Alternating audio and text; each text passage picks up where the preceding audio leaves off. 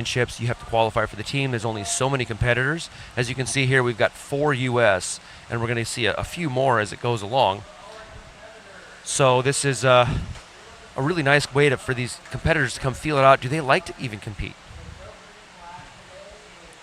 So tell us about this feature we're looking at, McKinley Kate. So this feature is called Good Wave. This is where the Worlds is going to be later next year. So we're going to see people throwing around. They're mostly going to do wave tricks, not like ambush where it's a wave hole. This is more of a wave. But then again, people can throw down whatever tricks they would like. Gotcha. So when you say wave trick and hole trick, for example, she's referring to basically one of the most important ones in the hole maneuvers is a McNasty, which is a spin to a loop. And we're really not going to see spins to loops. There's a McNasty version on here, but the McNasties and the Space Godzillas and some of those other moves don't typically get thrown on a wave. However, we should see the blunts, the Pan Ams, we're going to see the air screws, possibly a helix. That's definitely something that waves are really well known for. We only saw a few helixes on the ambush feature, so this good wave, we'll see what we're going to have. So we're going to get started here shortly, here in just one moment, for the World Cup number 2. So Ian Sislak, he is from Pennsylvania area, and his favorite place is actually the ambush wave where we were just upstream. So we are going to get going.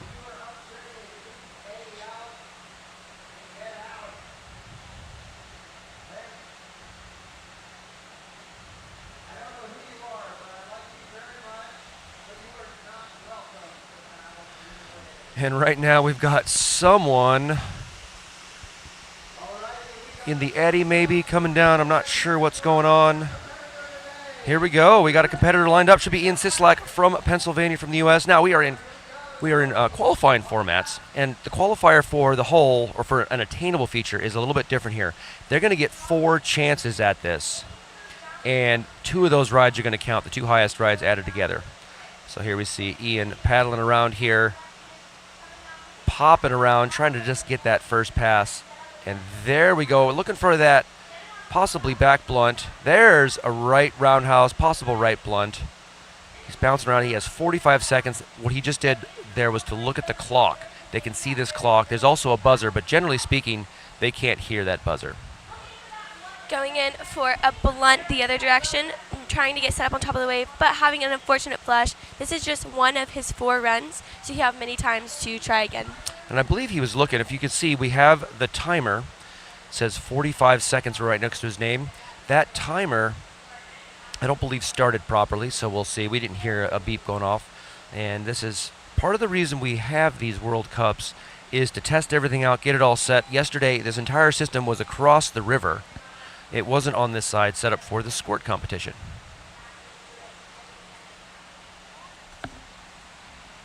Now looking next, we're going to bring Mr. Mateo Williams paddling for New Zealand.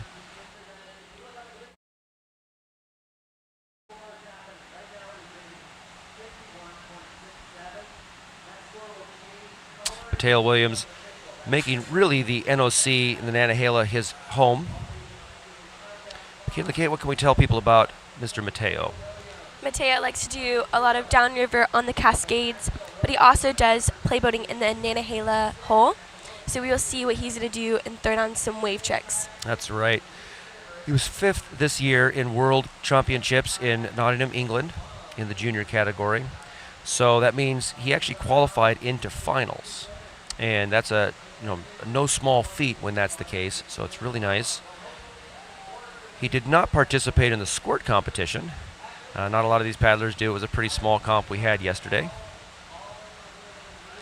Waiting for this going. He got the thumbs up, and so we're going to see Mateo come down onto the feature, see what he gives us for his first ride.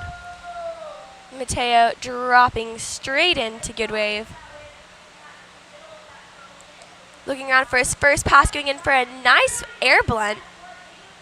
Going in for a blunt the other direction, just staying on the feature, surfing around looking for his nest past. Bouncing around, getting set up.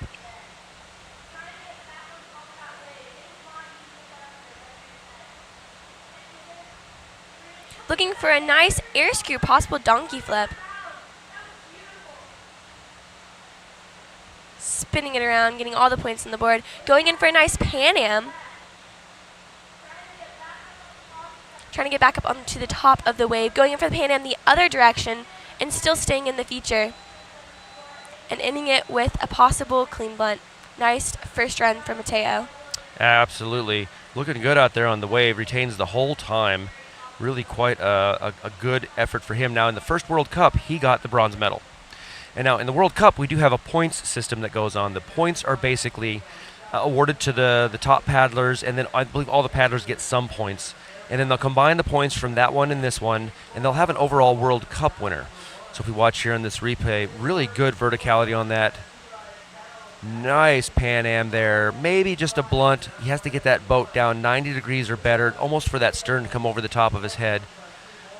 There's the air screw. Now, he didn't come down pointed straight, as you pointed out, McKinley Kate, so that's probably what they call the donkey flip. It's basically an air screw that comes down sideways. That would count as a Pan Am for sure on that one if he was going for that. Maybe a donkey flip, depending on how much rotation he got. Looking for the clean. See how he holds his paddle up there? That's looking for that clean bonus. And here we go, 326 points. That is quite a nice points to put down for him, so it's going to put him on the board as we move right along. Next up, from the United States, or excuse me, from Canada, Marshall Parsons. He has the thumbs up, and boy, he is fighting out there. This is quite the attainment for them to get onto this feature. Marshall dropping straight into the wave, serving around, looking for his next pass.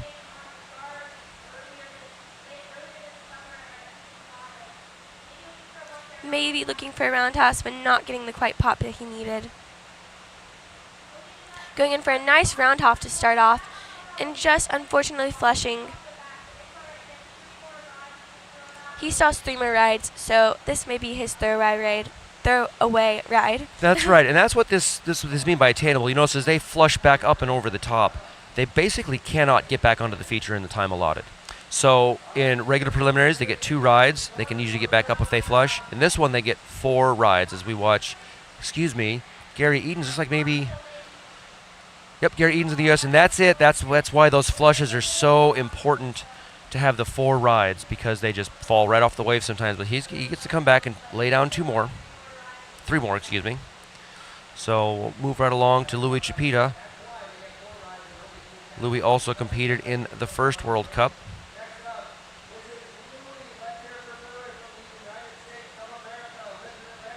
Louis jumping straight right into the wave with his nice Jackson kayak, going in for a possible roundhouse into a possible back roundhouse, spinning it around, going to throw all the tricks, not trying to waste time. Yeah, Louis looking pretty good on his retention, backing it up. He's going to get over to that flushy side and right over the bubble. And this is going to be the sort of the name of the game today is, can they stay dead center on that foam pile? And it is a challenge to do that. All right, we're going to go now to Landon Miller. Now, Landon is normally a canoe paddler. It is super funny to see him with 2 paddle blades. We'll probably also see him in the C1 class. Landon dropping in for his first run. That's right, and Landon did not compete in the first round. Starting things off with a nice air blunt. Spinning it around. Landon's a very powerful paddler. He paddles in the OC class as well, and it's one of the few OCers. Beautiful Pan Am there. And they should score that, even though he flushed, because he came down in the feature and then flushed over the top. So they should give him that Pan Am. However, it's going to be a pretty quick one for him, as he's going to go back around to the top and see what we got. So right now, at the bottom of this heat, we've got, sitting in first place before we see Landon score, 326. Ian's sitting in second with 51. Louis Chapita with 10. We'll see where Landon falls into this. I suspect it's going to slot him into the second place spot easily, but he did not throw enough, I believe, to overtake Mateo. We have 3 rounds of these men this morning, so we're going to keep moving through. 88 points, so that's going to put Landon in second. If you are following along at home, you can go to canoeicf.com and access the live results. You have to hunt around a little bit. It's not the easiest to get to, but it's a really nice display where the moment the score is posted, the live results update, and you can see the overall, you can go through the next heat. It's really quite nice. And back up to the top, Ian Sislak. Ian dropping into the wave, maybe looking for an entry loop, I don't know. Going in for a nice Pan Am, just flushing over, maybe staying in the feature, but flushing out. So there was that Pan Am McNasty. So we will see some McNasty stuff. And a lot of these guys are just hull boaters, so they don't have the air screws. They're maybe not able to do the helix quite yet, but he comes in. That looked very intentional for an entry loop. He comes down sideways. It'll be interesting to see. For an entry move, it doesn't have to be a clean loop by definition. It has to just be something hard, and look how he's can't get that around. Pops up on the bubble, and that is just shows you the power of the feature. Take a look at his score, and all right, Ian's second ride score 100 points. It is going to combine with his first ride score to be 151, and now Mateo is setting down his second ride. Mateo representing New Zealand. Coming in for his second ride, just starting off with a nice blunt, maybe Pan Am. Going in for a blunt the other direction. Spinning around, going for a side kick. Going in for a back blunt the other direction. So it looks like he's got a couple of front blunts, couple of back blunts. See if he can pull that air screw donkey flip. That looked really nice. I'm pretty sure that scored with a donkey flip. Watch that score go up now. Now that's about what he threw the last time, so can he add to his trick here? There's a nice back blunt, very vertical. Possible air. They can get air on the blunts. Air is not required. However, typically they do get air on those as the paddlers get better and better, because it's easier to do with a little air into the boat. And that is time. Again, retaining the feature the entire time.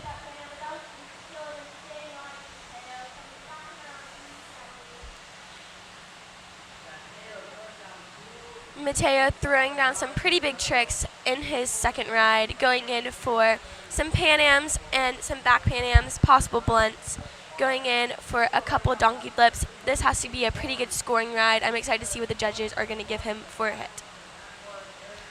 Really nice pops. He's very clean on his moves. He's very calm. The least amount of paddle strokes they can take, the better, because they're conserving energy. He is really close to that air screw. You can just keep that bow straight down the middle. You add another 100 points to that move.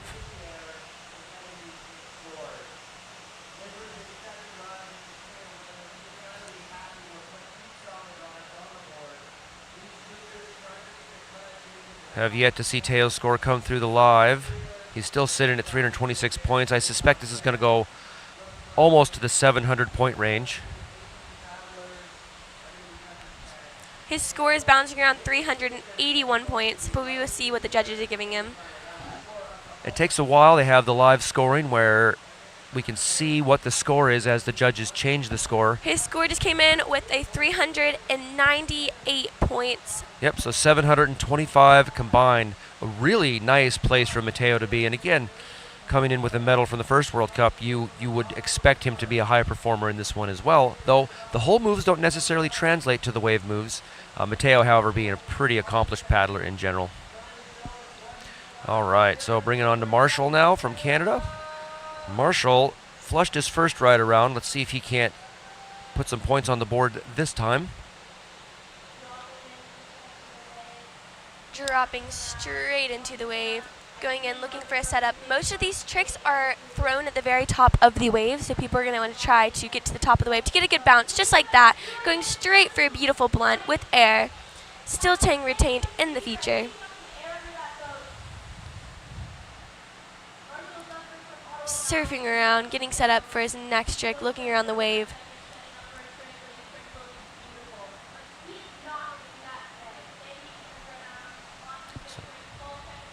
Spinning it around, maybe getting a good pass there.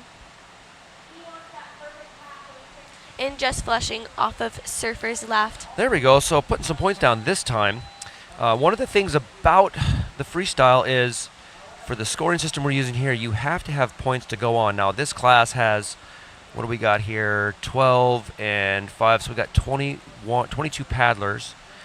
So basically, we're going to take the top 10, go to semifinals, and in order to get into that top 10, you have to put a score down. So if we get enough zeros here, it will not count to the degree that he will have to, they won't be able to go on. But now as we take a look here, we got Gray Edens, excuse me. He was also coming into this with a 0. Looks like he's going to put some points down on this run. Gray coming out of Charlotte area, so he's really just upstream of here. One of the individuals who got him into this was an Australian paddler who used to come to the U.S., chase the summer around Jez. Very prominent paddler on the scene, has been at the World Championships, has competed, and a wonderful coach. His ambitions here is to just make it to the finals, and that is really a solid goal as we look at Louis Chipeta coming down here and starting his run. Louis got 10 points on his last run, so he's going to try to up that score to get his name higher on the podium. Spinning around, trying to get set up.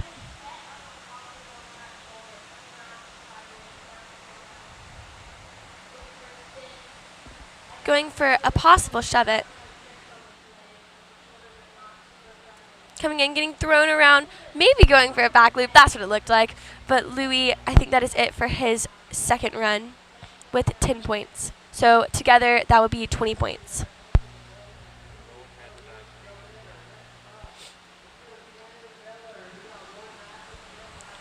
Next up, we're going to have back to Landon Miller. That's right. So Gray's going to stick with a 0 there. Looks like Louis is going to take 10 points off of that, putting him with 20 points. And Landon Miller now sitting with 88.3 points in third place position. Landon going straight in for a blunt, possible Pan Am. Going in for a back blunt, spinning around, wasting no time. And I went to that back blunt and then immediately went backwards. Looked like to keep from going sideways and coming off the wave. So that was sort of a rescue half spin. Landon going for the blunt the other direction. Going in for a nice Pan Am. Instinct straight backwards. Yeah, Landon throwing down a much better second ride compared to his first. He's going to put a lot more points on the board with this one. Still plenty of time on the clock for one more move as he pops in for that donkey flip. Landon caught a bit of edge and flushed out, but that was a good second run. Really good run for Landon Miller. We will see him again in the canoe boat classes. He's a very solid OC boater, and probably also the C1. I haven't seen the C1 start lists, but just an all-around good boater. This guy creek boats in the C class. Obviously, he can kayak just as well as he can canoe with a lot of these paddlers can. So we're in our bottom of our second rides now. All the paddlers have taken their second ride. We'll wait for Landon's score to settle, and we'll go back to the top for 2 more rides for this entire heat of junior men's. We've got 2 heats of 6, followed by 1 heat of 5. And there we go, Landon Miller, 291 points. Combined score of 380, keeping him in a nice second place position. But these other paddlers have a thing to say about that, and Ian's coming in for his third ride.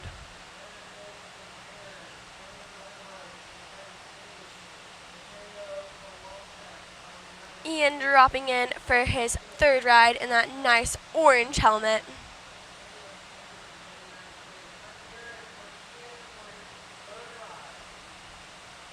Ian just got a brand new kayak, so we should hopefully see his boat shine in the side. That is right. These new Rockstar 5s have been real fun for these paddlers who are on the Team Jackson, and even the ones who aren't on Team Jackson who buy them themselves at full price. Something I'll have to do here shortly because I want to get one of these 5s. Starting off his run with a back blunt, surfing it around, 15 seconds on the clock. He still has a bit of time to throw down.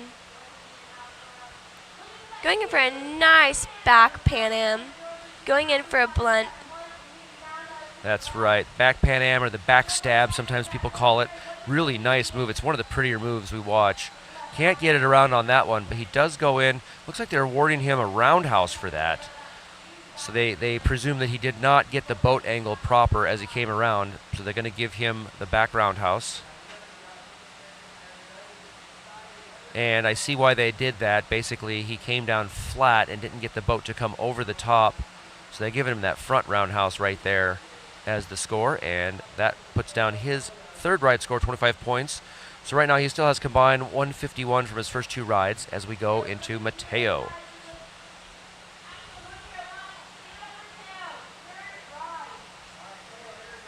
Mateo going in straight for a roundhouse. Maybe a little flat. We'll see what the judges give him for that.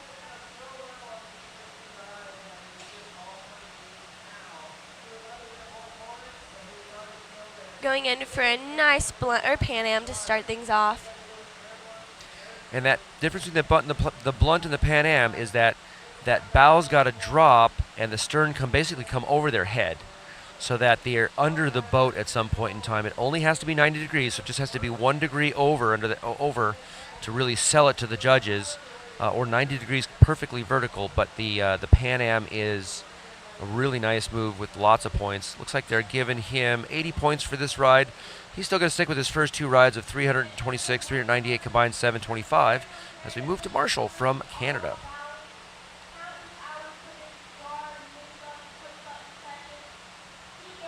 Here we go, Marshall dropping down.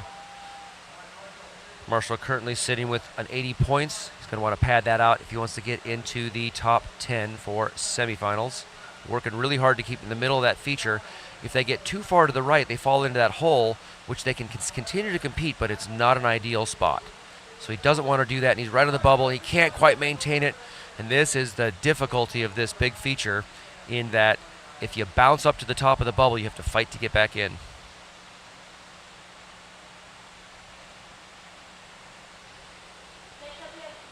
So Marshall is going to stay with his second and first score with 80 points.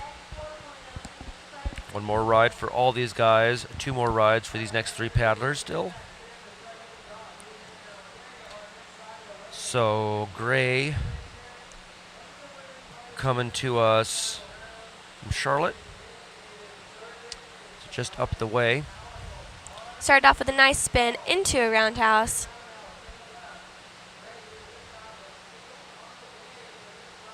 Going in for the spin the other direction.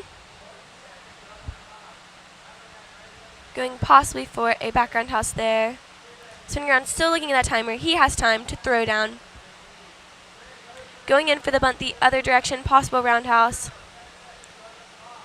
There it was. Right on the buzzer. Oh, that was beautiful. He was able to maintain on that flushy spot, and now we're seeing the power of the wave. He is done with his ride. Those were not tricks. He wasn't even trying to throw tricks, and now he's trying to get off of the feature. And it's funny, given how flushy this feature is, that he is still on it, ladies and gentlemen. You're watching the replay, and he's still out there. He just finally moved off the wave. Gray's points coming in around 53. The judges are still trying to finalize that.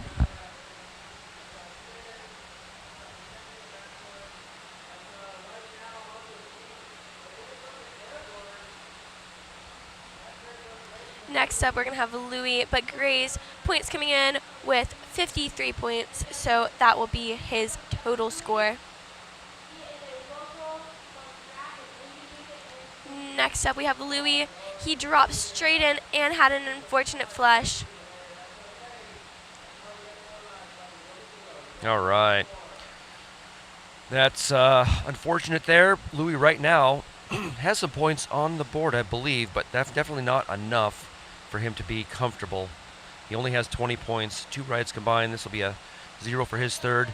And now it brings up Landon Miller, currently sitting in second place. Landon is going to want to bring some more points to compete with Mateo, because there's still another set of groups, or 16, or another heat of 6, another heat of 5, so another 11 paddlers to come. And starting things off with a nice Pan Am to the left. Going around for a blunt, just getting a bit tumbled and flushing out. We will see if the judges give him that Pan Am. I think they will. You see his face. I think he saw the score and went, "Oh, I got it! I got that Pan Am." It's not going to really make him super happy, given he flushed, but it still improves his score nicely, because he had an 88 points. It basically gives another 80 points on top, 451 combined. So it was a really good score for how short it was, but definitely showing the power of that feature. We're going to start back to the top of the order for everyone's last ride. We're going to start up with Ian. And if you're watching at home, somehow they submitted a score for Ian. I'm not sure what's going on. I'll probably fix that right now. So Ian Sislak's score is actually not accurate. This score might change it, so we'll see what's going on here. I'm not sure what happened. Going in for a back blunt and catching an edge on his blunt possibly. But Ian's always out here having a good time, smiling on the water. He does a lot of creeking and playboating, so super cool to know two disciplines. So I want to point out, ladies and gentlemen at home, that score is not accurate. It's really close to what the score would be. He scored, I believe, 10 points on run number 4, not 58. They submitted that score on accident before his run even started.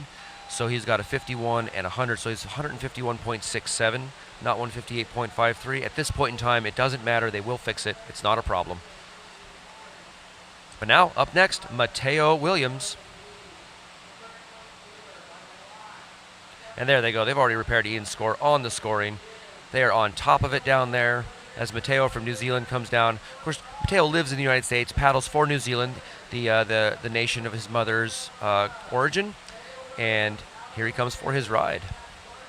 Going in straight for a blunt, to the right, then to the left, spinning it around, trying to get back up to the top of the feature, throw his next trick.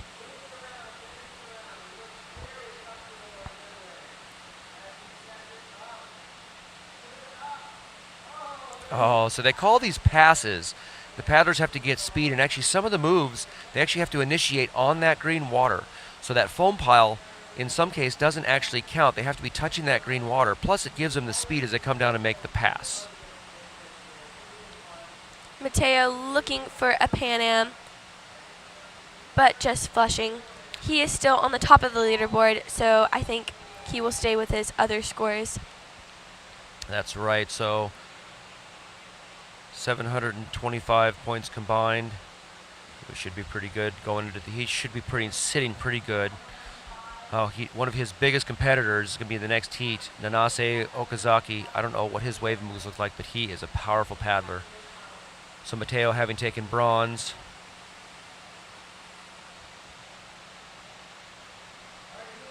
There we go. We got Mateo's score still staying with his first and second run.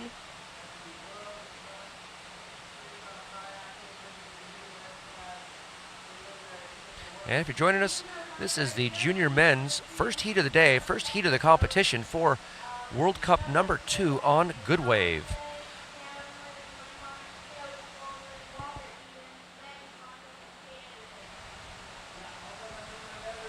All right, we're waiting now for Marshall to take the feature.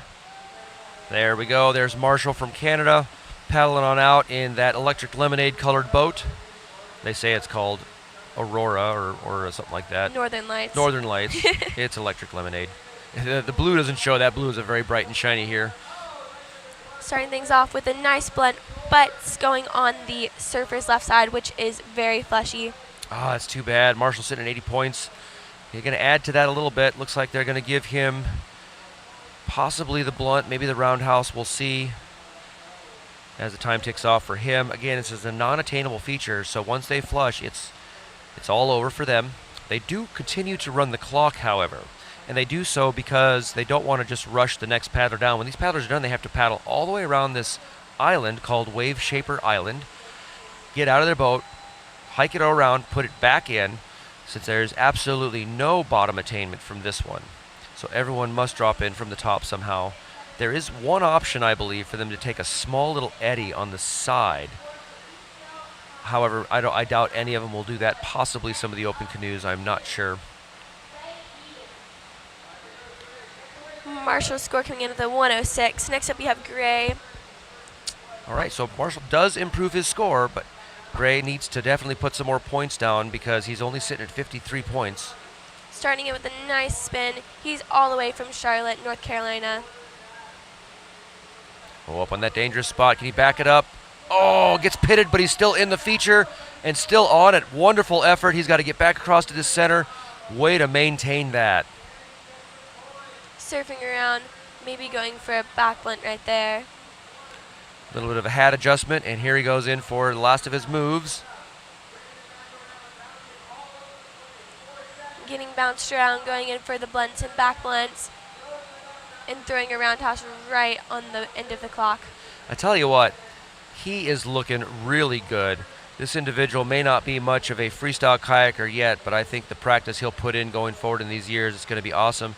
And this is an individual who can run the Green River Narrows. And if you can do that, you have all the skill in the world to be able to bring to bear, but you've got to be around a wave. And one of the problems in any realm of freestyle kayaking is a wave like this just doesn't exist for everyone.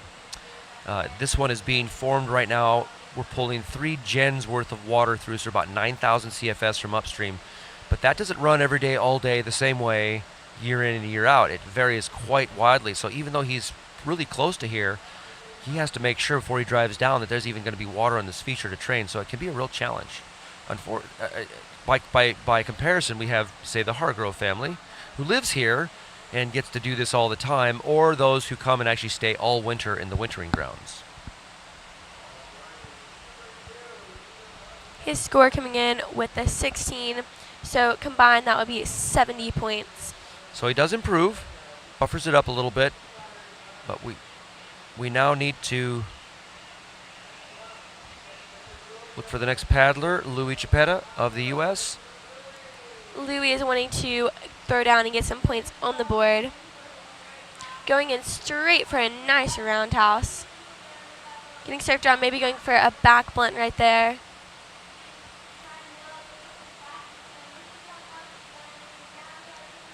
He's really getting close to tying in that front blunt, back blunt combo, which is very common. Oftentimes we'll see that when we get to the bigger paddlers, the faster paddlers, they'll usually start with the air screws, then go into the blunts. Just getting slammed by that feature, but he managed to retain nicely.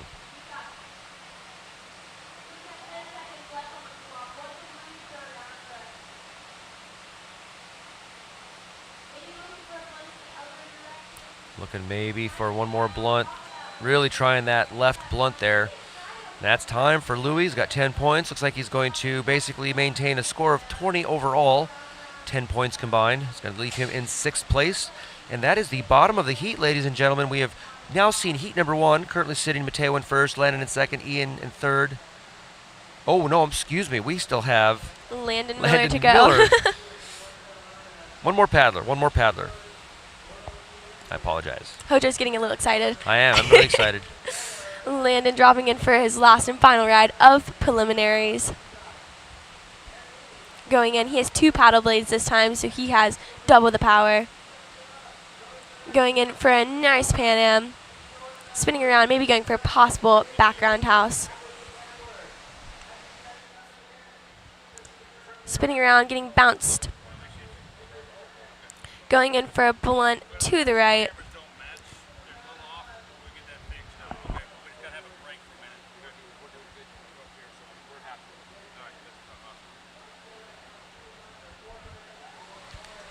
All right, Landon putting down some more points.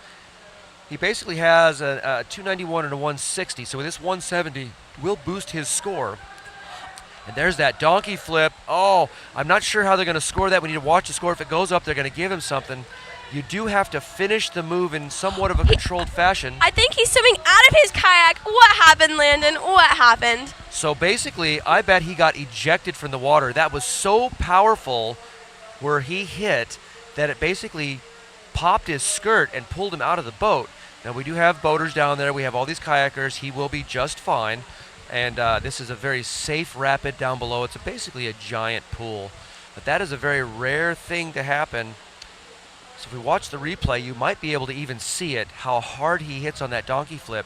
And I think he just literally was pulled out of the boat by the water. And that might be actually a factor of the fact that Landon straps himself into those canoes. He sort of relies on a seatbelt. And here he's got to keep himself in the boat with his legs. So he may just have relaxed a bit and wasn't expecting the power of the water.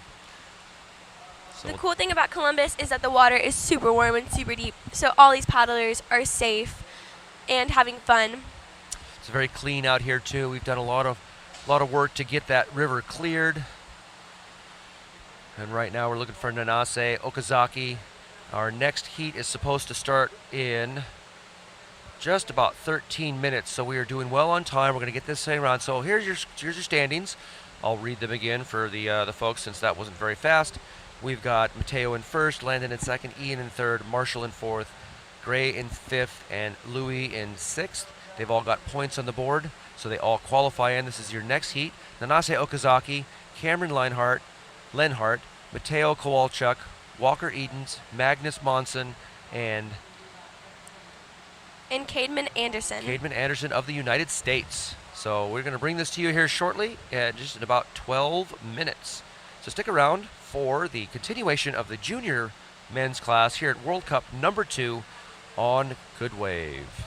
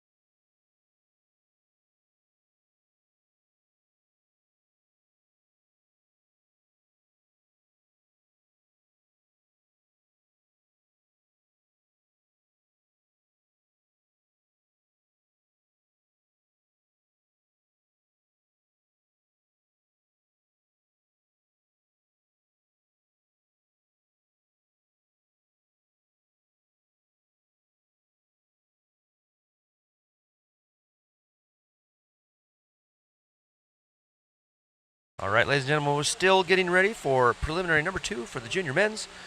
Just stick on by. We are doing some camera adjustments, so the sound's going to maybe go in and out. Maybe the camera goes in and out. Don't worry about that. It will be just fine.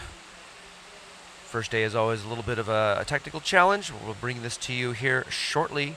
Here from Columbus, Georgia, World Cup number 2 brought to you by Uptown Columbus here on Good Wave.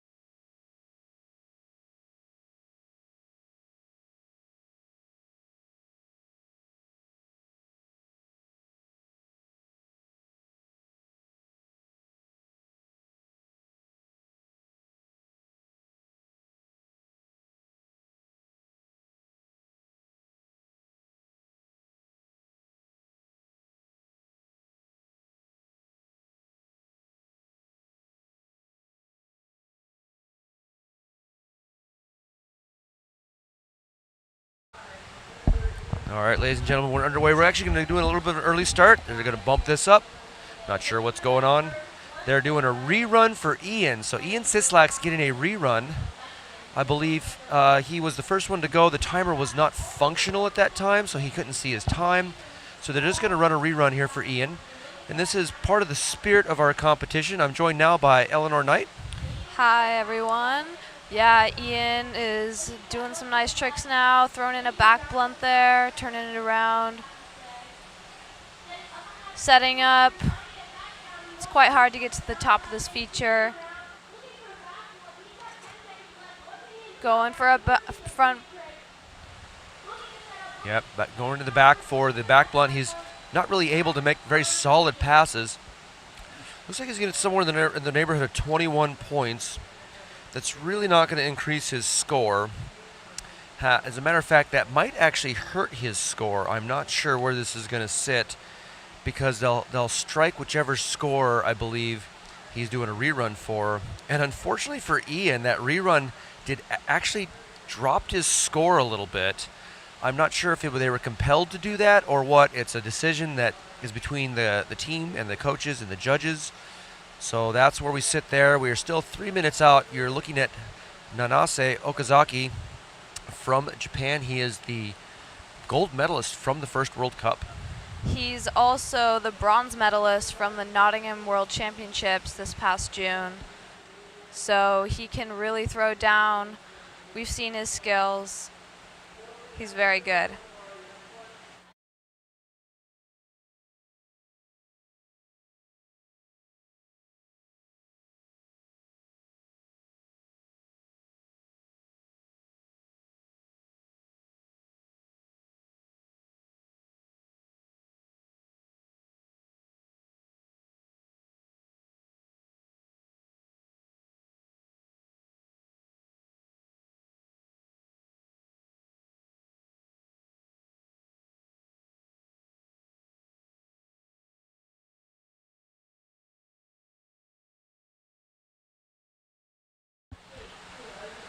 Okay, Eleanor. Yep. So we got Nanase Okazaki, Cameron Lenhart, Mateo Kowalchuk, Walker Edens, Magnus Monson, and Kedmund Anderson. Cademan? I think Cademan Anderson. I think Cademan, but I think he goes by Cade. Cade. All right. So Yeah. Cade Anderson from the U.S. And again, this is a stacked heat. It's going to be a stacked competition with the United States because we are in the U.S. And this competition does not require team qualification. So anyone can paddle. Anyone can sign up. I could have signed up. Yeah. I would have gotten a 0. maybe an accidental spin. And will you be competing later? Yeah, I'll be competing tomorrow morning around 11:15ish. Yeah. And Prelims. how big is your class? It's pretty small actually. There's only 5 girls, so we all go to finals. Gotcha. Unless we score a 0. That's right. You do have to score to move on. And luckily we haven't seen a 0 yet, so that's really quite nice. I presume we will get mostly scores. Been a lot of practice. How's practice been this week? It's been good. The lines have been like 30 to 45 minutes long though. That's crazy. Yeah, when they're practicing out here yesterday, all these junior men were out here practicing, all the junior women, a lot of the men's and women's, and they get done with their ride, and if you flush fast, it's tough. Now, if you stay on there, you get a pretty fair ride. But again, they can't really take up too much time. If you're on that wave for too long, Yeah. the paddlers get a little angry. Here we go, starting it off from Japan. All right, Nanase dropping in. He's looking for a pass. Oh, huge blunt. Blunt the other side. He's just throwing down right now. All right, now they gave him a Pan Am for that second one. He was over vertical, really nice in that Gigi Prod kayak. Yeah, it's a beautiful blue, sparkly blue kayak. All right, he's trying to set up again for another big trick. What's he gonna throw? Oh, huge air screw. That's the Oh. first junior air screw we saw. Couldn't maintain for that last 5 seconds, got flushed in, but a nice score, setting up around 500 points. Right now our high score, single right score is by Mateo at 398. So this is going to definitely put him up a little bit higher on the start list if he can do 2 of those for the results anyway. So Nanase of Japan, again, he is 3rd in Worlds. He won the first World Cup, so he is poised to take a medal spot here as well. He is pretty much a medal favorite. As we watch his replay there, that first over vertical Pan Am. There's that beautiful air screw. I mean, that was textbook. Yeah. But unfortunately catches that edge right on the end, looking like he was going for a pass, but couldn't get the boat up high enough to get him down. And that is the name of the game here, but he has 3 more chances to make that score even bigger. Yeah, and I want to say he's training all year for these competitions. Next up, we got Cameron Lenhart of the U.S. He is out of the Atlanta, Georgia area, so he's a local guy and a rugby player. So this guy should have some pretty high fitness. I tell you what, that's quite the sport, rugby. Yeah. And his favorite place, if you live in Atlanta, your favorite place basically is here. No 2 ways about it. You're going to come down here as much as possible. With good traffic, it's only a couple-hour drive. Yeah. With bad traffic, it takes about 4 weeks. But it's a wonderful place to go. I was talking to Cameron earlier. He says that he comes down to the Good Wave and Ambush Rapids and trains here quite often. All right, so Cameron just waiting for Nanase's score to settle. It is 530 points. That will put him right up into, I'm pretty sure the second place spot. That is correct. He is qualified in the second place spot, but with only 1 ride, and so he's sitting really good to take over top spot with his second ride. And little bit about Cameron here. He likes jazzy guitar. It's an interesting. We're going to have to ask him if it's smooth jazz or if it's more like technical fusion jazz, or because jazzy guitar kind of reminds me of maybe some elevator music. And I mean, maybe this guy rides elevators professionally. You never know. That could be a good hobby. Eleanor's like, where are you going with this? Why are you saying this? Well, we're just filling time here. It looks like they are getting ready to set up. Now, sometimes this scoring system on the first day, yep, they're running the timer. They must have had a timer issue. If the timer starts, I'm not sure what happened. But now Cameron is set up. He is coming down now onto the feature. Paddling hard. It's a pretty hard wave to catch. And he catches it. Cameron's a local here, so he knows good wave. He knows all of the spots to be. He's really taking his time here, trying to find that right sweet spot on the pass. He's a little low, so he doesn't come up. And there's his first pass. Oh, nice blunt. Oh, trying to stay in the feature. Good job retaining. And that was very dicey. He leaned back to get on there, and it's going to catch your stern. He did a wonderful job of retaining. He's looking for another pass. Oh, there he goes for the other blunt or roundhouse. Turning it around. Oh, that was a really nice Pan Am attempt. Yeah, so we'll see what score he gets here. His time has expired. He's definitely should be getting some points on the board. I wasn't watching down at the bottom, see what his points are as we wait for his score to settle. 36 so far points. Cameron definitely showing that he's been here before, very calm and collected on that wave. And here he is like that. When I say leaning back, you get that stern down there, and it's going to be a rodeo ride for sure. And nice way to retain that feature. Yeah, this wave is a powerhouse. Looks like scores bumping up to 110, maybe more. Look at the concentration on his face. One of the things about these paddlers is where they spot. The better you get, the more you can almost see what they're going to do with their head. They'll initiate that stroke and then look a specific direction. You can kind of guess, okay, they're spotting a landing behind them, or they're getting ready to look for a complete 360 move. All right, next up, we have from the United States, Mateo Kowalchuk. He is on the feature now, looking for that blunt to the right, the left. Oh, just flushed off the feature. Yep, that's going to be a quick one. Again, this explains why we have that 4-ride format, because these waves are big and crashy. And there's no way to get back on them once you flush off. That's going to give a 0 for Mateo. We're going to pop that in, and we're just going to roll it right past. And now, coming up next, also from the U.S., because everyone's from the U.S., we're going to have Walker Edens. Walker's pumped up to come down here. Let's see what he gives us. Worlds. Oh, he's looking to make a pass. Nice little back roundhouse there. Couple spins, setting up. He's really trying to make sure he gets the right setup for a big trick. Spinning the other way, getting some nice points on the board. Trying to set up.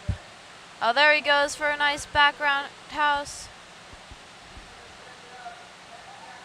Setting up back. Oh, another back roundhouse. He's getting into that blunt range. We'll see if he landed it. They're going to give him, looks like maybe just the roundhouse, but that's points on the board, and that's what counts right now in this first ride. And sometimes our first rides are a little sketchy. Oh, man, that was pretty powerful. He's trying to pop that around. 40 points right now for Walker. He is also out of the Charlotte area, and he can run things like the Green River Narrows as well, which, you know, these guys can run big, powerful water. He's been up to the Ottawa River on Garburator. I suspect he might be a keener.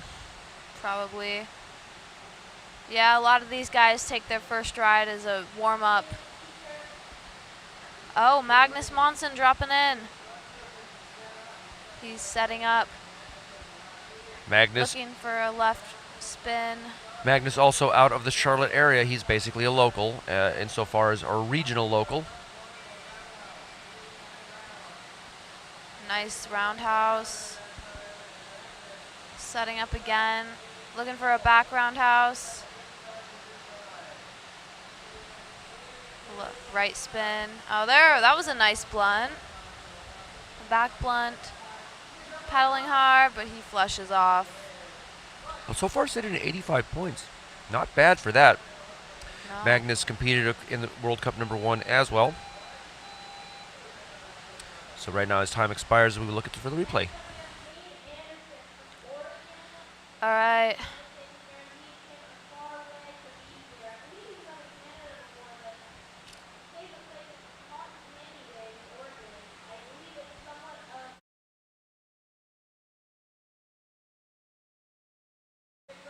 All right, next up, here we go. Drop it into the feature. Oh, he Cade. just flushed off the feature. This is a really hard feature to catch. You need to kind of catch the curler up on top of the wave to get in it. That's right. It's a tough one. So Cade, who we just saw, his best achievement, he did at one point in time eat a whole box of cereal. Now that's pretty impressive. That is. And we're not making that up. That's on the sheet. They give us the data. We just read it. We just read it as we see it. Yeah, another, some of his other achievements is he won a race on his home river that's mainly flat water. So he must have some pretty good endurance and strength. All right, coming down now back to the top. Nanase already sitting in second place with one ride. Popping around. Oh, this is a little bit squirrely over there. He's going to want to get set back up into the middle. He's just having smiling. a ride. Oh, man, huge blunt. He's setting up again for another huge trick. Oh, got a little squirreled up there. Whoa, huge air screw. Pan Am. Setting up again for another big blunt. He still has plenty of time left. Let's see if... Oh, he's going for the helix. Ah, just missed it. We haven't seen a helix yet. I suspect he'll get one in his next ride. We'll take a look. Still a huge ride. That's right. Right now, as his points stand, he will take over top spot if it stays in that range. We'll see as he goes through on his replay here. Really nice that we can watch these replays. Actually lets go of his paddle right there. Gets grabbed in the water, and if he held on to it, probably would have pulled him in. Yeah, this feature is just so powerful. All right, there it is. Combined score 893 will put him right up into the first place spot, pushing down Mateo Williams one spot. Mateo now behind the pack a bit, but I suspect he'll stay up there for this semifinals. We're going to take 10 out of this class of 22 into the semis tomorrow. All right, Cameron dropping in. Oh no, he just flushed off the wave. Oh, that is too bad. Cameron's favorite day paddling is with family and friends. So I'm sure he's having a blast out here with all his friends. Some of his other hobbies are rugby and jazzy guitar. Kind of an interesting combination there. Do you think rugby helps him on the feature? Probably. I could imagine. You don't really, not really afraid of taking a big chest shot with that water if you need to. So now we're going to move down to Mateo Kowalczuk. Mateo competing in the first World Cup as well. He's a member of the JrMK Little Shredders team. So he's been kayaking for a little while. Mateo took 5th in the first World Cup, so he made it to finals. Couldn't take a podium spot. He missed, but he only missed 3rd place by about 60 points. Wow, that's so not bad. he is right there in that realm to take possibly a medal. So we'll see how Mateo does going forward in this new World Cup on a completely different feature now. This is very much not the same. No. Yeah, a lot of skills on ambush don't translate directly to this good wave feature. But the skills that do translate are general river running and rolling and maneuvering the boat and just the power you can put into this kayak, and we'll see how Mateo uses that power right here. First ride score of 0. He flushed. Ooh, nice blunt there. Ah. Oh, he's getting a little trashed. Flushes off the backside. But go look at that. He already putting 50 points on the board, so this is good for him. He still has 2 more rides after this. 50 points will count. At this moment in time, he'll want to come back, though, and probably put a couple more rides of 100 or better. Yeah, Mateo's no stranger to competing. He competed in the CKS Paddle Fest. and got 3rd place in some other rodeos. And that CKS Paddle Fest is definitely not a wave, I will tell you. It is very much the most delightful little hole you've ever seen. But he's definitely in the wave realm now as we move on to Walker Edens. Walker right now sitting with 40 points for his 2nd ride. He will add to this if he puts any points down. As Walker takes the feature, I saw him training yesterday. And like a lot of these paddlers, he was watching EJ drop down but couldn't quite get back in time. And he came over, Dad, where did EJ go? Where was he dropping down? Because he didn't flush. And some of these paddlers were just flushing on their first training rides because they weren't finding that spot. And obviously he's dialed this in. He is in the spot he wants to be. All right. Walker is trying to set up. Oh, there he goes for a nice roundhouse to the right. Getting set up again. Maybe looking for a back roundhouse. Oh, there it is, the back roundhouse. Couldn't bring that bow over, though. I think he's going to want to go and do that again. They should be able to see some of the scores now. I'm not sure how it's set up down there from the paddler's perspective. That time expires, but this time retains the entire time. Yeah.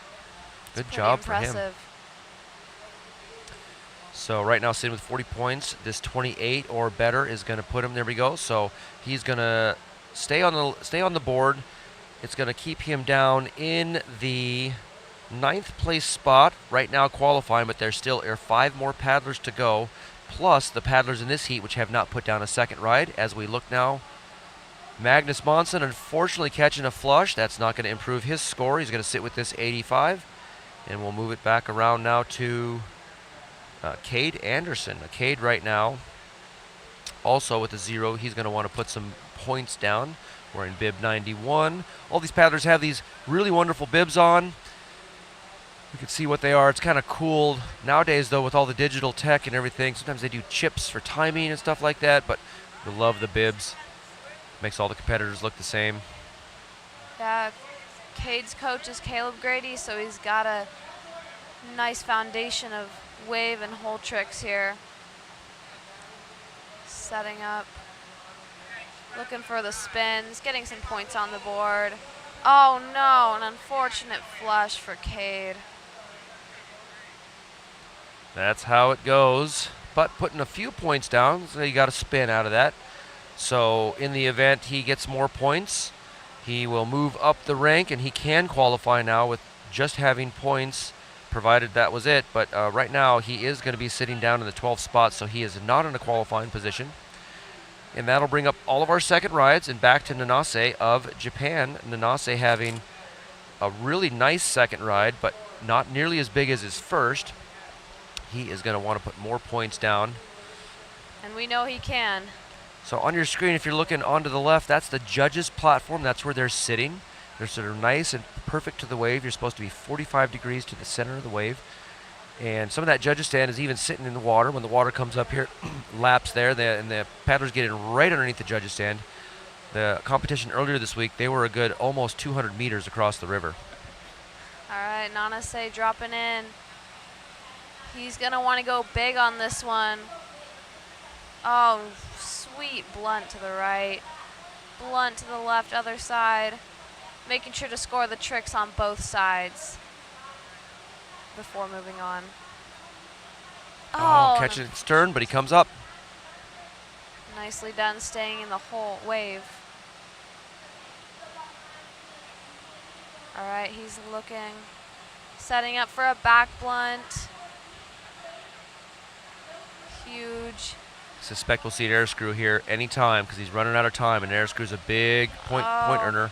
He's struggling to get to the top of the wave, but there he goes. Oh, huge air screw. On the buzzer. Not really sure if that one will score because he didn't land super straight, but looks like the points are climbing, so. We'll take a look at the replay, see if we can get this last one on replay. This time he took a lot of time trying to get that back pass to set up. And it looked like he just wasn't comfortable with the timing. Sort of there, pop, wouldn't bring it around. There, pop, wouldn't bring it around. Yeah. And then, unfortunately, worked him over to that far surfer's left side. And that was a challenge to get out of. But right at the end, pulling that air screw. And there's that failed pass. Again, he's getting that pop just right at the wrong time for what he thinks his timing should be. He's so comfortable in this wave, though, that he can recover from those kind of things.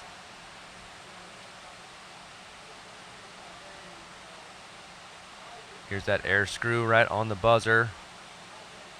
Man, huge. Yeah. So there we go, sitting at 893. It doesn't improve his score, the 306, but he still have one more ride to bring out some more points to pull him away. Now into Cameron Lenhart of the United U.S. States. Cameron setting up here. Currently a score of 110 with a 0 on his second ride, so this will add if he gets any points.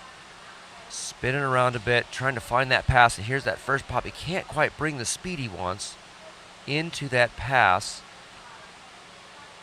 He's taking it nice and slow, though. Rushing things will oftentimes lead to flushing. And I think this is the difference we've seen between the juniors and the senior class, where the seniors are able to take that first pop and be a lot more confident. He's sort of doing a pop and not getting that second one down right there. Yeah. And again, this is just a matter of learning your skill. It's gonna get worked a bit. Still in the feature for a little bit, and then started to flush out. Now, have you ever done the McCoy hole ride up there at Keener's? Never been up to the Ottawa. So they have this hole called McCoy's, and it's right side McCoy's, where they just go in, and it's not a fun wave to be in, and they see how long they can stay in there just getting pounded. Wow. It flushes you. It's good practice. But it's great practice. All right, Mateo Kowalchuk coming in. He got 5th in the first World Cup. Nice roundhouse to begin with, blunt. I think that was actually a blunt. It's kind of hard to see from our camera angle. We don't have the best unless it's right here every time. A blunt has to be over 45 degrees, whereas a roundhouse can be under 45. So that's definitely a roundhouse, and it's the 45 degree. If you were to draw, nice one there. If you were to draw a line from stern, from stern to bow, that stern and bow has to go into the 45 degree angle, either front or back, depending on which direction you're coming. And then nice of course, recovery there. the Pan Am is over 90 degrees, so that boat has to be basically stood right on end, either stern or bow. 140 points, so this is really going to buffer him up nicely. Mateo Kowalchuk sitting with 50, 140 combined would give him 190. And 190 right now sits you into the 3rd place or the 4th place spot. So it's a nice place to be. This bumps him up nicely. After this round, there's 5 more paddlers to go, so the top 5 after this round will be safe. They can only get bumped down to the bottom 5 by the next heat. So right now, until he gets placed, he is not in a safe spot. We all have, there's still 2 more rides for 2 of these paddlers and a whole set of rides for all of them. So as we watch Mateo's score settle here. Again, I'm Hojo, joined by Eleanor Knight of the junior women's class out of Seattle, Washington. All the way from the West Coast. And we got a few that are out from a ways away. Mateo himself all the way from Boise, Idaho, making the Payette River his home spot. 200 points. That does put him into 4th place. That was But a nice ride. it is not set yet. We're going to Walker, who is sitting at 68 points right now in the 10th place spot. Walker's dropping in a little bit on that surfer's right side. Oh, a sweet blunt there. That was really nice. Looking for a back blunt. Turning it around, using the spins to pull him to the top of the wave.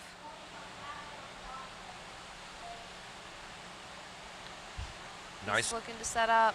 Nice calm run for him here so far. 106 points on the board. It's going to definitely increase his score. Looking for those bounces. There he goes. Oh, just flushes off, unfortunately.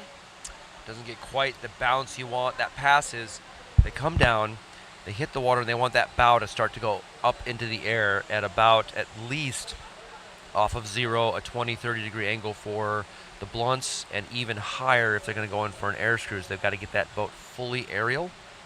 But that's definitely going to increase his score. 106 right now. When that settles, that threatens to put him into the 5th place spot. You should be pretty happy with that ride. Yep, and there we go. His score settles. He is now going to move into 5th place. That's going to bump Ian Sislak of the first heat down into 6th, so he is now in a very tenuous spot. As we see Magnus coming down. Magnus right now sitting in 9th place. He definitely needs some scores to bump him up into top 5. Yeah, he is sitting near the bottom of the cut, so he could very easily be bumped out. Starting off strong, looking for a back roundhouse. There he goes for a nice blunt.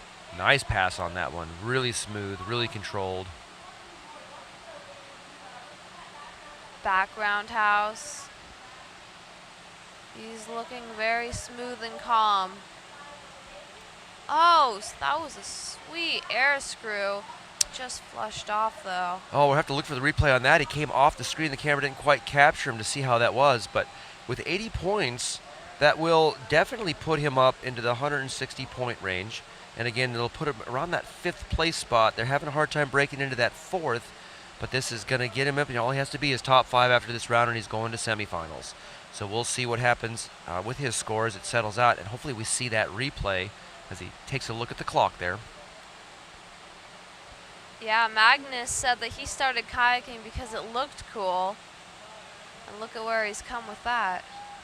That was a glorious air screw on the buzzer. I don't know if they gave him the full air screw for it. Looks like his score didn't reflect. Oh, catching a stern on the flush. Oh, Cade. Man. That's a very unfortunate entry.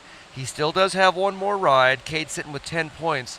That is, that's how it goes. Matter of fact, I did almost the same thing earlier. I wasn't trying to get to the feature, but as I started to peel out, I came into the feature sort of way sideways instead of pulling all the way downstream, and it put me over. It took a little bit of a bounce. It happens to everyone. All right, we are at the top of the heat now. This is the last rides for this second heat of junior men's. Starting up with Nanase, already sitting in first place, 893 points. Can he widen that lead? Dropping in. Oh, looking for that pass, but not quite getting it. Huge blunt. Maybe even a Pan Am there. Man, he is just looking strong already. It looks like they did score him the Pan Am on that. They determined his boat got over 90. Another big blunt or Pan Am. That was definitely blunt to the left. There's the air screw.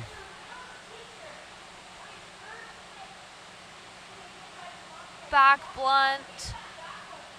He's just scoring all the tricks right now. Another back blunt there. Now you wonder, last time he spent a lot of time trying to get those back passes. And this time he's just doing those Pan Ams and blunts from the front. And he's just getting them over and over again. That's right, and he's already bested his score now up to the 600 range, 636, as we watch his replay. Or as we just watch him try to get off the feature. I think that's the best single ride score of the junior men so far. And he started kind of flat with that one. Like, it looked like this wasn't going to be a very good run. Catches a very fortunate surge to keep him onto the feature. He just threw down on that ride.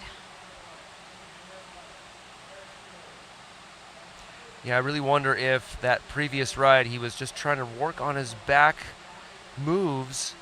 He knew he was sort of safe, probably going to qualify in, so try to get some of the more difficult stuff, because maybe when finals comes around he's going to need that in his quiver, so we'll see. Here's that one of those Pan Ams right here. Oh, that was the air screw. Such nice execution. Yeah, landed that straight up. All right, there we go. His score settles 1,100 points, takes a commanding lead over everyone. Cameron, Lenhart dropping in, doing some nice spins to set up there. Oh, that was a huge blunt. Oh, unfortunately catching his edge. And oh, that's unfortunate for Cameron. This should improve his score. He had 110 and a couple of zeros. He is sitting right now in 8th place. If that really does come through, he might pop up into a safe spot. yeah, 160 points. That's a massive improvement. Yeah, for because Cameron. Kowalczuk's already ahead of him. This might put him ahead of Kowalczuk. He might bump up into 4th place. We'll have to see. Walker Edens currently sitting in the 6th place spot, who will be coming up next. Magnus Monson in the 5th place spot, who still has another run, and Cade at the bottom sitting, still has another run. 270 points. That is going to put him up into the 5th place spot, it looks like. No, excuse me. The 4th place spot. Yes. He's in 4th place right there. My phone was slow to update. So that's a really nice place to be. However, these next 3 paddlers can have a say over that because they are all below him. So Mateo Kowalchuk, he drove out to Colorado this year on a whim to go train. And it's like, hey, is there stuff to do and paddle? And I'm like, yeah, hey, we got this. It's great. Come to World Cup. He's like, what's World Cup? Like, well, firstly, it's going to be on a wave, and you have a wave just up the river from you at Kelly's Whitewater Park. And so he put in some time to practice. Creek boater who can go up there and run on that North Fork of the Payette. Now coming down and throwing these freestyle moves with looks like a couple of roundhouses to start out and retaining nicely. Yeah, there he goes for another big blunt or Pan Am. We'll see what the judges say about that. Spinning it around. He's looking for the back blunt. Not quite getting it though. Doing really well now. He had a combined score basically of 200, and this 115 is going to definitely put him up. He is looking forward to one of those safe spots, 120 points going up. This is going to do well for him with 120 points. If that stands, it's going to put him at 270, and that's going to tie him with Cameron Lenhart. So a tiebreaker will come into effect. So they basically take the next highest score of their 3rd rides, and that'll break the tie. So we'll see where he sits. So this will put Kowalchuk into 5th place. So Cameron has the tiebreaker. So right now with that spot, if if Walker Edens or Cade gets a higher score, he is not safe. So we'll have to see what Walker does here. Walker currently sitting in 7th with 2 rides of 106 and 40 combined. So we'll see. He can definitely put a 140 or 106 point ride down. Yeah. So he's a threat. Oh no. He just flushed off that wave. That was unfortunate. Oh, he got too far sideways. He knew he was going to get ejected. Tried at the last minute to just throw in maybe an emergency roll to hopefully stop him on that foam pile. So Walker is not going to challenge. He is going to hold his 7th place spot for the time being.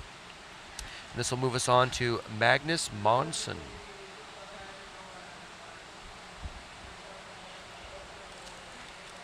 And again, we are here at World Cup number 2, just beginning the day. We have one more heat of junior men's. We'll take a break, and we'll do the qualifiers for senior men's. We have 8 heats of senior men's. It's going to be a big one coming on. We're going to have a really good time here this morning as we run through all of these junior men's and men's qualifiers. And here we go. Walker Edens getting the thumbs up. Going to come on down, or excuse me, Magnus Monson getting the thumbs up. Going to come on down and lay down his last ride. He's going to really try to just go for it this time, try to increase his score and be in a safe position. Magnus is in the first hot seat in 6th place right now, so he wants to get up into that 5th place spot to make it a lock. He's looking for those passes, a little roundhouse there. Really taking it nice and slow and controlled, setting it up. Trying to get a back roundhouse. Trying again. Magnus really struggling to get that pass, but he's doing well. That is time for Magnus. It looks like one judge gave him the roundhouse. We'll see if they all 3 decide to give him that roundhouse. So they're going to stick it to 5 points. That will not better his score. So right now, in the bottom spot is sitting. Right now, Magnus is in 6th position. Yep, in the lower spot is Cade, and he is going to come in here and try to put himself up much higher. He's down in the 12th place spot. He wants to definitely improve. Oh, right off the bat, that was a nice roundhouse. Oh, started strong and catching that flush. And that's the thing about these paddlers. They can throw a roundhouse. They can throw possibly the blunts. It's a question of can they control it and stay retained. And that's why we're seeing the conservative aspect in some of these. They don't want to just go in and throw it. You saw he got it, textbook, beautiful, couldn't stay on the feature. But Yeah. it does improve his score, so puts him at 25 points. He was sitting at 10. It does not help him into the finals. He's going to go from 12th up to 11th, overtaking Louis. And that is the bottom of this heat. So right now we know who's going to go to semifinals, at least 5 of them, and that's going to be Nanase, Mateo, Landon, Cameron, and the other Mateo. Those 5 are safe because these next 5 can only drop them into the bottom 5. However, we still don't know who is going to be in semifinals. Will Gail, Cashin, Hank, Remy, or Ani take over? Or will these guys not come into semifinals? What will they do? I can tell you right now, Gail of France qualified into semifinals. He's a really powerful paddler. Cashin's a good, powerful paddler. Hank is a local, and Ani got a medal in the first World Cup. So we have a medalist in this round, who can possibly come and upset all of this. So stick around. It right now is 10:34 local time. We will come back at 10:45, so just about 10 minutes for the continuation of the junior men's here in this World Cup number 2 on Good Wave.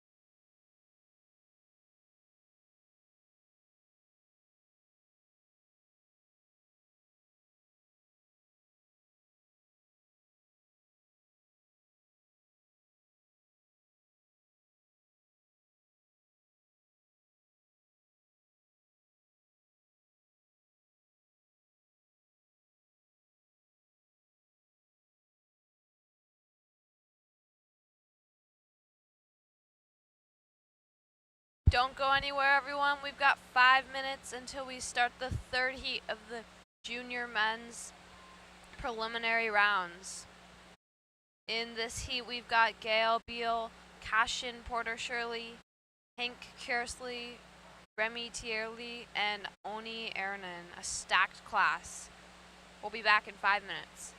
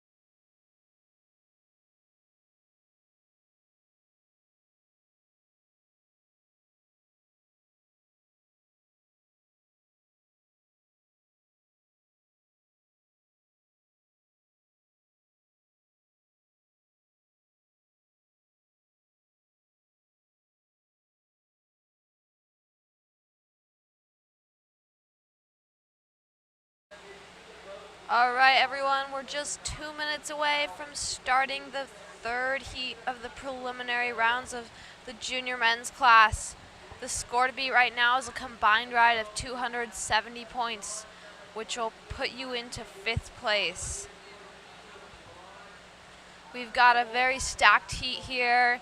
We've got a medalist from the first World Cup, Oni, Cashin Porter Shirley, an accomplished paddler from Nottingham, Hank Kersey, a local here in Columbus, Gail Beal, again another strong paddler, and Remy Tierley from France.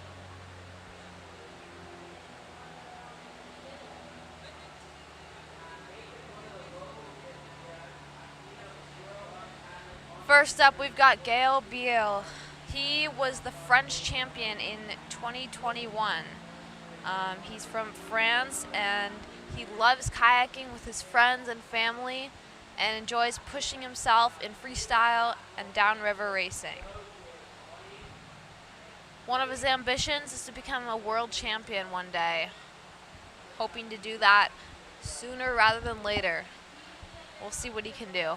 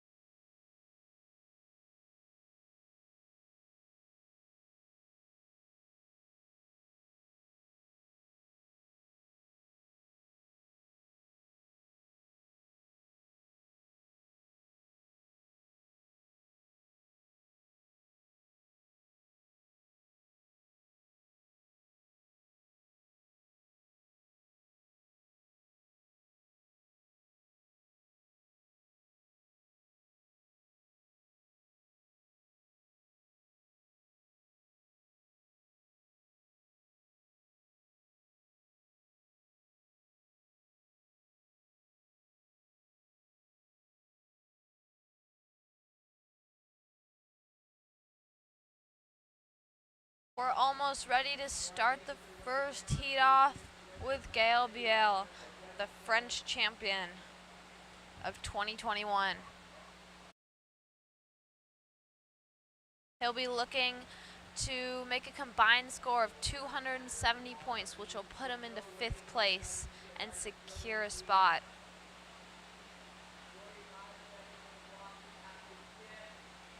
The top 10 athletes go to semifinals, so they'll be looking to improve their scores to get there.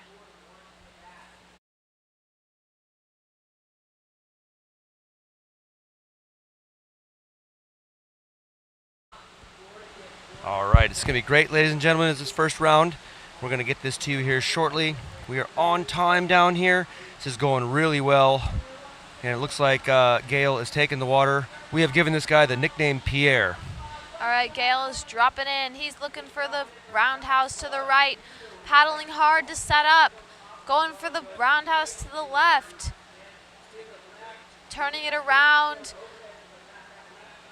making sure that his passes are good and smooth, looking for that back roundhouse. Oh, going for the air screw, coming up with one hand on the paddle, and flushing off the wave, unfortunately. His time is still running.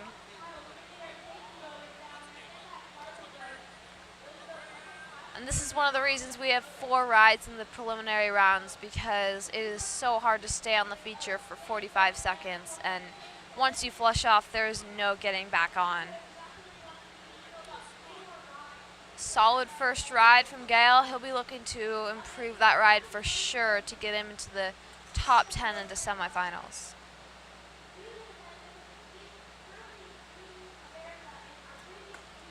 All right, our second paddler is Cashin Porter Shirley.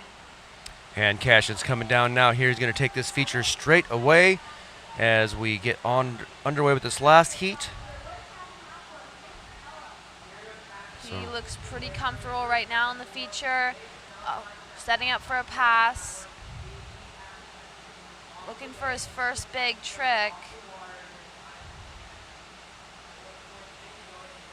Taking it nice and slow, nice and controlled and easy. Oh, an unfortunate catch of an edge. He's still in the wave though. And a huge blunt. Caught his edge again, but I'm sure he landed that blunt. We'll see what the judges give it to him. Yeah, with the previous paddler, Gael coming in with a 21.67. Now Cashin's going to put down some points, looking right around the 16 to 20 point range. Currently the spot to hit, combined score 270, is the 5th place spot, and you want to get into that top 5, because if you're not above 5th place here, you are not possibly getting into all top 10. All of these paddlers can occupy those top 5 spots all the way down to 10th place. And we take top 10 to semifinals, which will be tomorrow. As we wait for this score to settle, we're going to come now to Hank. Hank is a local paddler who lives here, family in the military, and we have a lot of military families here with the bases just around. And so we're going to watch him to see how he comes. He also competed in the first World Cup. This is his first competition other than the first World Cup though, so it's pretty new to him. He loves kayaking, especially when it's warm and there's friends out. And I believe the whole family paddles. Yep. He's dropping into this wave. He's pretty comfortable since he paddles here all the time. Looking for a roundhouse, possibly, maybe just a spin. Setting up again. Going for another spin to the right, setting up. A left spin. Oh, caught an edge there. He's still in the feature, just flushed out. All right, we'll put a few points down. We'll see what Hank can do. I suspect that he's a paddler that's probably been focusing more on the ambush feature than in this big one, partly because this doesn't run all summer long. It runs more in the winter. And being pretty new to paddling, I doubt he gets out here as much as some of these other paddlers who hang out at the wintering grounds. He's going to put some points on the board here and carry it through. And next up, We now have from France, Remy. One of the, I believe there's 3 French paddlers total, 2 juniors and a senior in this competition. Remy looks like maybe he's a little more comfortable on waves as well. He didn't qualify into semis, but he did qualify in general earlier on. Or no, I believe he didn't qualify into semis last time around. I can't remember. I have to go back and look at the results. But Remy's a nice, powerful paddler. Definitely able to throw some moves here in this feature. He was actually second at the French Championships this past year. So he has some skills he can show. Unfortunately, fleshing off that feature. We've seen that a lot with a lot of the paddlers today. That's right. And now this is going to bring us around to Oni. Oni Ernen. This is our silver medalist in the first World Cup. Oni taking silver medal ahead of Matteo Williams and behind Nanase. So Remy's score is 6.67. That's going to put him on the board, as we now see from Finland. One of the few Apex paddlers. He's one, and Eric Jackson, the company founder and owner, is the other, as he comes down for his ride. Looking to set up. Oh, huge blunt to the right. That was beautiful. Oh, another sweet blunt to the left. A little roundhouse there. Kind of setting up again for another big trick. Oh, a nice big air screw. Ooh, Oni is showing that he is a threat here. If he can land that air screw, then he is just up there. Again, he finished ahead of Matteo in the first World Cup, who's currently sitting second. So Oni can definitely take that second place spot. Can he even come in and take the first place spot? That's a tall task given the power of Nanase. But with this score right here, Oni's going to bring in and possibly bump up into the top 10 with one ride. Yeah, Ani's no stranger to competition. He got 11th at the World Championships in Nottingham this past year. And that is, it puts Ani into 6th place right now. That is not a safe spot to be. He needs to be up a little bit higher after these second rides. We will see where he slots himself. But with a second ride like that, Ani definitely can put himself up a little higher. So as this heat stands, these are your heat results. However, currently in the top spot is Nanase, second Matteo, third Landon, fourth Cameron, fifth Matteo. All of previous heats, Ani sitting in the 6th place spot after one ride. We will go back to the top. Gaël Biel from France, and see how he lays down this second of 4 rides.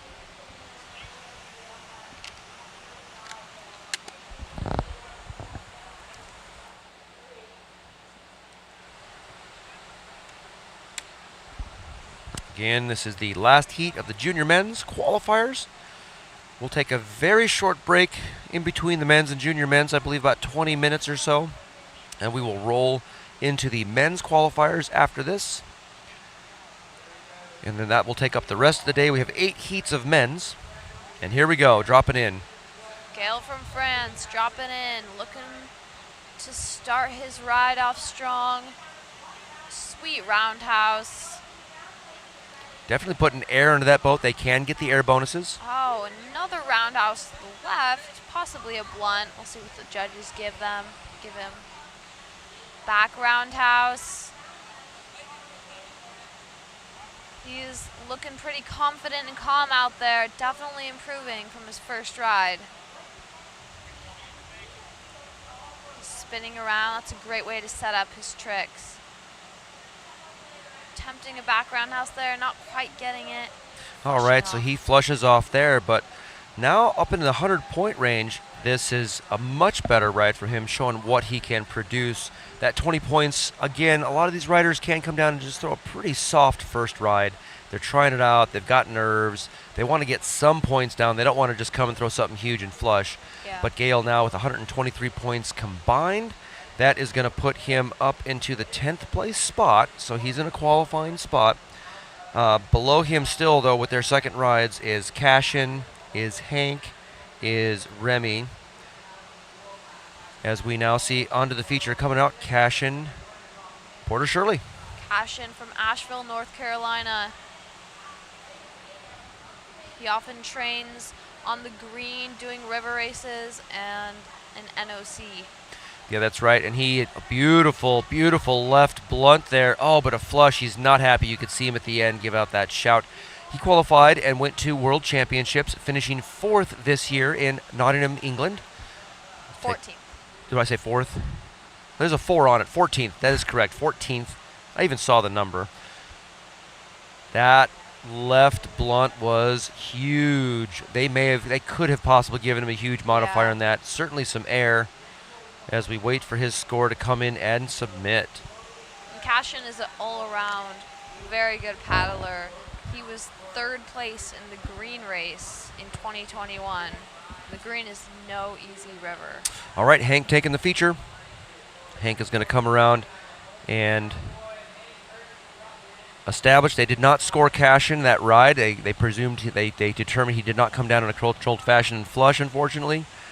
And there's Hank with the starting roundhouse. Didn't quite get it all the way around, but he'll try again, I'm sure. Does come in, though, for a flat spin, so they should give him some flat spin points for that. And there it is on the scoreboard. He's looking to set up for another roundhouse or blunt. Oh, there he goes. Nice roundhouse there. That was a really well executed roundhouse. They points should come to 25 if they gave him that. Oh, another roundhouse. Just caught an edge there. Yep, he's going to flush on that one. Still has 2 more rides left. Currently sitting with 10 points. This 10 should add into 20 points total. And we'll move now on to Remy of France.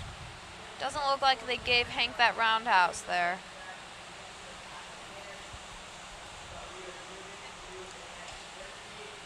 Hank, local boy. I suspect we'll see big things for him to come if he keeps training on these features. And now out of France, Remy. Remy's starting off strong with a spin, getting those easy points out of the way. There's Maybe a shove it. Yep. Oh, Oh. and there's a flush. He does get 15 points on that. That should be pretty well set, so it's going to put him in the 21-point range. Definitely not a qualifying range. Gale right now is in the qualifying 10th spot. Oni is ahead of him, so Oni can't upset the balance on the bottom 10, but Oni can definitely come in here and throw on a second ride that upsets the top 5 for sure.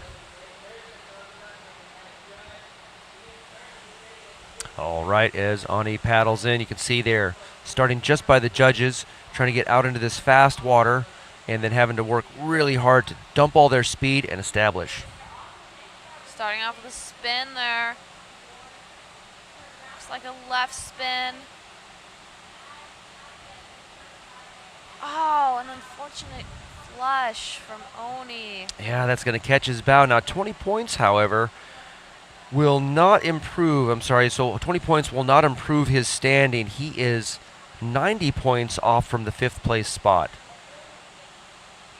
Now, with all of their second rides down, we can look and sort of make some estimations where we think we're going to have this set. However, it's going to be anyone's guess as to what happens next. Yeah, some of these paddlers can have really terrible first rides and then just throw down an amazing ride. You never really know. All right. Gael Biel coming in for his 3rd ride. He wants to start off strong with a nice roundhouse. Good, establishes nice, keeps himself on the feature with that. He's wanting to improve his score and secure a spot in the top 10.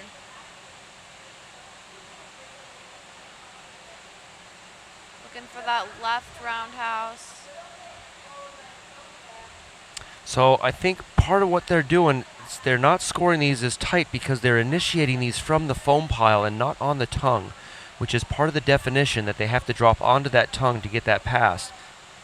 Yeah. Oh, looking for a really big back blunt there. If he can pull that around, that will definitely give him some scores to contend with. Gale right now is going to pretty much hold with this 11, maybe up to a 15 points. We'll see what the judge. Nope, they're going to keep him at the 11. Right now sitting with 123 combined. Still sitting in the 10th place spot. He is only 2 points out of the 9th place spot by Ian Sislak. However, below him, we've got Cash and Hank and Remy all able to come up and knock people off. So we'll see what happens. And here we go, Cashin dropping in for his third ride. Looking to set up. Oh, a nice right blunt there. That was beautiful. Cashin spotting where he wants to make this next pass. He wants to be, it looks like he's really setting up from this left side. Yeah. Oh, nice blunt, good verticality. I think he brought that down well before flushing. I think so. 50 points on the scoreboard now. We'll see if that goes up. If Cashin lays down a 50 points, this will increase him to 76. It's not enough for qualifying, but two 50-point rides, Oh, it stays at 50. two 75-point rides will put him up into the qualifying range. So just 25 points away in the next two rides to do this. So can he bring it in as we move on to Hank? Hank is looking to improve his last ride score and possibly qualify for semis. Oh, getting trashed around there a little bit. This is a powerful feature. Most kayakers who begin look at this feature and they're like, I'm not going in there. That Yeah. is, and it's just amazing. Now, what's behind it is difficult to roll in, that flushy water. It's very safe. There's no rocks you're going to run into or large munchy holes, but the No. water is just so powerful. There's whirlpools and swirlies. It can just make it a mess to roll. So these guys are such good paddlers just to, even after the flush, just to get their roll and come up and take another ride. Trying to house clean on that one. Did you see that? There's definitely some clean bonuses being given out for the blunts and spins and roundhouses. And unfortunately, Remy pops into that far left pocket. Now, they can come back across. I wonder if he knows that. They can come back across. That's not considered a flush, but it's also very difficult to get back onto the feature from there. So it's something that is just incredibly hard to even try. All right, so Remy's score, he does actually improve. He gets 10 points, so he's going to pop up to 25, but this is certainly not enough to carry him into semifinals. Unfortunately not. All right, Oni, he got a solid first ride. He's looking to improve that second ride with a nice big blunt there. Another roundhouse.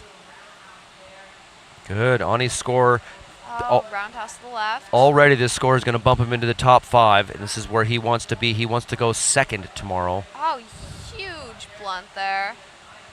And now he is threatening top 3. Back blunt. Oh, Top 3 would be a great position to be in because it also ensures confidence for the finals. oh, there's the flush, but 273 points. This is going to sit him nicely. Will he threaten top 3? We'll see. With 273, that's an automatic into 4th. With his 180 combined, it might not be enough to pop him across the 460-point range, depending on where this settles, but it's looking really good. Yeah, he should be really happy with that score and pretty confident he's going to. And there we go, 273 locks him in. 453, he is only 8 points shy of the 3rd place spot. So if he can roll down another ride like that, he can bump into 3rd place. This pretty much will lock him into finals. Yeah. The other paddlers just are not bringing rides that I believe can knock him out of that spot. However, these other paddlers have every chance to still bring themselves into a qualifying place. Right now, as we see Gail of France currently holding down a qualifying spot, but only in 10th. Gail, that was a super nice blunt.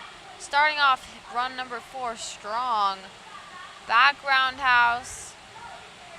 2 blunts right off the back. That back roundhouse didn't land forward, so I don't know if they're going to give that to him, but really good points already. Going for the air screw. Oh, may have gotten it, may not. We'll see what the judges say. Looks like they're giving him the donkey flip for that as he spins around to the left. That's 10 more points. Every point matters. Really solid ride here. Oh, and he keeps going. A super nice blunt. Back blunt.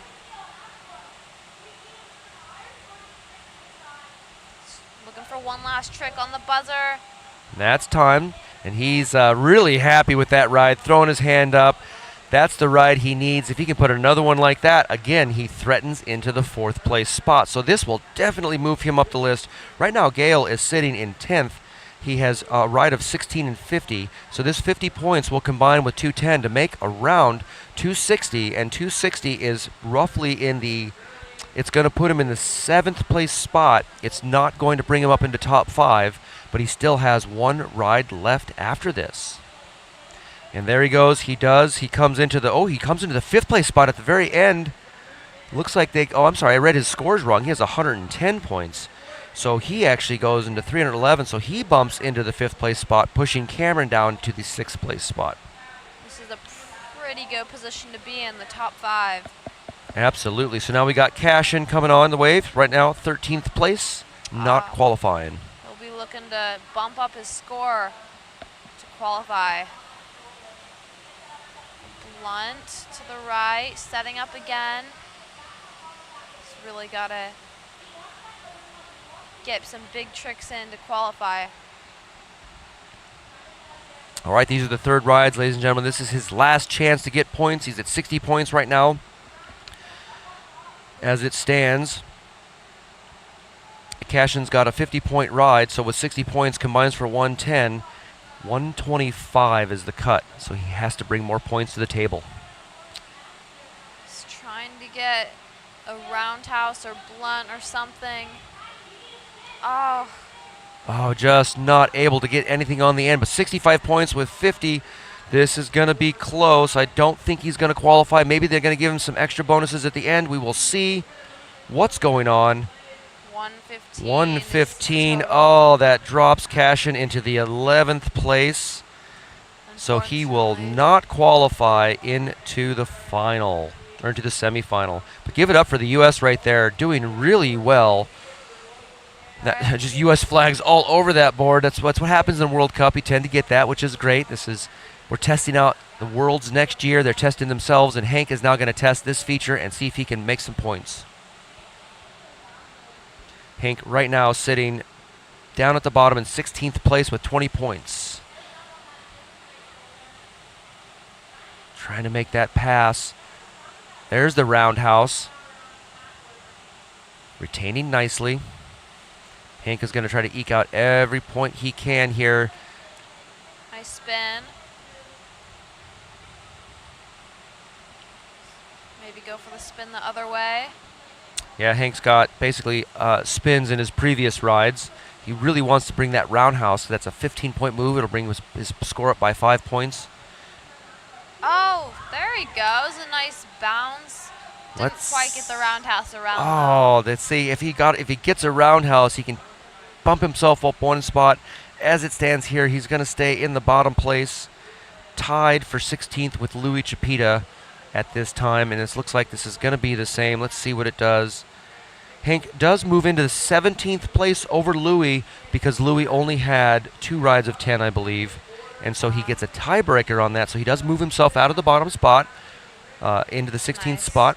So that will be his place, and we will see now if Remy, currently sitting off the leaderboard in 25 points, can pop himself up into 10th place, and Ani right now way into the lead. So here it goes, Remy. He needs to get several points to get himself up there into the top 10 from France. Oh, unfortunately, flushing off the back of the wave. Not sure if this is going to push him into the semifinals. I don't think it will. I don't believe it's going to make the difference for Remy. He was second place at the France Championships. He loves summer. He loves wave boating. Alex and Olivier are his coaches. And at the previous Worlds, he got 22nd in the junior category. So now we're seeing Ani, currently in 4th place. He is going to try to fight to get himself up a little bit higher. So he still has points to put out there. He's qualified. He knows this, but he wants to get first place. He wants to take over that top 3 spot. Yeah, for sure. He's looking to make some big moves there. Already with some blunts. Back blunt to the left. Spinning it around. Ani's first rides were scoring rides are 180 and 273. Anything over 180 will push his score up. He's already at 173. Roundhouse there. Possibly bringing the score up. Looking for another big trick in the last 3 seconds. Oh, goes for the air screw. That might score a donkey flip, and that might push him ahead. This is going to threaten then for him to take over Landon Miller and bump Landon down, who's in third place there. The paddle twirls. He is happy. Ani is stoked about getting that donkey flip, maybe even an air screw on the end. He's just going to play around, and he has earned that right. And there we go. Oh, it's going to push Ani into third place, pushing Landon Miller down. Unofficially now, our final coming out of this is going to be Nanase in first, Mateo Williams in second, Ani Aaronen in third, Landon Miller fourth, and Gail Beal in fifth. They will go in the second heat tomorrow.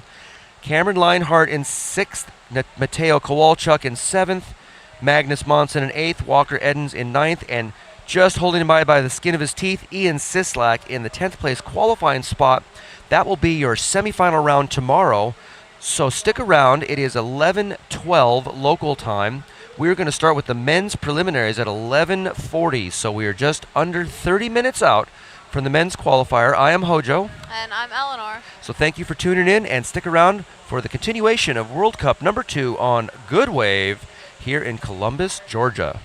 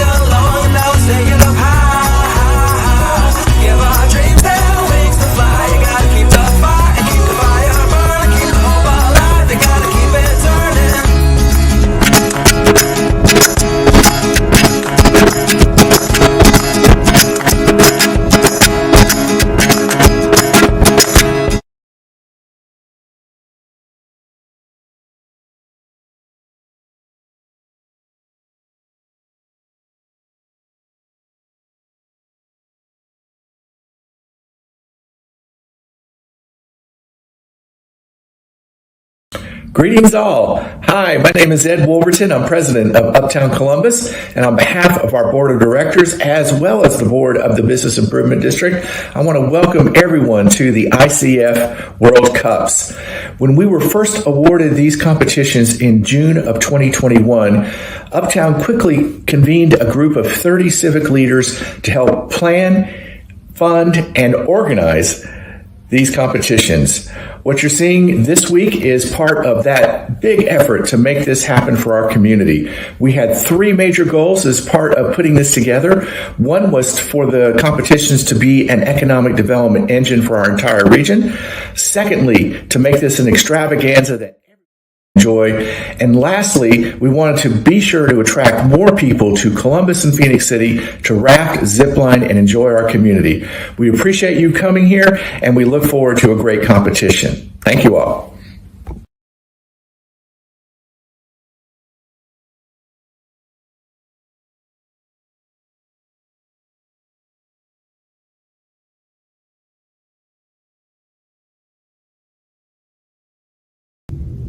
Hi, this is Columbus Mayor Skip Henderson, and I want to welcome you to the 2022 ICF International Kayak Competition.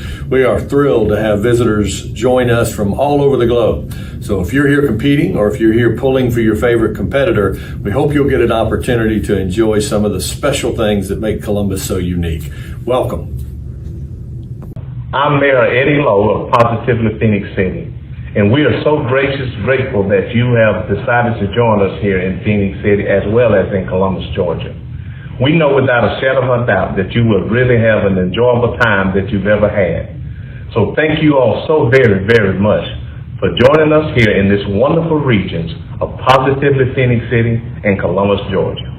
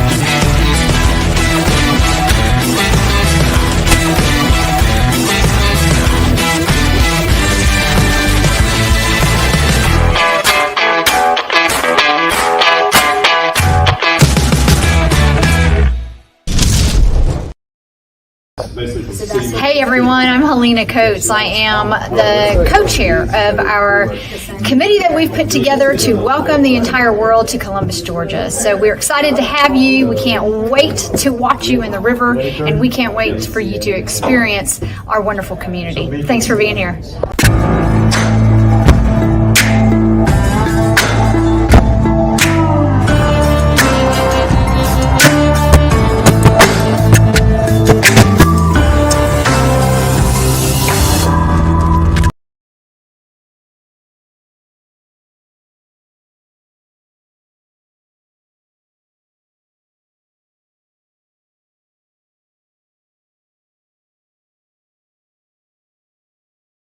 Yes. Hey, I'm Dan Gilbert with Whitewater Express. We are so excited to welcome you to Columbus and Phoenix City. We have what we think is the best whitewater in the world. We have the best athletes in the world coming together with our whitewater. I hope you have a great time at this event. We're so glad you're here. Hey, I'm Daniel Gilbert with Whitewater Express. We are thrilled to have you in town with us and excited to share this lovely section of whitewater with you today. Hi, I'm Luis Tavares, and I'm honored to be a part of the host committee and invite you guys to Columbus and show you guys all we have to offer.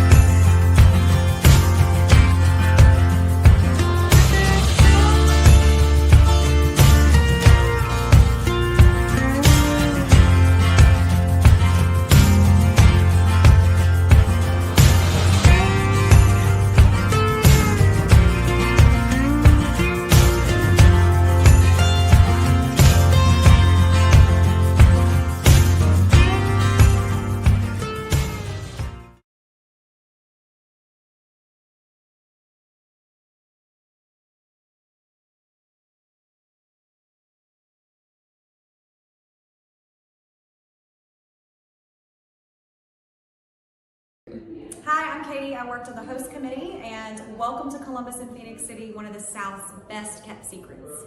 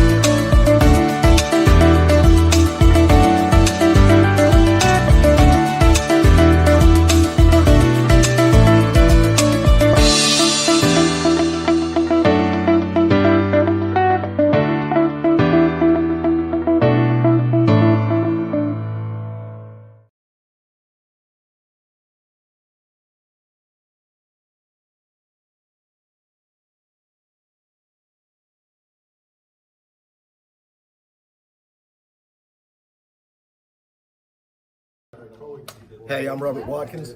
On behalf of the Georgia Power Company, we want to welcome you to Columbus.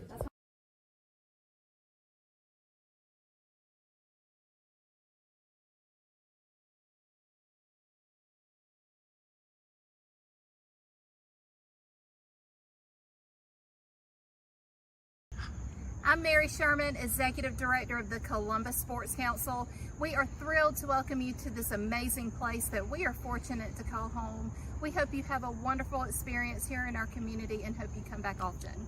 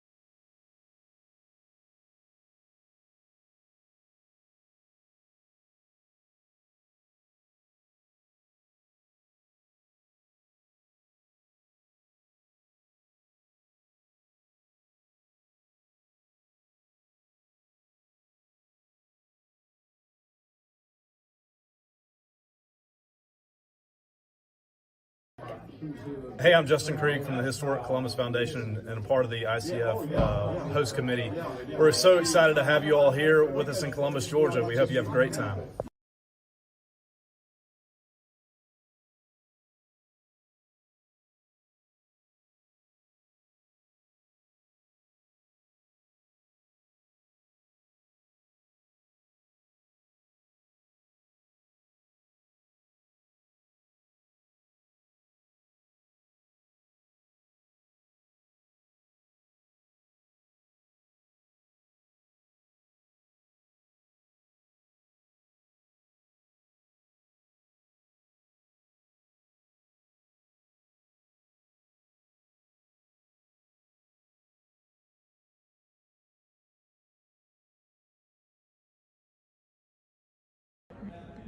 Hi, I'm Betsy Covington. I'm on the host committee and I'm the president of the Community Foundation here. We are so glad to welcome you to this community. When you are here, you are family, and welcome to the group. Thanks.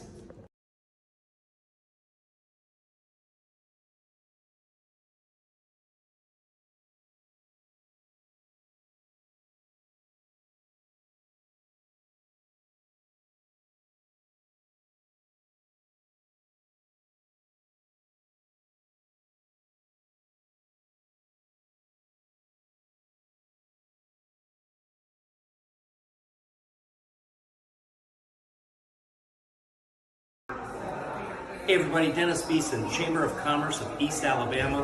We want to welcome you to the Chattahoochee Valley.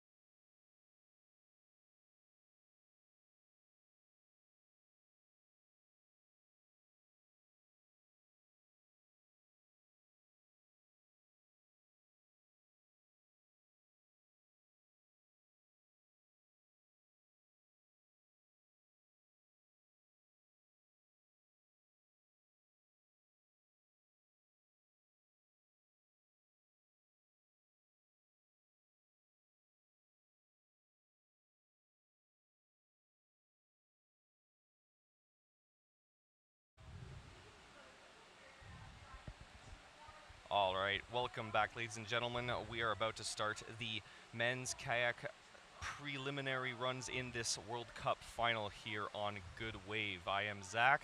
And I'm McKinley K. Hargrove. We're going to be your host for these runs. So who do we have coming up next in this first heat of the prelims? First heat, we have Rob Crow from Great Britain. Next, we have Clay Wright from the United States. Next, we have Mika Sorjoon. I'm sorry if I said your last name wrong, from Finland.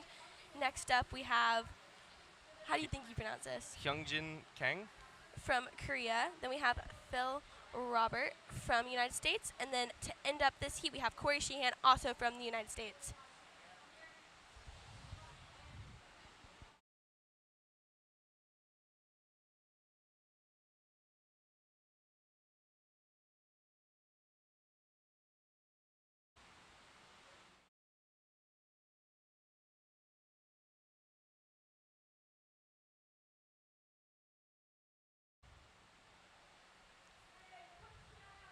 All right, and we should be just about to start it off.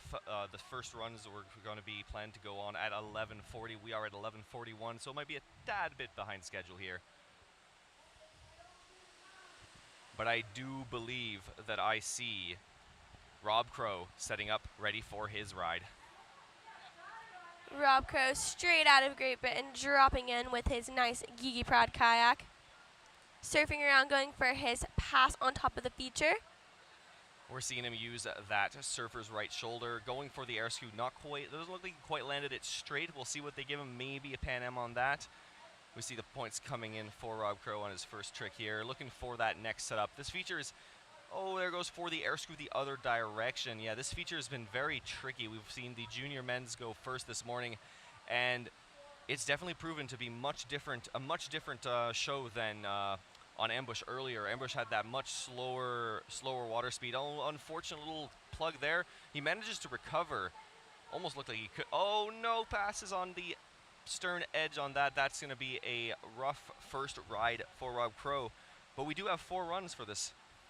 Yeah, so for prelims, we're going to have 4 runs, the best 2 count. So they'll have 4 tries to surf this wave because it is non-attainable, which means that you cannot paddle back into it. So if someone's surfing for the whole 45 seconds, that is very, very impressive. Yeah, and especially on this feature, we've definitely seen some unfortunate flushes early on, including some complete misses on, dropping in.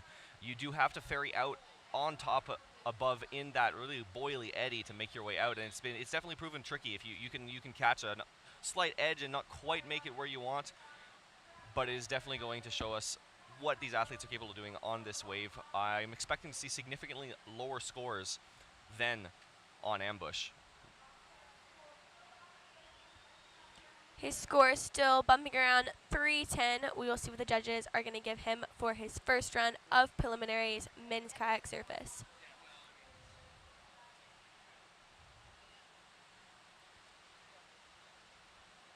Yeah, so one of the interesting things that differs from a lot of different waves that you've seen, including if those who have seen the 2015 World Championships on the Otto River on Garburator, looks like score locked in at 310.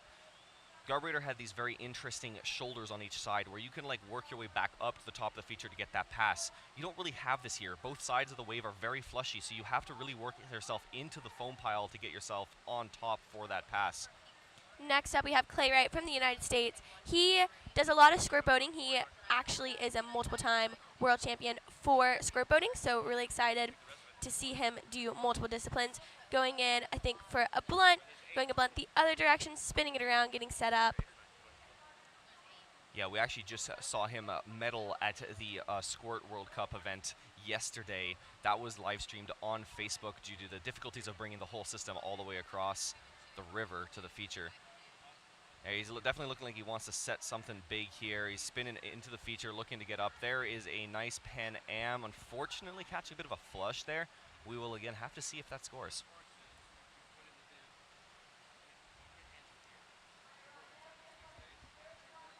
And luckily, as we mentioned, they do have 4 runs. 2 combined, the 2 best combined, it will be the score to bring yourself into quarterfinals, which will cut to 20.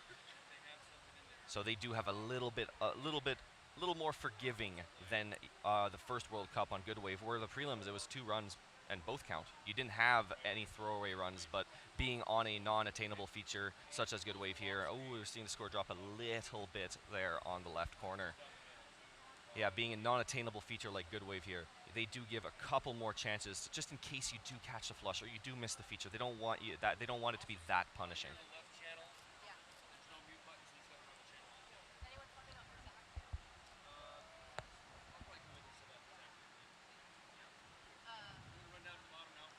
All right, next up after this, we're just watching the end of this replay here. We're going to have Mika Sojonen of Finland. There he is dropping into the feature. Time starting off strongly with the helix, unfortunately flushing off the back of the feature on that trick. We're definitely going to see him come back again on his next ride to try to best that. Again, having some throwaway runs does make it a lot less stressful on these athletes. And here, as we'll see, due to it being non-attainable, we'll often see the timers run out a good amount after. So if you flush in the middle of your ride, they may keep the timer running for a good period to give the athlete ahead just a bit more of a break, so you don't get your break doesn't get cut short because the person in front of you flushed. So yeah, a 0 on that first run. That he'll definitely be putting that aside, forgetting about it, getting ready for his next 3 runs.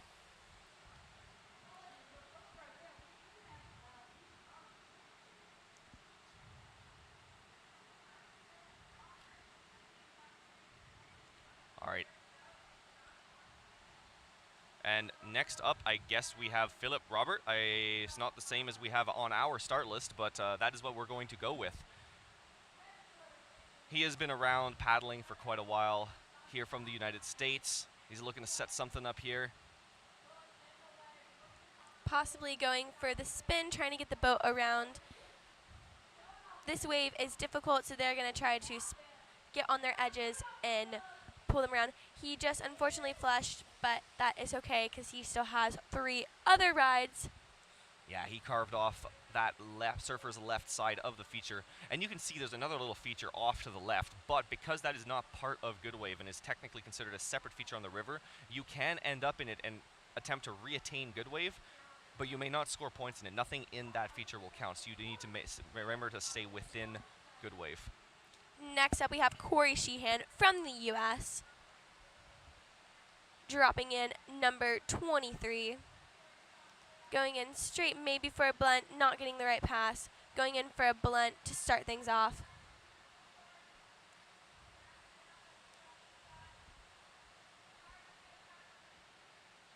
Surfing around.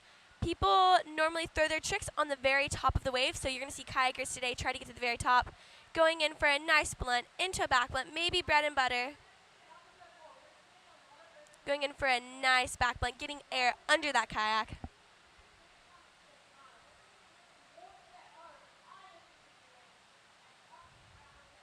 Going for a nice Pan Am. Surfing around, maybe going for a possible donkey flip, but just missing the feature. Nice first run for Corey Sheehan. All right, and unless they do move on to Hyojin Kang of Korea, I believe we will be going back up to the top of the order with Robert Crow.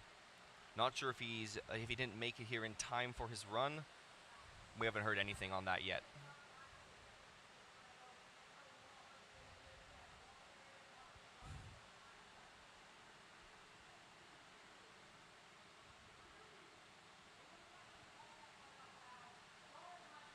Yeah, and our next paddler, Robert Crow, out of Great Britain, had a very solid performance in the previous World Cup one earlier this week, but he's also got experience in previous Worlds, coming 4th in the 2017 World Championships and 5th at the 2022 Nottingham World Championships. He's also a 5 times British champion, so he's got a lot of experience. Now the thing is a lot of these countries don't have too many waves. When I was in the UK, they mentioned they have basically 1 or 2 smaller waves, so this is definitely more of a new experience for a lot of them. They do train a lot by coming to Canada, to the United States, but unfortunately flushing on that left air screw. Yeah, I believe one of the more classic waves they have out there in the UK is Hurley, where they host the Hurley Classic every year. I've never been to that event, but I've seen some pictures, and it looks absolutely insane. It sure does. Next up, we are going to go straight into Mika.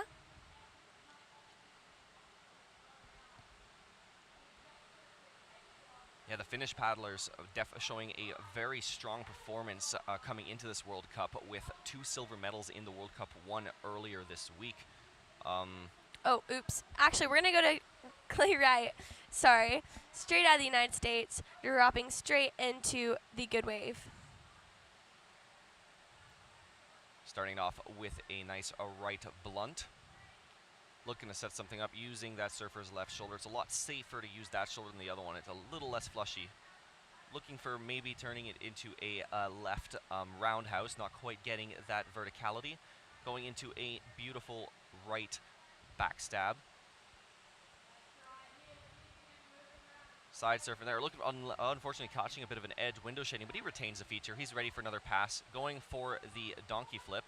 Not getting the air, I believe, for the air screw, and there's a donkey flip attempt the other direction, unfortunately flushing off the back of that feature. And we're moving through these runs really quick. Again, this feature being much more difficult, much more flushy, much easier to fall off of. You're going to see a lot of paddlers not quite managing to maintain their full 45 seconds on the wave.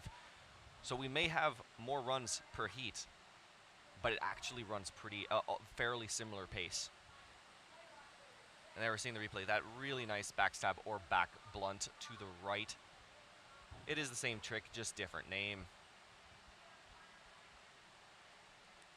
Clay Wright's score coming in with 275 points, so together having a 371.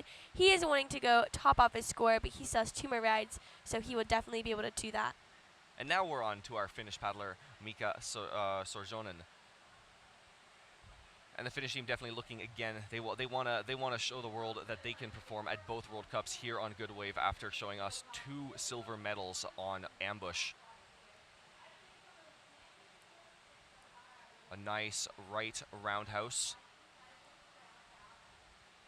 Looking to set something else on that shoulder.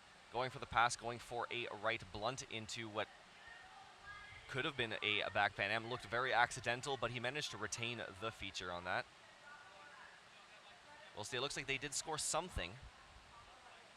Beautiful. Ooh, he's going for the blunt McNasty. Not quite landing the McNasty, but definitely landing that nice left air blunt. Flushing off the back, using that surfer's left shoulder. That one's been, we've noticed that one been extremely tricky. Sometimes we'll see paddlers drift a little too far off to the left, and there's just very little way of getting back into the feature. Yeah, it's super difficult once you get on the left side to come back up to the bubble and back into good wave. And I did notice that they seem to have fixed the camera. Earlier this morning, it might have been a little black and white on some of the different cameras, but we're looking nice and colorful today.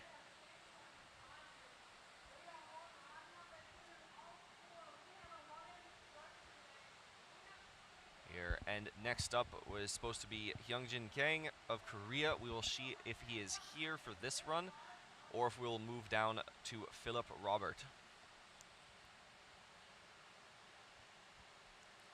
Mika's score coming in with 135 points.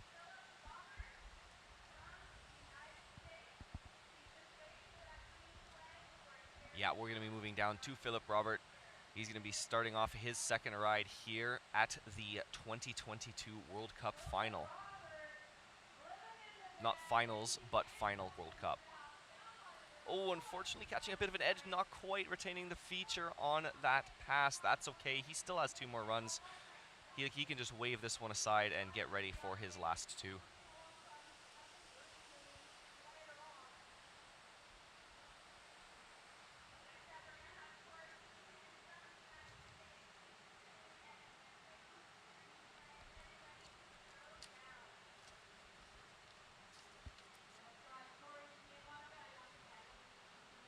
All right, and here's next up. We got Corey Sheehan of Sheehan. All right, there we go. Of the United States, going in for his second ride. Corey dropping straight right in, looking for maybe a good bounce to get a blunt. Going in nicely for a blunt, spinning it around. Yeah, he's already got a great first ride score of 350, but he's going to be looking to top that already a few less than halfway through his ride, sitting at just under 100 points here. Going in with a beautiful back blunt both directions. And just flushing out of the feature, we will see what the judges are going to give him for that. Because if you land your trick and you are still retained and then flush a little after, they will still count it. But then again, I'm not a judge, but we'll see. Yeah, it's all about momentum. There's definitely some more technicalities to the judging on a feature such as Good Wave, where the foam pile is very trashy, very pushy. For example, when you throw a blunt or a Pan Am or any of these tricks, you can't do it in like right in the foam pile. You have to get down out of the foam pile to throw for it to count. And it's all about momentum on that on retaining. If you can successfully stop all downwards momentum still on the foam pile after your trick before flushing, you are most likely going to score that trick. And here up next we have Robert Crow of Great Britain dropping into the feature. He's going to be looking to start it off with not quite getting the pass on that. He's going to use that shoulder to get himself ready for another trick. Looks like he was looking for a right blunt or right Pan Am of sorts, but not quite getting the bounce he was looking for. Plugging for the loop? That was We haven't seen a lot of kayakers try that at all. That was an interesting choice here on Good Wave. All right, here he goes for the, looking for potentially a Pan Am on the left. Going for a air screw to the right. We'll have to see. The boat did come around a little bit angled. He came back upstream. Going for the blunt McNasty. And it looks like he might. We'll again have to see how the judges decide of if he retained that move or not. If he did, that'll bump his score up significantly. And there we see that plug for the loop attempt. I'm not sure. It looked intentional. But I've seen a couple of the guys get some loops out in training, so I mean, we'll see. Yeah, definitely bringing some of that European-style hull boating here to Good Wave in Columbus, Georgia.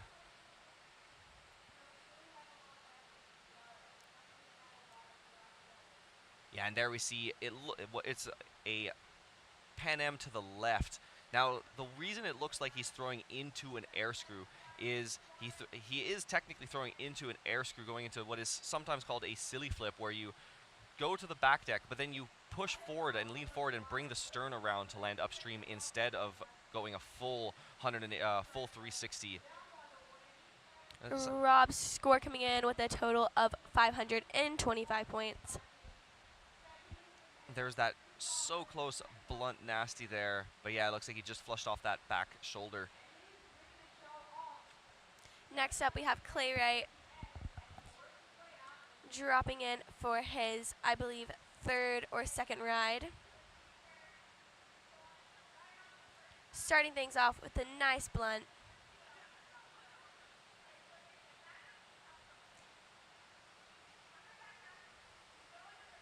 Going in for a blunt the other direction. He has a lot of experience competing, so we are really excited to see him out here throwing all the tricks.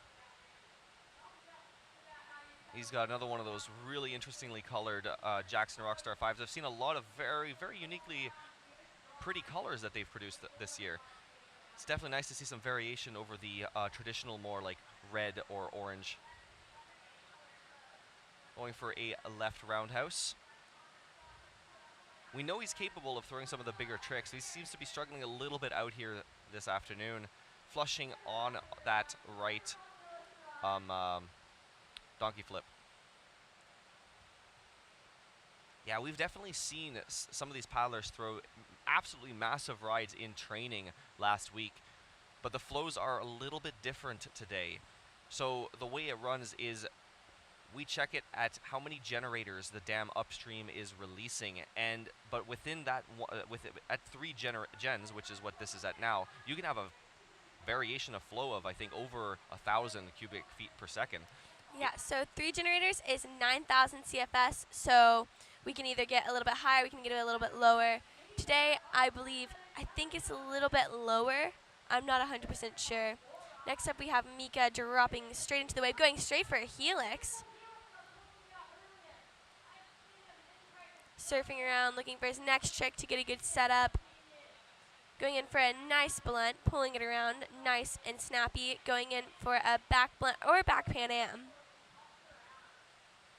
Surfing around, going for a back blunt, but unfortunately catching an edge. His score is bumping around 138 points, but we will see what the judges are going to give him. Yeah, and we are rapidly running through our third runs of this heat. It is moving extremely quickly with this feature. And there we see the helix. Depending on how much air he got, they may have counted it as a felix. Felix is basically a helix without the air. It can be also performed in a hole. There's that nice right blunt on that shoulder, going for the potential back Pan Am. Looking at the scores, I don't believe that they scored it as a back Pan Am. And there's that, looking for a spin into a clean back blunt, but unfortunately pushing that edge down a little too early and flushing off.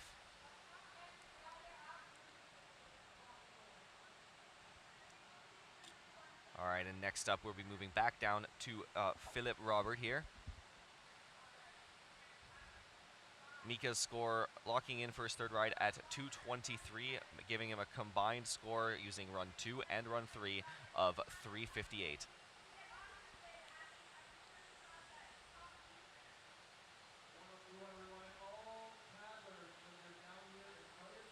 All these kayakers are trying to make the cut of, I believe, top 20. Top 20 for quarterfinals. Oh, struggling a little bit to get out of that. It is very boily and surgy, so it can be very tricky. You might think you have the right pass, and it pushes you right back deep into the eddy. Unfortunately, not getting far enough out to catch. He decides to just run down, to conserve his energy, and try to go for something really big on his fourth run.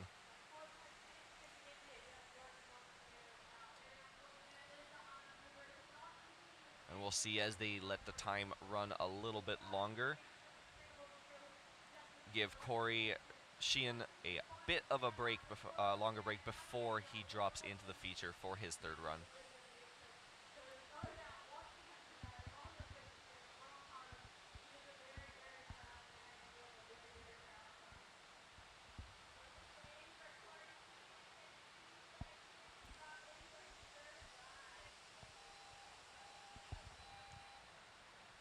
All right, we just heard the buzzer for the end of Philip Roberts' run. We'll now be getting ready for Corey Sheehan to ferry out and drop into Good Wave.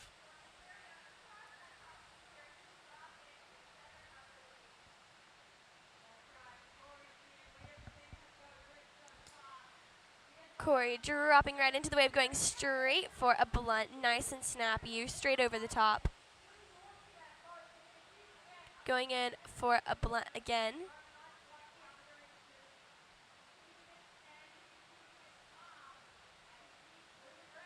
Going in for a back blunt. Trying to get all the points left and right. Going in for back blunt the other direction.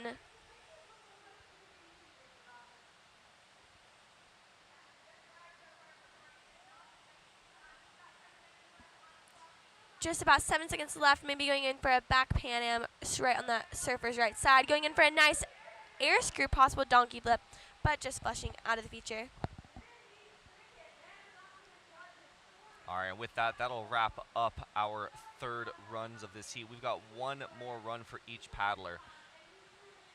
With the way the scores are looking at currently, considering how high some of the junior men were able to score in their semi-final or qualifiers, I'm sure these paddlers are going to be looking to really put down some big numbers for their last runs to hopefully guarantee themselves into the top 20. Corey Sheehan's number combined is going with a 581 points. That'll put him currently in first place. But then again, we still have tons of other kayakers to come. This is just the first heat of many.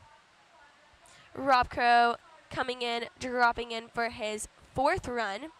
Going in for an air screw, surfing it around.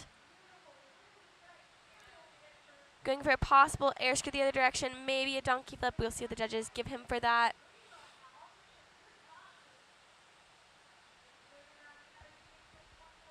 Still has 20 seconds, tons of time to throw down for us.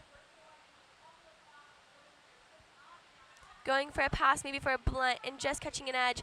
Paddling back hard and getting a good pass. Going in for a massive back blunt, possible back Pan Am. Going in for a back Pan Am the other direction. Throwing down, going for a blunt McNasty, but catching a flush. Yeah, that's definitely a much better ride for Robert Crow. It's more what he was looking for with a single ride, putting himself, even with just that one ride, putting himself almost into first place. So combined, you'll see a pretty good score from him. I'm sure he'll come out of this much happier than after his first 3 runs.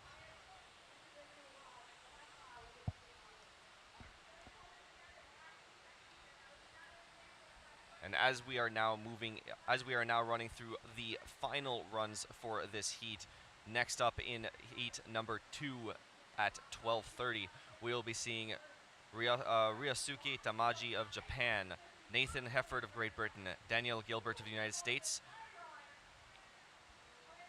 I apologize, I forgot the pronunciation for this one here. Cheonghu of Korea, Daniel Dano Jones of the United States, and Gavin Barker of Great Britain. But now we are seeing Clay Wright going in for his last run here, starting it off with a right blunt. Looking to set something up again. Again, the passes here are really difficult. The foam pile is really powerful, makes it difficult to get back to the top for your next run.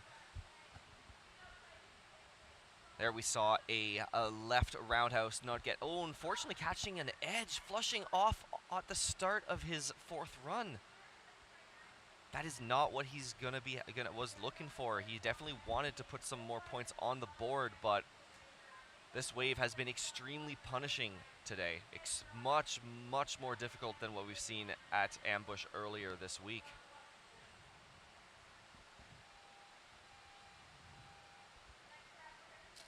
So we'll wait for them to finalize his score. But I do believe he's going to be sticking with his 2 current top runs. His score coming in with a 71 points, so he is going to be keeping his other 2 runs with 438 points.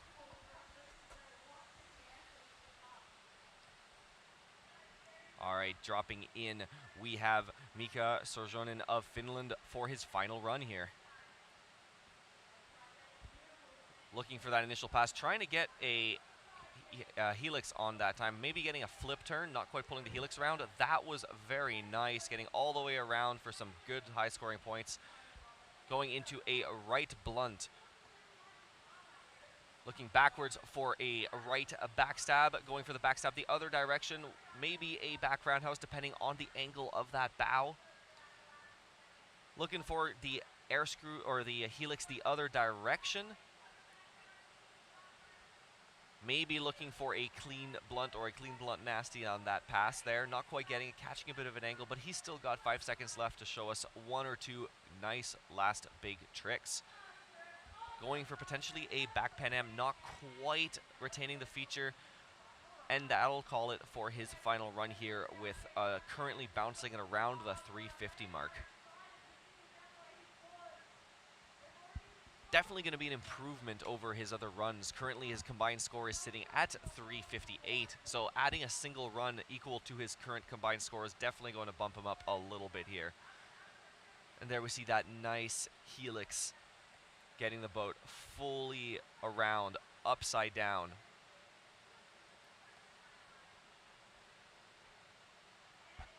His score coming in with a 693, so he will keep his 3rd and 4th ride with 620 points.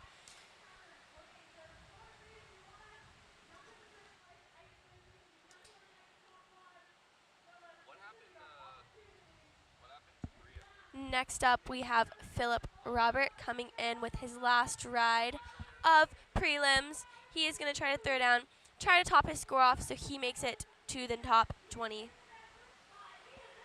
Dropping in straight from up top. Looks like he's going to spin it around, possibly getting those edges to transfer. We're going to be looking for possibly a shove it or a spin here from Philip Robert to get himself some points on the board. Unfortunately, flushing on that left shoulder.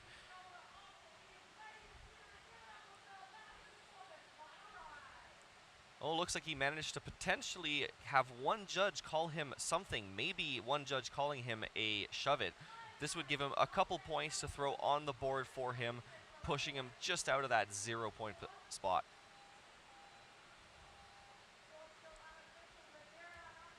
There it is, locking in at 1.67, just keeping him above 0. I'm sure he'll be happy. He definitely comes into these competitions for the fun of it, and he's just a blast to be around all the time. And then last up in this heat, we will have Corey Sheehan of the United States. He's going to be going in for his final run, not just of his prelims, but also of heat number 1. There he is, dropping into the wave, looking to line up looking like a roundhouse to the right to start it off. Spinning back around, looking for that second pass. There's the nice left blunt, potentially trying to go for a back blunt. Unfortunately, not quite getting the edge, catching a bit of a bow edge. Looking for the clean back roundhouse, possibly. Looking for a pass, maybe a blunt the other direction or a donkey flip attempt. There is the air screw. That was very nice, bringing it around all the way in the air, landing it nice and straight. Fortunately, catching a bit of edge again on that clean attempt. Going for a blunt McNasty, sticking it. That is the first one we have seen today. He is stoked with that. That'll bump his points up much higher than his previous rides. As we see Corey's nice blunt to start his ride off. Nice and snappy. Spinning around, looking for a back blunt, but not quite getting the bounce that he needed. And here is his nice air screw, maybe donkey flip. I think it definitely counted as an air screw. Yeah, he definitely had a ton of air on that. Then here we have his blunt McNasty. After he lands this, you can see his face. He is so surprised. He is so stoked.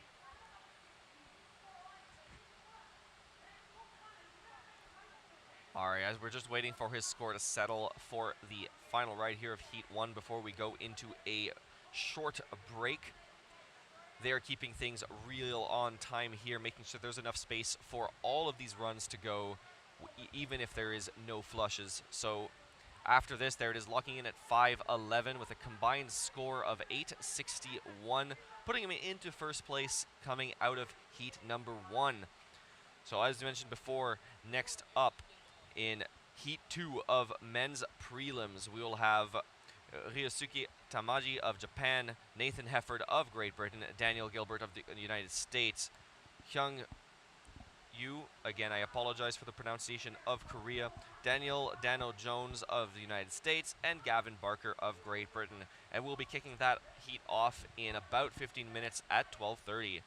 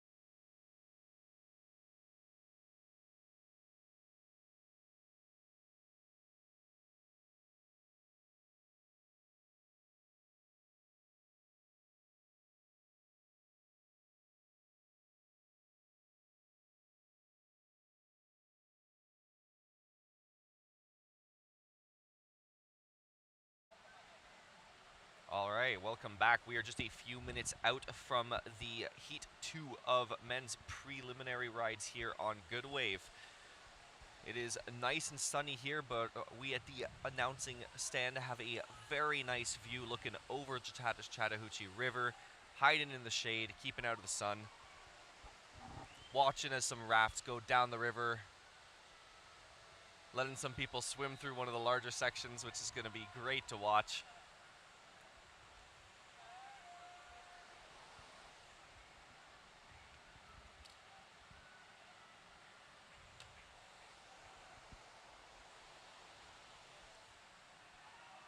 And we're sitting up here at the powerhouse, which is just upstream to the river left of the main feature.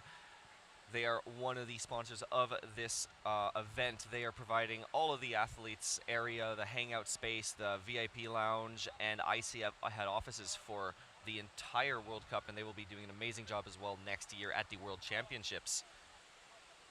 Another interesting thing, you don't get to see it from the camera angles we see there. Just above Good Wave is a man-made feature which was called the Wave Shaper, and it was intended, I believe, from what I understood, to create its own feature, but ended up instead being a tool to completely change and sometimes very much improve Good Wave.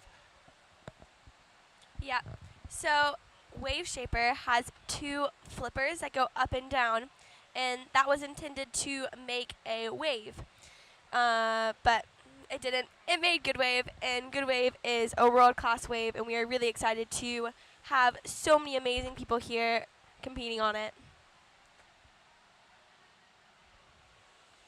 Yeah, it's a nice little happy accident.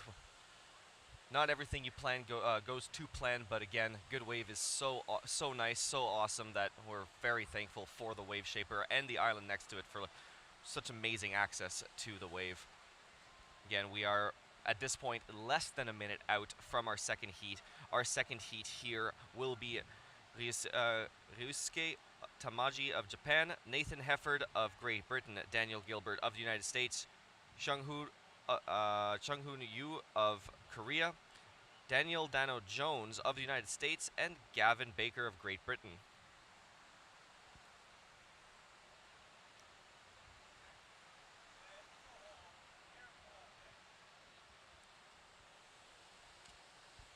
And so far, we haven't seen some outstandingly high-scoring rides, especially from some of the names we had in our first heat on this feature in these prelims. I wonder if this is gonna maintain a trend for the rest of prelims, or we're gonna see a bit of a shift here as paddlers are learning from those who went before them, really learning to put together a bigger, more high-scoring ride than their predecessors in the earlier heats.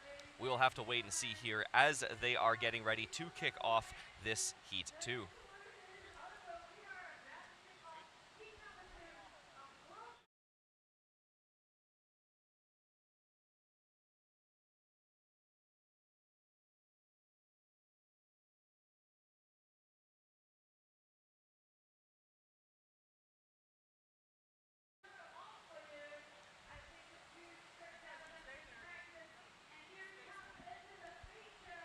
All right, and here comes Ryusuke of Japan dropping in for his first ride of this heat, going in for a nice air screw to the right, looking to set something else, usually going up to that left shoulder, looking to set something up backwards, maybe a back stab, he's just going to spin it around, not quite getting the pass he was looking for.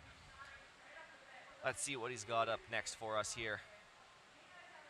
Looking down for that potentially right roundhouse. We'll have to see what they score on that. It looks like the score for his first trick is coming in now. There is a beautiful left backstab going the other direction, and I meant right on that first one. Unfortunately flushing on that second attempt. And that'll wrap it for his first of 4 runs.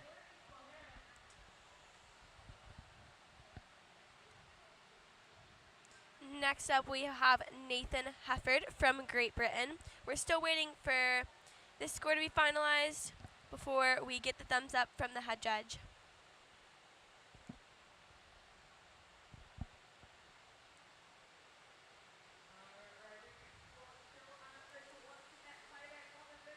And we're just waiting for the final score here, locking in at a 2:43 on his first run.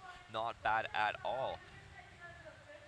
And next up, our great friend from Great Britain, Nathan Hefford. It is, well, at this point, it is his second international competition.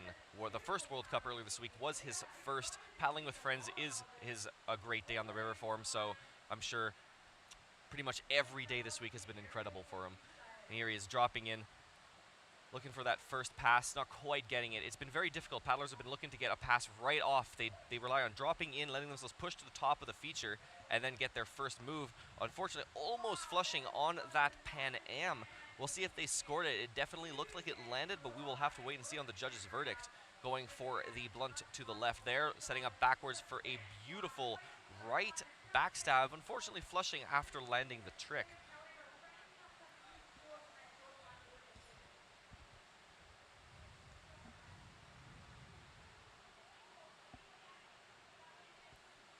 As you're seeing the replay of Nathan's ride. Nice blunt.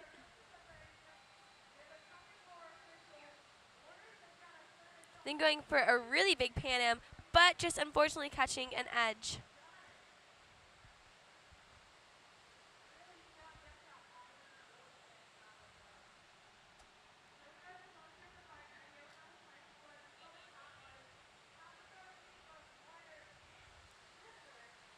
And here now we're just waiting for that score. It looks like it did unfortunately, did finalize at 3:55. Weirdly, it did jump to 0 just before it jumped back up, so it was a little confusing on our end there.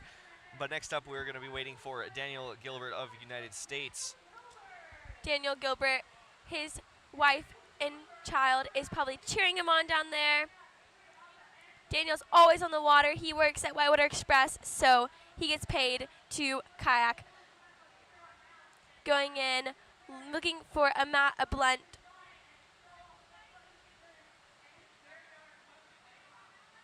Setting up for a nice blunt, spinning it around.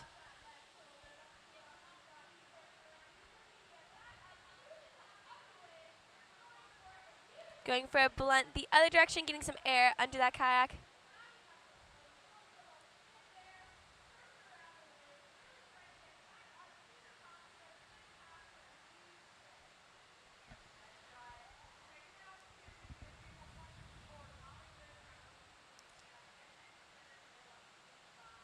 Looking to set something up, maybe going for the left roundhouse, not quite retaining the feature there. He's going to flush out with that score of just under 100 points as he will get ready for his second ride in not too long.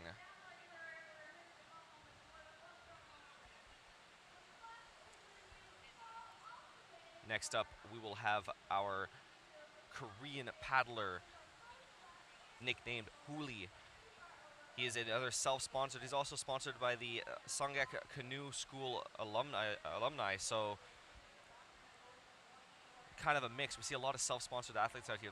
It's one of those not sometimes underfunded sports, but you see a lot of these athletes committing a lot of their personal resources, personal time into, oh, I guess we're going right down to Daniel Jones. Dano dropping straight into the feature. He is a raft guy down here. His nickname is Drano. Going in for a nice blunt to start things off.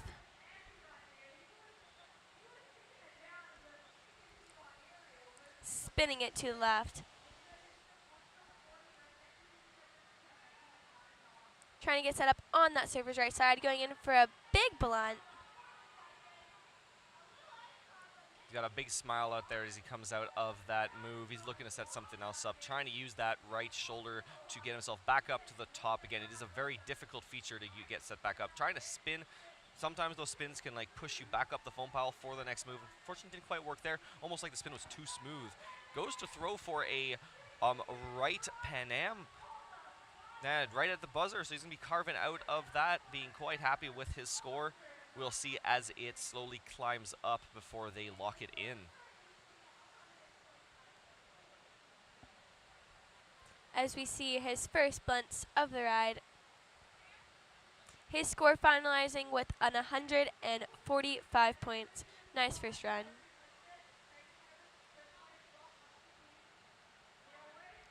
Yeah, and we've only got one other paddler at the end of this heat now. We've got Gavin Baker of Great Britain. We see him dropping in with his moth-designed boat. I actually heard it was a butterfly. I've heard some mixed opinions on that one, so I don't know. I'm thinking it definitely looks very mothy, but he's like throwing huge points here. Unfortunately, flushing off just on that left shoulder. Unfortunate first ride for Gavin Barker. But he's got 3 more rides. We know that he can throw down huge. He showed us some incredible rides, making it into, I believe he made it into the semifinals. I'm not sure if he made it into the finals of the first World Cup, but showing us that he can perform incredibly on a wave. And here looking to show us the exact same thing here on Good Wave. There you're seeing his first couple moves, throwing back-to-back.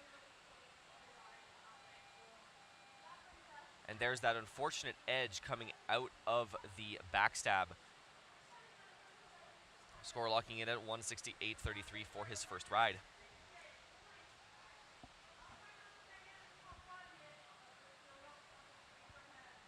All right, we're going to go back to the top. Ryusuke Tamaji of Japan dropping into Good Wave for his second ride. Dropping in. Looking straight for a nice air blunt.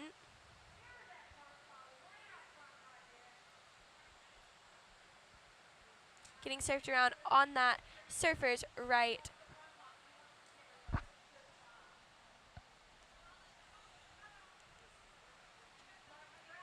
Looking in for a possible donkey flip. Still maintaining the feature. Looking for his next pass, going in for a nice, beautiful air screw.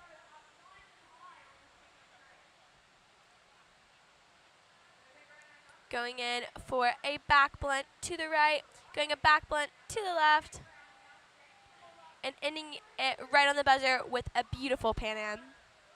Yeah, getting the boat nice and high out of the water on that last trick, right on the buzzer, adding some points to his scoreboard.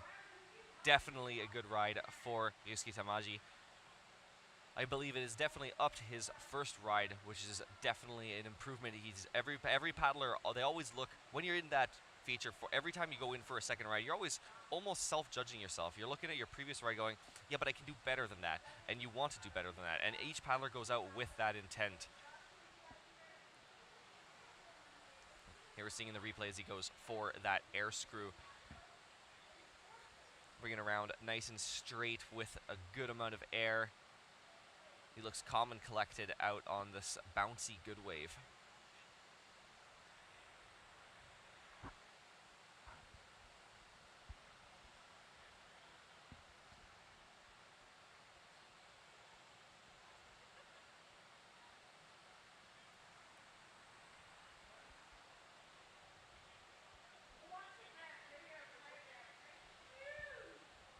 Watching the replay, he got some huge bonuses on each trick. His score finalizing total with 655 points combined. Yeah, it's already at the moment with the existing rides putting him a decent ways up, but he's going to be looking to best it later on in his third and fourth rides.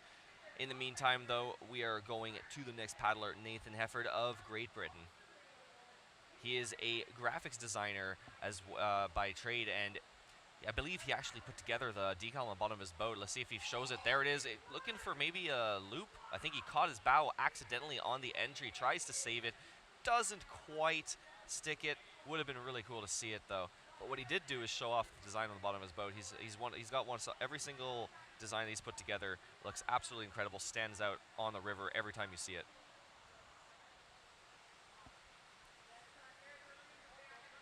And here we're seeing as they're letting the time run out to give the next paddler a bit of a break so that they don't rush through into their next ride. And these flushes is why you get four runs on these non-attainable features. They are very not unforgiving.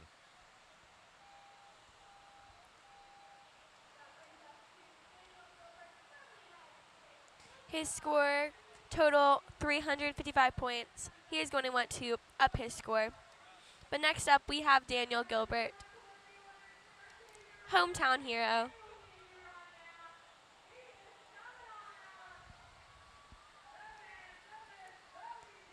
Number 64, dropping straight into good wave. Looking for a setup, trying to get a good bounce so he can throw his boat.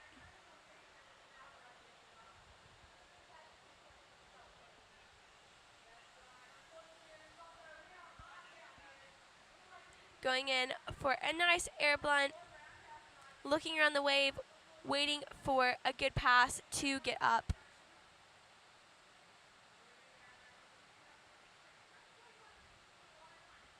Going for an even bigger air blunt. Yeah, remember, you can only score each trick once per side, but what you can do is repeat a trick to add a bonus to the trick. So let's say you go for a blunt to the right, and you're not quite happy with with how big it went, and you're like, I know I can go bigger. I want to add those air bonuses, those huge bonuses, potentially even those clean bonuses. You can go back and do it again to try to add those bonuses to the first trick. His score coming in with a total of 163 points. But next up we have Dano Jones, also from the U.S. All right, he's ferrying out, getting ready to drop into the good wave. Looking hopefully to get that first initial pass, almost getting it, but deciding to carve out of it instead of throwing into a trick. There it is, going into a right blunt. Spinning up onto that surfer's right shoulder, going right into another right blunt. Going for a air screw, potentially landing it a bit more as a Pan Am, depending on how aggressively his bow dropped or in midway. Going into a nice backstab to the left.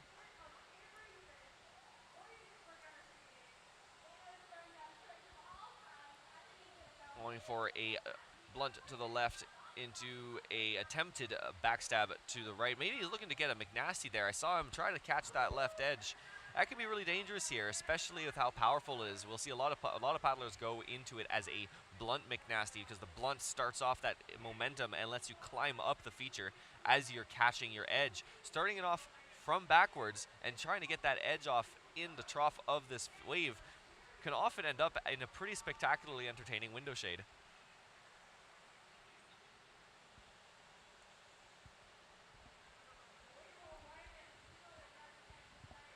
There, see, we saw a close call there as he almost caught an edge coming out of that back. And there's that attempt into that McNasty.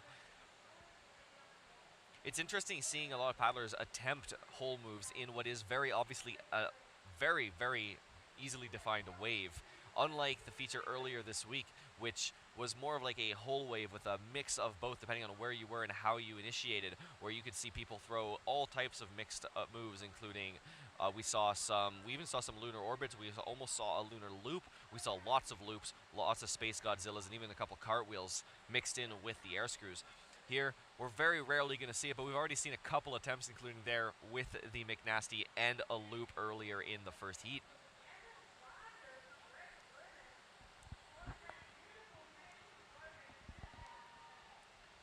All right, next up from Great Britain for wrapping up this heat on their second ride for Gavin Barker.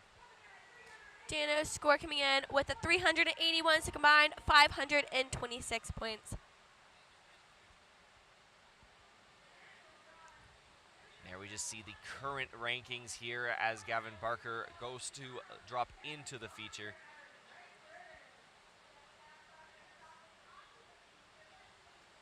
Looking to start it off huge. Unfortunately, not quite getting the pass. Definitely looked like he was trying to aggressively get up into the air. Going right away into a left blunt.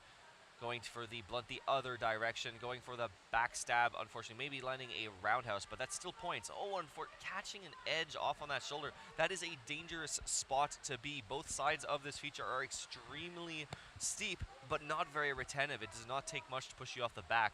Whereas the center, the very, very foamy, frothy section, very rough, very bouncy, hard to set up, but much more forgiving and retentive if you do miss to stay in the feature.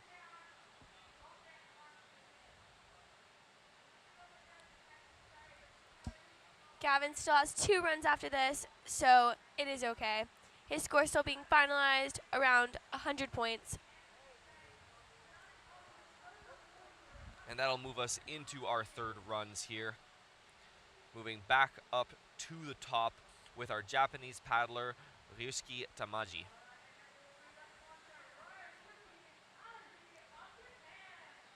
All right, and there he is ferrying out into the feature here, dropping and looking for that initial pass. It's looking nice and high up on that feature, using it to his advantage for a right blunt.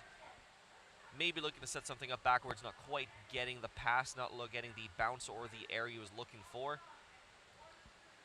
Again, a lot of the paddlers, they paddle with feel. There's a partial ability of just being able to throw in any position, but on a wave like this, to maximize the points, to really make sure you don't flush off of your trick, you need to feel the water. You use that boat feel when you're in the right spot. Unfortunately, catching an edge, getting a bit of a window shade, some face surf there. That looked a little unpleasant as he caught an edge, got face slammed into the trough of the feature. His third ride not going quite the way I'm sure he imagined it, but he's got one more to go. He can definitely show us what he's got in store. As we were saying, this wave is super powerful, so we will see what these people are going to try to throw on. Yeah, we're definitely going to see a little more wipeouts than we would normally see in a small feature or a hole. But now we've got Nathan Effort of Great Britain getting ready to drop in. Nathan dropping straight in for his third run.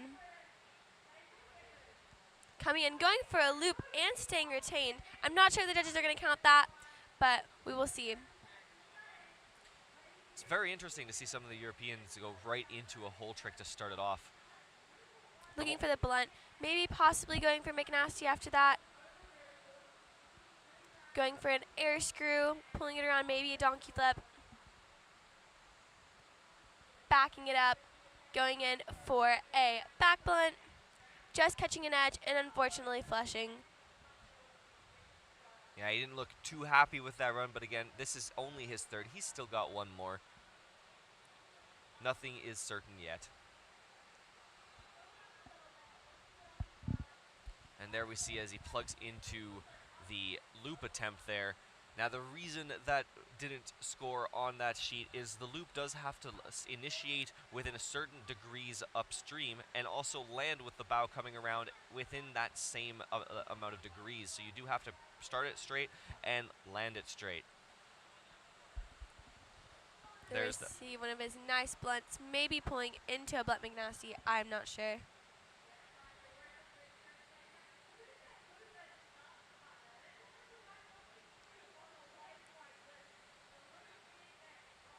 There's that pass for the air screw.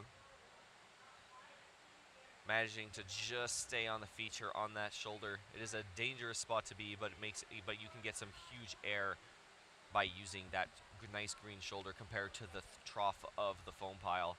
His score coming in on ride 3 at 160, I believe, with a combined of 530.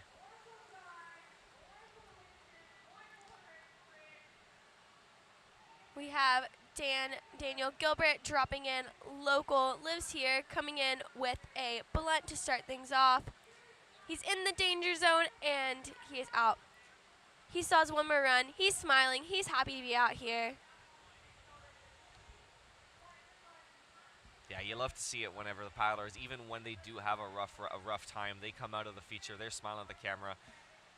Regardless of performance, you still have to enjoy what you do to come out and compete at these events.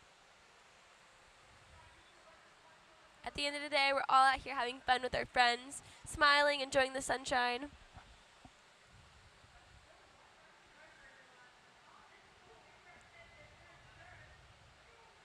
All right, and next up after Daniel, we'll have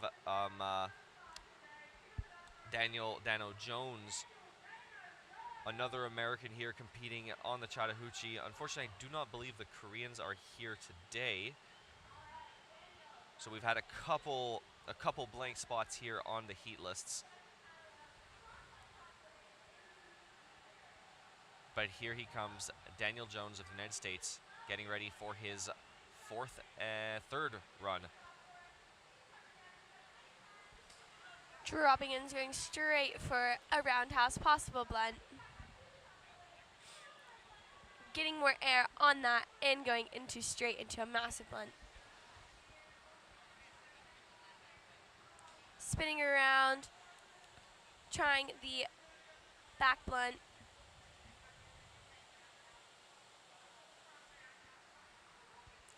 Going for the roundhouse, the same direction. Spinning it around, maybe possible clean. He put his fingers up.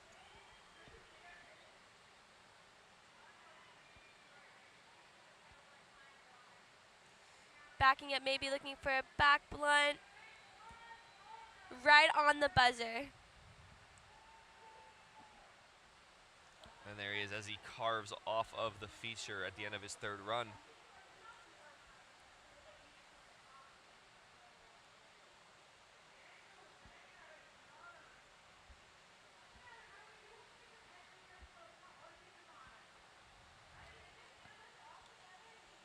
All right, another thing to notice is that it wouldn't be possible to have such a beautiful wave here without the help of Georgia Power. They have one of the dams upstream. They're releasing water in collaboration with many of the other powers, including Alabama Power. Without them, there'd be no way to have this water here for this event. We've had consistent levels throughout training. They've given us release schedules so the athletes know when to get out on the river and when to get ready. It has made it an extremely accessible, extremely easy World Cup event. Dana's score coming in with a 228, so combined 610 points. He is happy with that score. Next up, we have Gavin Barker. Yeah, they seem to have put the wrong name on screen, but this is definitely Gavin Barker of Great Britain. Unfortunately, flushing out, catching a bit of a nose as he drops in, trying to loop his way back into the feature, but not quite getting it. He still has one more ride to redeem it. Yeah, this is going to be one of those, I'm going to wave it away, just put it to the side, forget it happened, go into the final ride, score some big tricks, and get myself onto those top spots.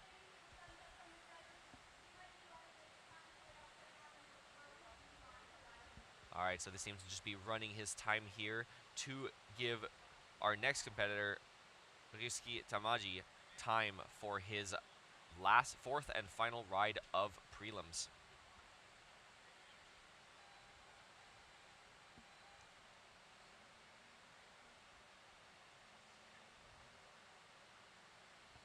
There comes, he'll stick with his first two rides. And here we see some of the sponsors of the event, including Beam, Synovus Bank, AC Hotels, always uptown, as we pan out to watch the final ride of Rizki Tamaji in these preliminary heats. Looking for that initial pass. A lot of paddlers have been having a hard time getting that first setup. It can be very key. Otherwise, if you lose that initial setup, that was a huge air screw. His boat was completely out of the water the entire time around. Trying to work his way up onto that shoulder. Seems to be pushing him back into the foam pile, maybe spinning it around, looking potentially for that back blunt. There's what black blunt he was looking for, getting it this time around, going right into a left blunt. Looking for a air screw the other direction, maybe bringing it around into a Pan Am, depends on what the judges put there. Looking for potentially a back Pan Am, unfortunately catching an edge, but still in the feature after the buzzer. That'll be it for Rizki Tamaji of Japan's fourth and final ride of these preliminary heats. As we see the replay, he gets a lot of air under his kayak, making sure he gets the air and possibly huge bonuses.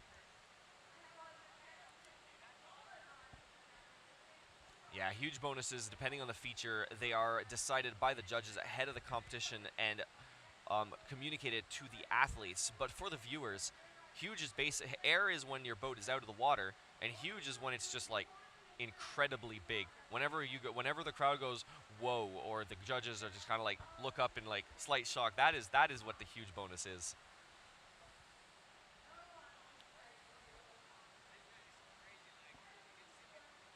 And here's his second air screw, bringing it around nice and straight immediately into the roundhouse. And there it is, locking in at a 495. Combined score, putting him into first place with a 906. That's definitely putting him in a little more comfortable position coming out of these second heats. There are still a lot of paddlers left to go.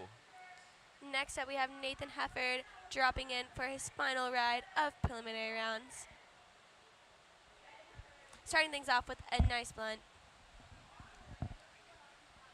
Going to the right shoulder to get set up.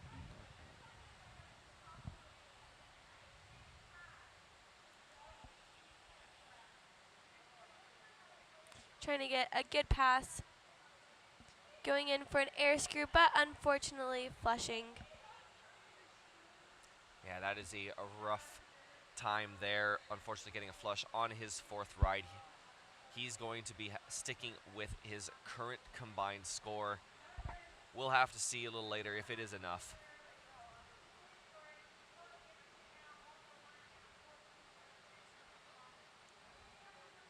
And here we see he started off with what was initially a good pass, going right into that right blunt, putting some early points on the board.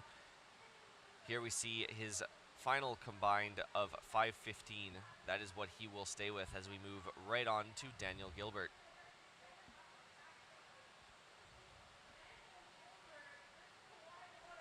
Daniel Gilbert dropping straight into the wave. He knows the wave. He knows what tricks he can throw. Let's see what he's going to do for his final ride of preliminaries.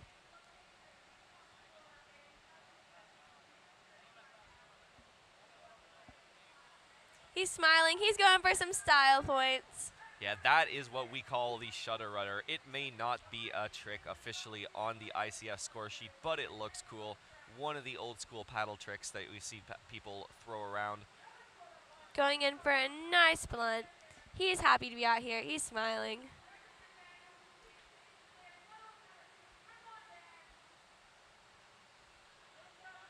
Getting bounced around. Going for his next trick. Going in for a big blunt. Right on the buzzer. Yeah, he's going to wave that one off. He looked like he had a lot of fun out there. Definitely anytime you see someone in an ICF competition go right away into some paddle twirls or a shutter rudder, you know they're enjoying themselves. You know they're having fun. They've enjoyed the competition. And they're just happy to be out on the water today. Daniel's score coming in total with an 178 points.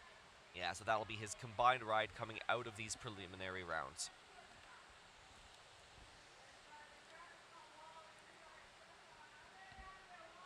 Next up, we have Daniel Dano Jones. Lining himself up right in the middle of the feature. That first ferry is essential. You do not want to be on either shoulder when you land, otherwise you may just completely miss the wave. And there he starts off with a nice little roundhouse to the right. Looking for another pass here. Trying to spin his way back up onto that shoulder.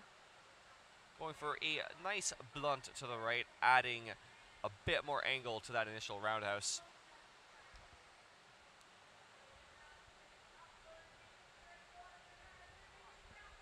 Looking for the donkey flip to the left, unfortunately throwing it a little too far on that shoulder, which pushed him off the back.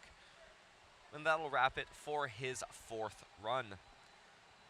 And last up here in this Heat 2, we have Gavin Baker of Great Britain.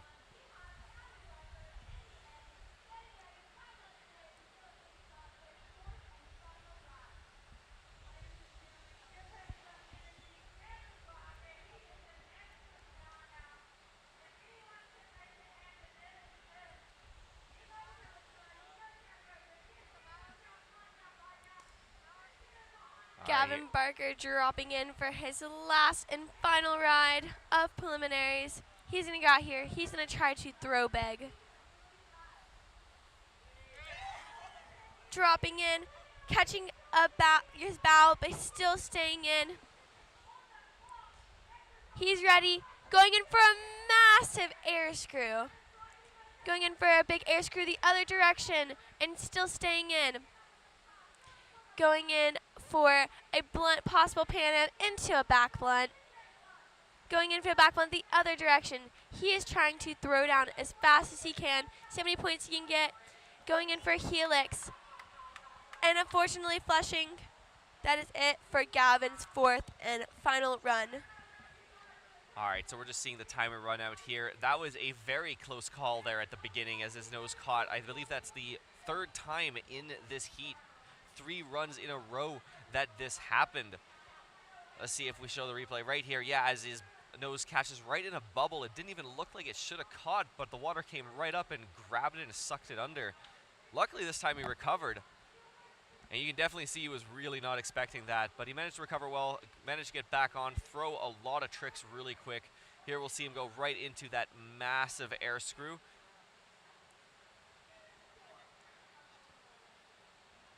He's a very aggressive paddler out there, really working his way through this feature, managing to pull off the air screw the other direction.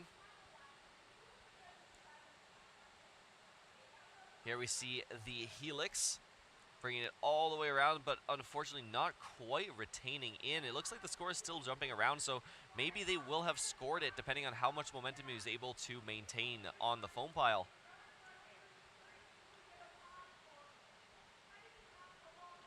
Well, while we wait for the final score to come in here, we are going to have a short break of about 15 minutes again as we wait for Heat 3 of Prelims. In this heat, we will have John Best of Great Britain, Tori Baguette of the United States, Fabian Lenz of Germany, Chris Wing of the United States, and Kenji Handa of Japan.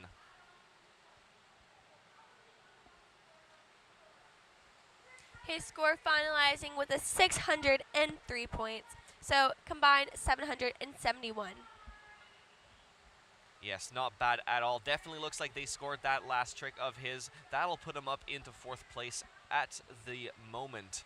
We will see if that's enough to carry him on to quarterfinals as we sign off here for another short break.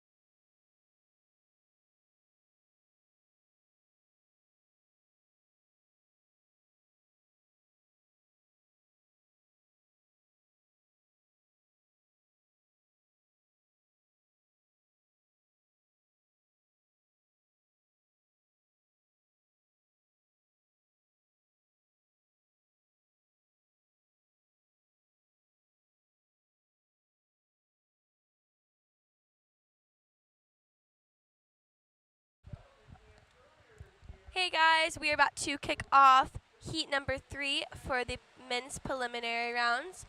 We are going to have first up John Best from Great Britain, next Tori Baggett from USA, then Fabian Lenz from Germany, then Chris Wing from USA, and last but not least, Kenji Hanada from Japan. Yeah, and looking back already at the last couple heats, we have definitely been seeing some significantly lower scores compared, as we're seeing right here on the screen, compared to what we saw earlier in the World Cup #1. This wave is proving to be extremely difficult for these paddlers. Currently the highest combined score, that means combined 2 runs put together, of 906. Now I'm sure we still have some athletes who are definitely capable of throwing down significantly higher, but we've already seen some that were in the semifinals and almost made it to finals in the World Cup #1, scoring massive points, already struggling a lot on this feature. I think one of the key factors that has made this very difficult is, unfortunately, due to water levels, how varying they can be. The wave for this level, we didn't quite have it at this level for most of the training, so but it did allow athletes to kind of get a hang and get a feel for it. And yesterday we had this exact level for a full day of training. We saw a massive lineup as athletes were really getting their last minutes and dialing in every little trick, including getting on where to throw, how to use the feature. And now we're going to see what they've managed to put together after weeks of training. But first up here, we're going to be seeing John Best of Great Britain as he lines up to drop into the feature. John Best with his 2 kids probably cheering him on. Apparently goes by Bestie, as Bestie throws into a beautiful left air screw. Looking to set something else up, sitting there in the trough of the wave, going for a slightly different technique, choosing to throw at the bottom. It seems to be working as he goes for a left blunt into a right back blunt into a beautiful aerial left blunt, potentially Pan Am, going for the air screw the other direction. This is so far turning out into a massive first ride. Looking for the helix, unfortunately going a little too far up onto that surfer's right shoulder and pushing him off the backside of the feature. As we're waiting for the time to finish running, we are going to get ready for the next competitor.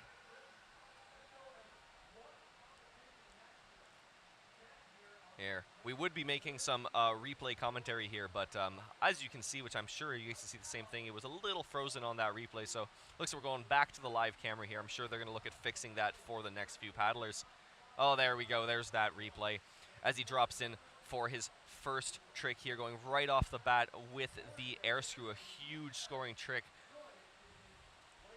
And here we see, instead of climbing back up to the feature, he decides to throw at the bottom and let the momentum of his trick push him back up to the top to go immediately into the next move. And here we saw him go into that backstab, into that beautiful, what looked like it could have been a Pan Am. Getting a lot of air under his kayak.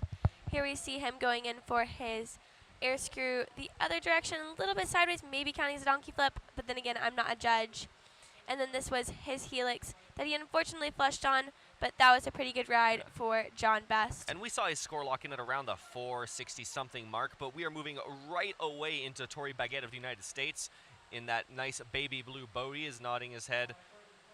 He's in the zone, looking for the pass, trying to get himself back up, deciding to spin his way back up to the top of the feature, going for the spin the other direction, getting a couple points on the board. He's smiling. He's happy to be out here. Local guy. Spinning around looking for a spin, but just unfortunately flushing off the surfer's right corner. Yeah, that was an unfortunate. He was looking potentially to try to spin himself back up to the top, but carving a little too hard and pushed him right off the edge.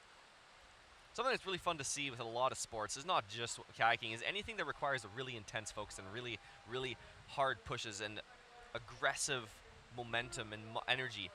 You see a lot of facial expressions, and they can be extremely entertaining. There's been some absolutely phenomenal O faces or like concentration faces that we've seen. Some paddlers are even known for their on-wave faces, and here we have Fabien, the German paddler, starting off aggressively into, unfortunately a flush right after a beautiful Pan Am, almost maybe a blunt big air. You saw a little frustration coming off of the back of that feature. But that's okay. That's just his first run. He's still got plenty more to go. And we saw his very aggressive style of paddling coming in as he dropped in and immediately he waited to get himself up to the feature and immediately dropped in for a really big trick. Unfortunately, it didn't pay off on that run. A little surge caught his stern, pushing him up and around. Could have sometimes you can save those into a back loop or a front loop depending on how you catch, but unfortunately that was not the case on this run. Next up, we have Chris Wing. He runs H2O. He is an instructor, amazing guy, all around.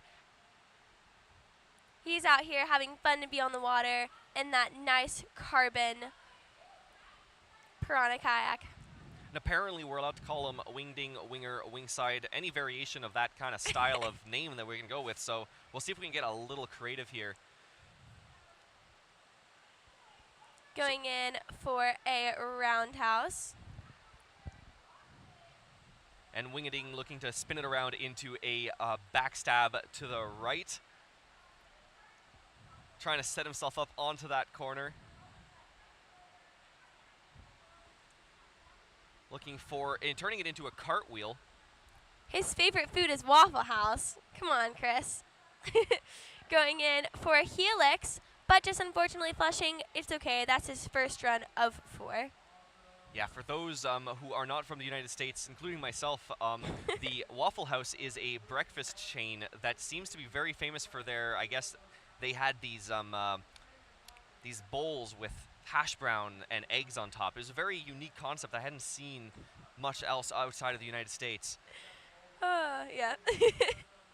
His score coming in with a 53.33 points.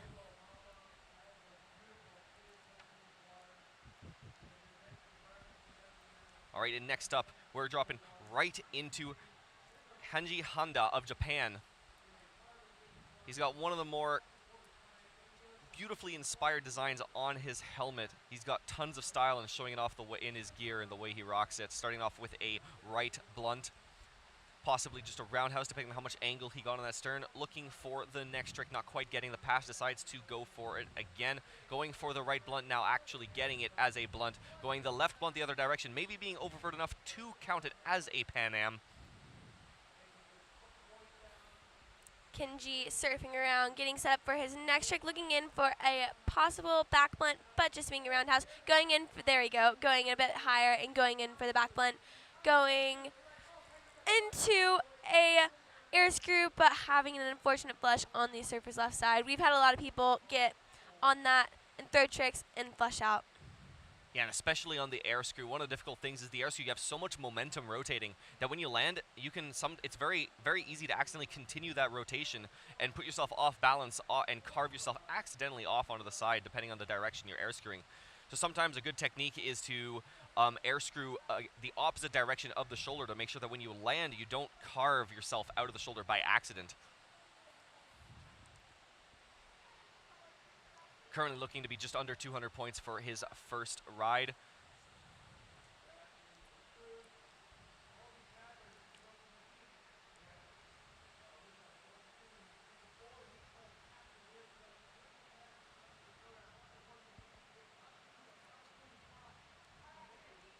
And this here will have wrapped up the first runs of Heat 3. They're just tallying up the final points here. We are waiting for it. Well, yes, next up, we won't even get to see the points, but next up we got John Best of Great Britain dropping in for his second ride. John Best going straight in for a nice over the vertical Pan Am. Going in for a Pan Am blunt the other direction, spinning it around, getting set up for his next trick.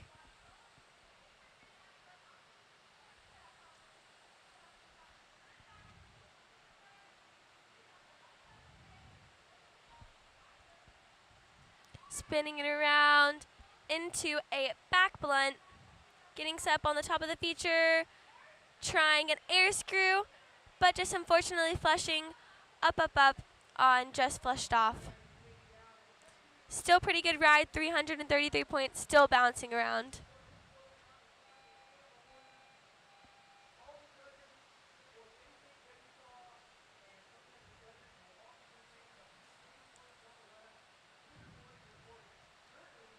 All right, another case where I believe the score sitting at 343. We've been having a little bit of issues with the UI at times for the live stream. That's okay, we'll try to help keep that in line for you guys.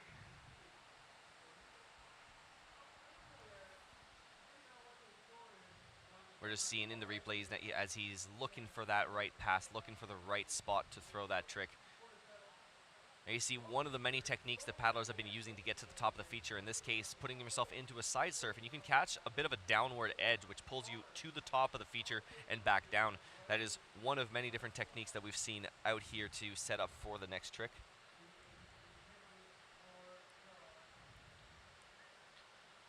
Their score locks in at a 283.33 for a combined so far of 730. Next up, we have Tori. He is a 5th grade teacher and about to have a baby. Dropping straight into the feature. Looking potentially to set up for, there it is, the first move, his spin, but unfortunately catching a bit of an edge and flushing off. That was an unfortunate end to his second ride. But with 2 more to go, we know that he can put some more points on the board.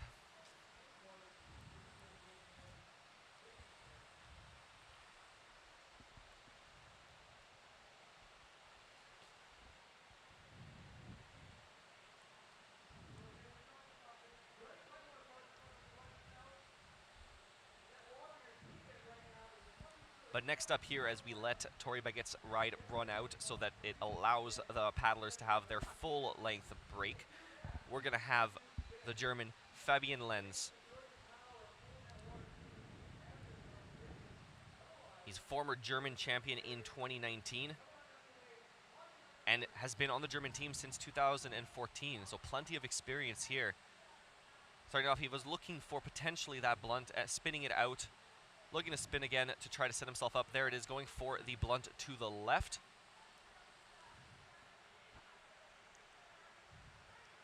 Potentially looking like he was maybe going for the helix, deciding to turn it around and go for the backstab. Looking like he's playing it a little bit safer this run, trying not to flush early on. Oh, unfortunately, it looks like he was throwing for that clean blunt. Didn't quite bring his feet down and around him fast enough and landed sideways, catching an edge, pushing him off the back of the wave, and that'll end it for his second ride.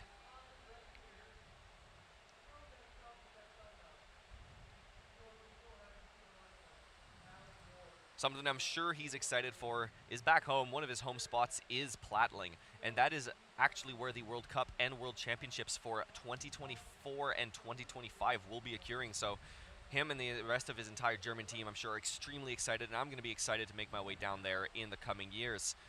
But we have Chris Wing coming up next, dropping in for his second ride of the United States. One of the few people paddling a Piranha Jed.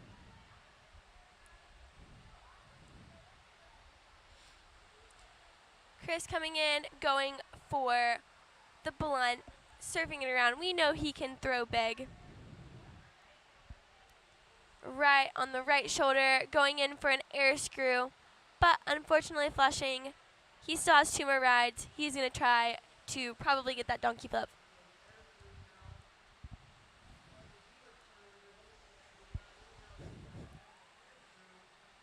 All right, there we see in the replay as he goes for that right blunt immediately into a left blunt, which unfortunately pushed him slightly too far over vert, not quite getting the angles he needed. His final score coming in at 123.33 for his combined score. His second ride ending up being a 70. But now we're wrapping up the second rides of this heat with the Japanese Kenji Honda.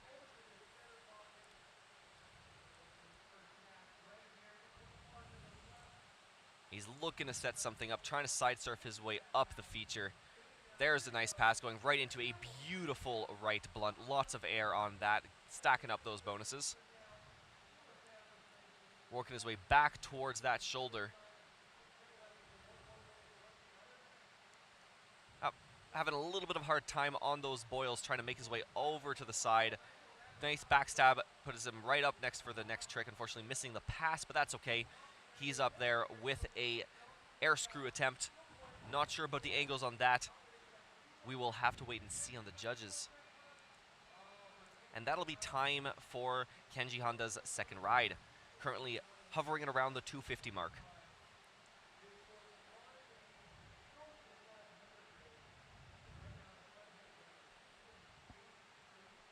As we see in the replays, he is getting so much air under his kayak, making sure that he gets all the bonuses that he can get.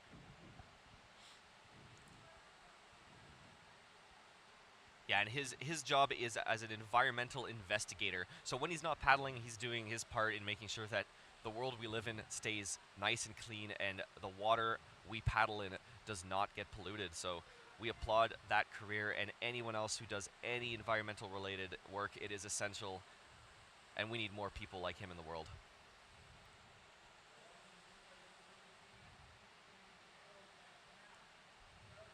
There it is as we see him land that air screw, potentially a donkey flip depending on how much air he pulled off. His score coming in at 233.33, meaning a combined first two runs of 568.33. Next up, we have John Best dropping in for his, I believe, third run. Spinning it around, going straight into a background house. Trying to get set up to go to the top of the wave. Into a roundhouse, both directions, possibly a blunt.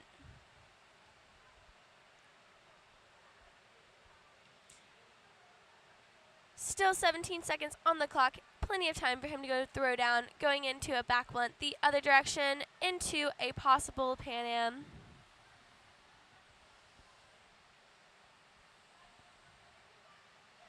Going for the helix, but unfortunately flushing. We've seen a lot of the guys out here try helixes and flush, so we will see how many of them will actually stick this trick. Yeah, I think one of the trends we've seen to those that are flushing is they're all looking to throw on that surfer's right shoulder.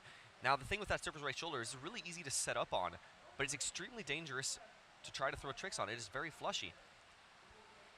His score coming in with a 221, so combined 730 points.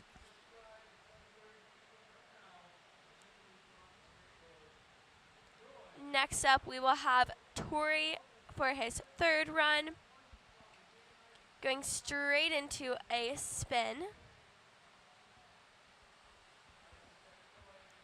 Looking around for his next trick, getting set up.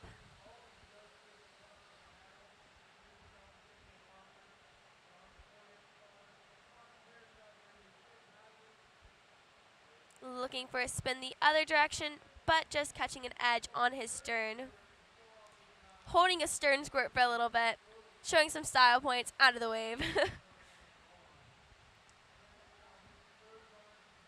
Yeah, and that'll be it for his third run of this heat. Looks like he's going to end it with a 10 points for that run as they let the timer run out for our next paddler.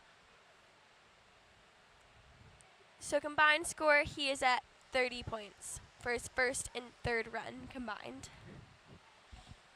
And here, dropping into the feature, is Fabian Lenz. We saw him take a bit more of a conservative approach to his second ride after that unnerving flush on his first. We'll see what he goes, starting off with a left clean blunt, going right into a backstab. Blunt the other direction into an attempted back Pan Am the other way, managing to retain the feature. That was a very close call. Looks like he's adjusting something, maybe some earplugs or some headphones. I know there are some paddlers out here that love paddling with music in their ear. Keep him in the zone. Looking for that clean backstab the other direction, not quite getting it. Deciding to go with a non-clean backstab. Looking to set up maybe in 1 second. Can he get one more trick? Unfortunately, not quite managing to get a pass in that time. Goes for an air screw just to tell himself that he can for his last ride, which we will see in a bit.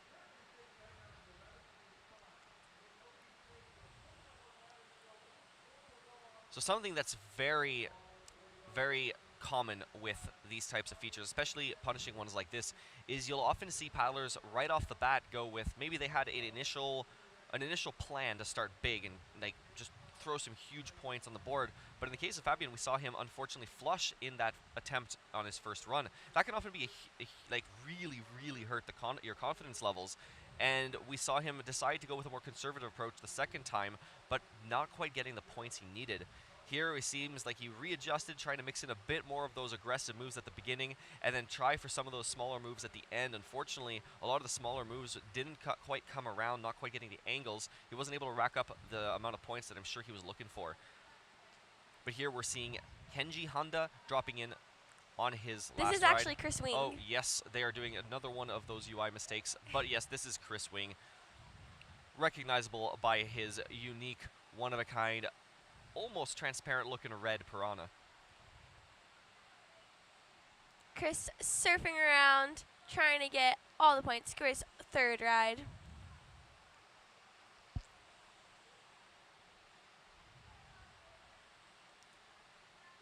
Spinning it around to the left, looking maybe into a blunt, but not quite getting the pop that he needs. Going in straight for a back blunt, back roundhouse, but catching an unfortunate flush. He still has one more run. And there we have the buzzer going off. Yeah, definitely not his best of his 3 runs, but that's okay. You can wave away a few of your runs and you are still in the running. So we'll see what he has in store for us when it comes to his last ride. Right off the bat here, we see Kenji Honda of Japan dropping in.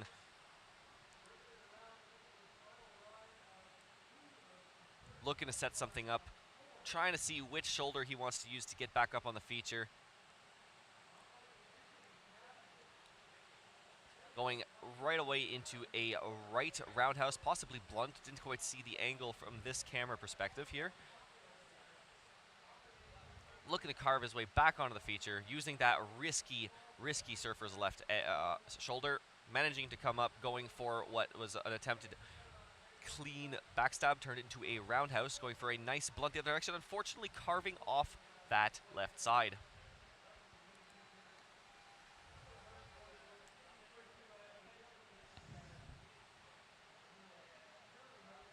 After we get the score for Kenji, we will start back up from the top for everyone's last ride of Heat 3.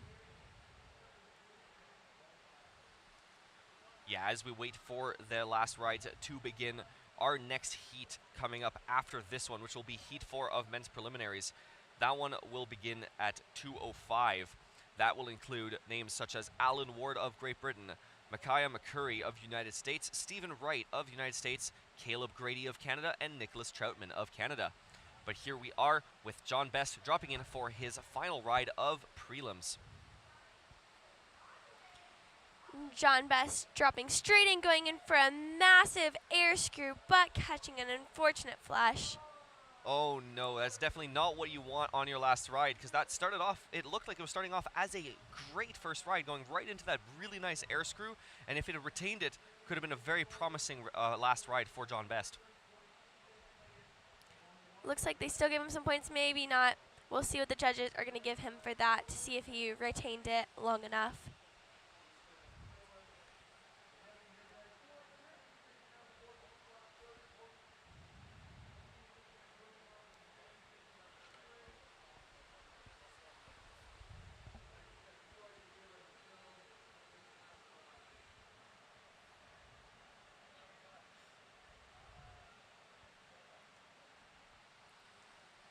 Yeah, and here we're seeing the blue boat Tori Baguette getting ready to drop in on his last ride of his first Worlds event.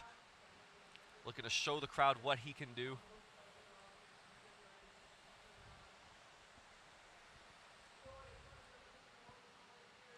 Looking to set up backwards, potentially for something finishing the spin around. Looking for the shove it. Going for the spin the other direction. Now, the thing with the spin is you do have to maintain consistent rotation. There can't be a pause in the middle. So that is why sometimes you'll see something that looks like what it should be a spin. You know, they spin around on the feature, but because they paused or didn't come quite around a full 360 degrees, they don't give them the points. They're looking to spin his way back on the feature. Come on, let's see if he can make his way back up. Unfortunately not, but he's going to claim it. And that'll be it for his final ride.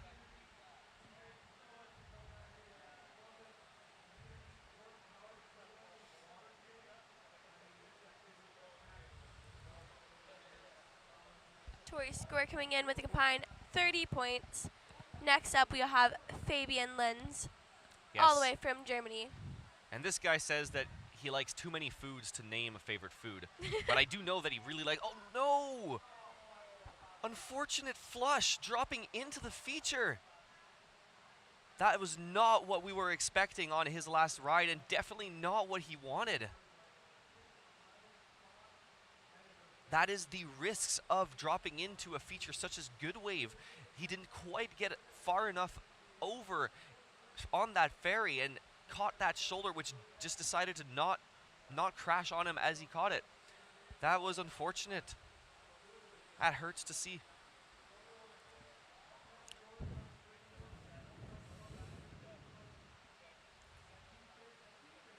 All right, well, they seem to have dropped that interface a little early because we still have 2 more paddlers in this heat.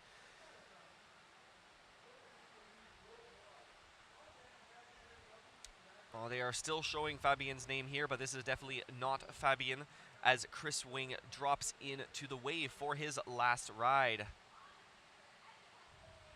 Chris surfing in, going straight for a blunt. He wants to get all his tricks for his last ride, going into the blunt the other direction. Surfing around, getting on that shoulder to get to the top of the wave, going in for a massive blunt. Yeah, he's going to be looking to put his all into this last ride. When it comes to these last rides, it is a go big or go home, and he is definitely going to be looking to go big here. Chris going for a possible helix. Yeah, it looks like it could have turned into a flip turn, which is basically you basically rotate 180 degrees instead of the full 360, and then you bring the bow back up around over the stern. It did pull him off the back of the feature, which will leave him at around just under 100 points for this ride, locking it at 98.33. His total score being 168 points, so he's going to stay with his second and fourth, I believe, ride. For our last person in Heat 3, we have Kenji. Kenji from Japan dropping straight in. Looking like he was going to flush, but he paddled in super hard and still stuck it. Surfing around, bouncing around a little bit. Looking for his next setup.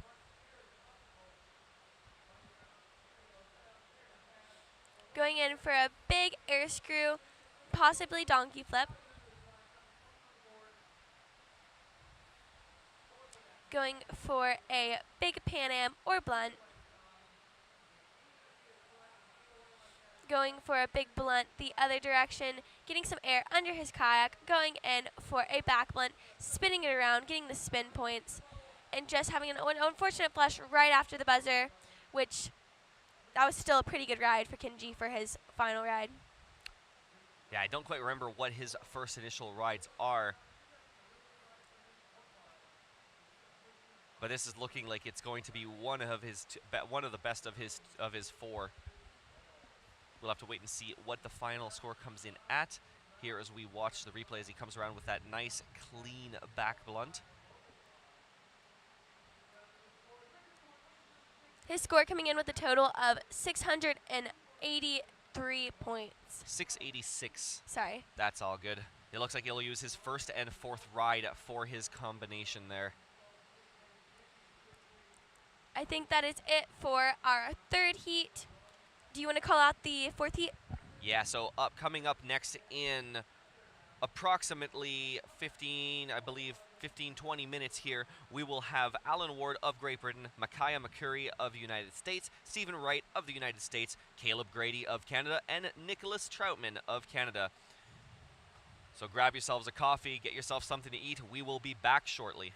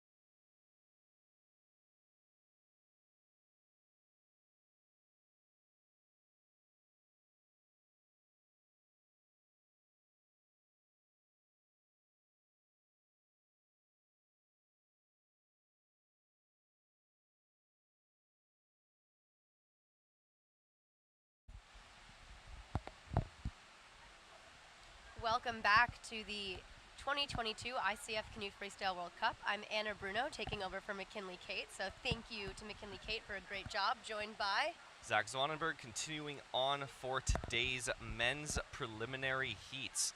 And next up, we're going to be having Heat 4 prepping to get in the water. That's going to include Alan Ward of Great Britain, Micaiah McCurry of the United States, Stephen Wright of the United States, Caleb Grady of Canada, and Nicholas Troutman of Canada. Yeah, I believe that's Micaiah. Micaiah. All right, there we go. This is going to be a stacked heat. If I am allowed to call that out now, I will. We've got Caleb Grady out of Canada, and Nick Troutman, home Rivers, the Ottawa. Nick also spending a lot of time down here. Stephen Wright calling Columbus, Georgia home. I don't know a lot about Micaiah, but Alan Ward, one of a longtime GB team paddler, very experienced competitor. And so I'm excited to see what this heat has to show for us. Yeah, these are all very experienced wave boaters, and the scores so far running into this heat haven't been as high as a lot of us have been expecting for the men's prelims. Have we even seen a combine of over 1,000 so far? Not yet. I believe right now we're sitting around 800, 950 points as the top score, and I do think that's going to increase. 906, I believe, is the top score right now. Yeah, for Tamaji out of Japan. And I do think that is going to increase as we go. We still have quite a few heats to go here. And I am curious to see what that is. 4 rides, 2 rides count. But it's a flushy feature, as we're seeing. And the judges are, with reason, strict. They want to see these tricks being done right. They want to see them done with purpose. Yeah, definitely. And we've already seen some very experienced paddlers fall prey to the flushiness of this feature early on. We saw some very unfortunate flushes early. We saw some bow catches. Unfortunately, we saw Fabian earlier on his 4th ride just went to catch the wave, and the wave greened out underneath him. Oh, it's just heartbreaking, isn't it? Definitely, yeah. It's like, it hurts to watch. It's almost more painful to watch it than to be in the water sometimes.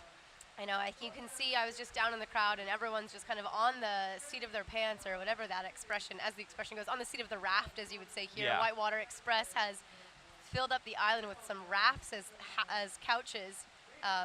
But, everyone's not, laid back and relaxing. They're, sat up watching to see what happens, because each ride you just don't know.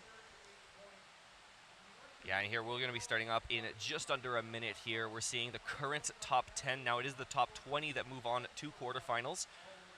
We've been making some guesses throughout the day, and, comment in the live stream there if you have a guess as to what you think the cut for those top 20 will be. Will it be around 600, 650, 550? Again, 2 rides combined. Yeah, initially coming into this, I know a lot of us were thinking around the 1,000 mark, but it's been looking very different than our expectations so far. It's true.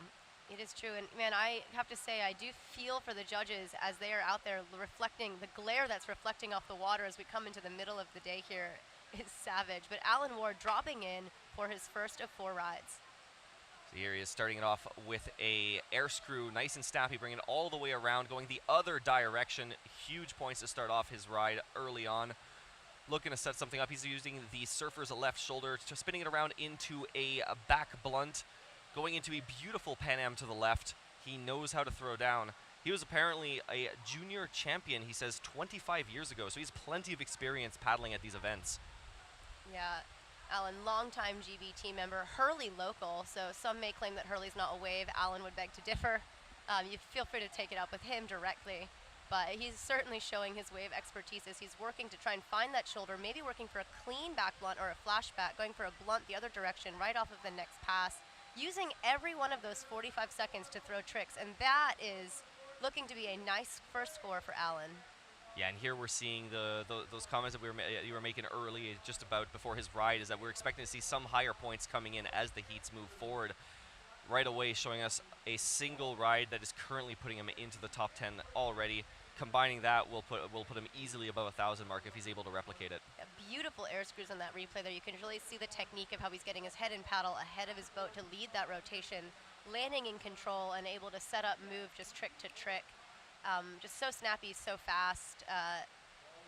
You can see bringing the paddle up to show the judges, hey, I'm not using my paddle to initiate, to try and get that clean bonus. And I think those little bonuses will make a difference in these rides. Definitely, yes, especially as we see some of these paddlers getting really similar routines to each other. Even like a difference of 50 points, and sometimes even 5 points, can make the difference between a medal at some of these events. Oh yeah, or the top 10 or the top 20.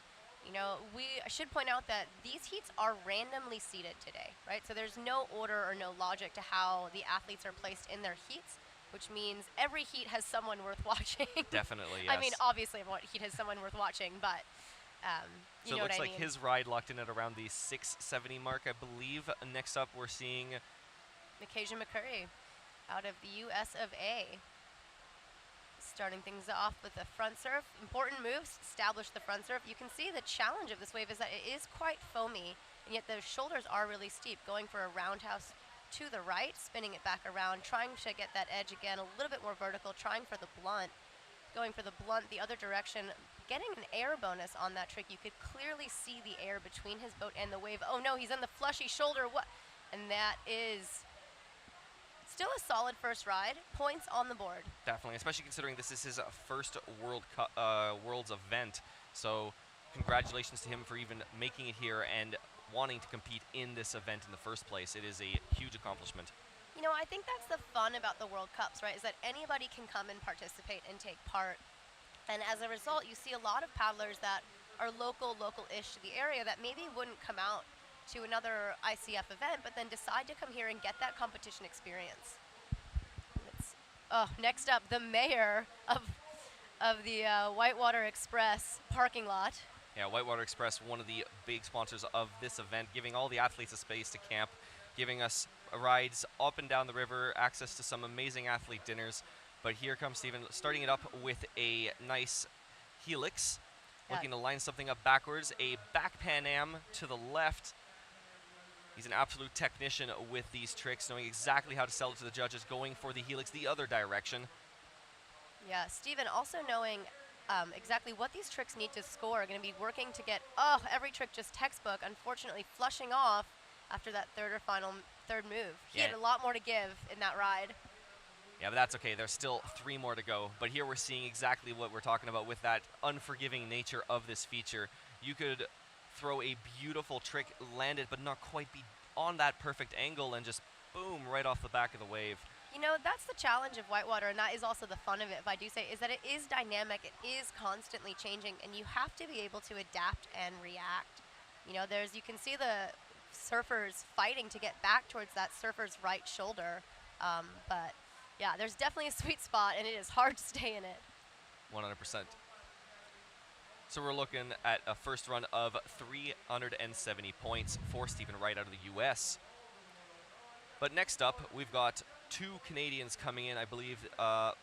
Caleb Grady lining up, getting ready. Current national champion in Canada, also went on to win our national team trials. Yeah, he's in his 5th year of working for World Class Academy. So instructing the youth of the future, the youth of today. Beautiful air screw combination, setting it off, going for that clean roundhouse to the right, maybe a clean blunt the other direction. Going for a back blunt in the foam there as he works right to that surge and the bubble. Looks like he chose to, instead of fight to work his way back in, conserve his energy for his next runs, not waste it all on what could have been a slightly lower scoring run than what he had initially wanted. Yeah, still, I mean, Caleb putting down, 4 or 5 solid tricks in the first 20, 30 seconds of that ride. Look at that air screw. It was like hull to hull. Textbook. Never touched the water. Yeah, landing that trick beautifully straight, sitting up and ready to go right for that next trick. Those clean blunts that he's known for. Just such a beautiful trick when done right. Yeah, so it's currently looking for his first run of a 480, which he waved off after flushing off the side. I'm sure he'll be able to come back and attempt to best that score. He's going to want to put himself up into those top 20 positions. That's right. I asked Caleb earlier, Caleb, do you have a ride plan for today? And he was like, catch the wave. It's a good plan. Catch the wave. It's the start of every wave plan. We see Nick Troutman, longtime Team Canada athlete, representing out here in the US of A. Look at the glitter on that brand new Carbon Rockstar 5. Yeah, he's definitely got one of the shinier boats out here. Nick starting things off with an air screw. going for the air screw the other direction. A beautiful air on that, just the way he kicks his feet out to get that height. Trying to set up for maybe looks like a flip turn or a helix, but not quite finding the balance. There's the helix. Surfing back over, helix the other direction. Beautiful start to this ride, going for a clean blunt with air, lining it up right into a huge back Pan Am. I'm not a judge, but I would huge bonus that for sure. Clean blunt the other direction, back blunt maybe the back Pan Am the other way, into a regular blunt, looking for that blunt McNasty, maybe not quite getting it, but managing to get a Pan Am out of it. Lots of air. What a beautiful technical ride for Nick Troutman here. There's the blunt McNasty. Oh my goodness, you almost couldn't see him in the foam. Right on the buzzer. That is a strong first ride. Yes, currently sitting already over 1,000 points on his single ride. You can see he was happy with that, piecing the crowd at the end of his ride as he carved off.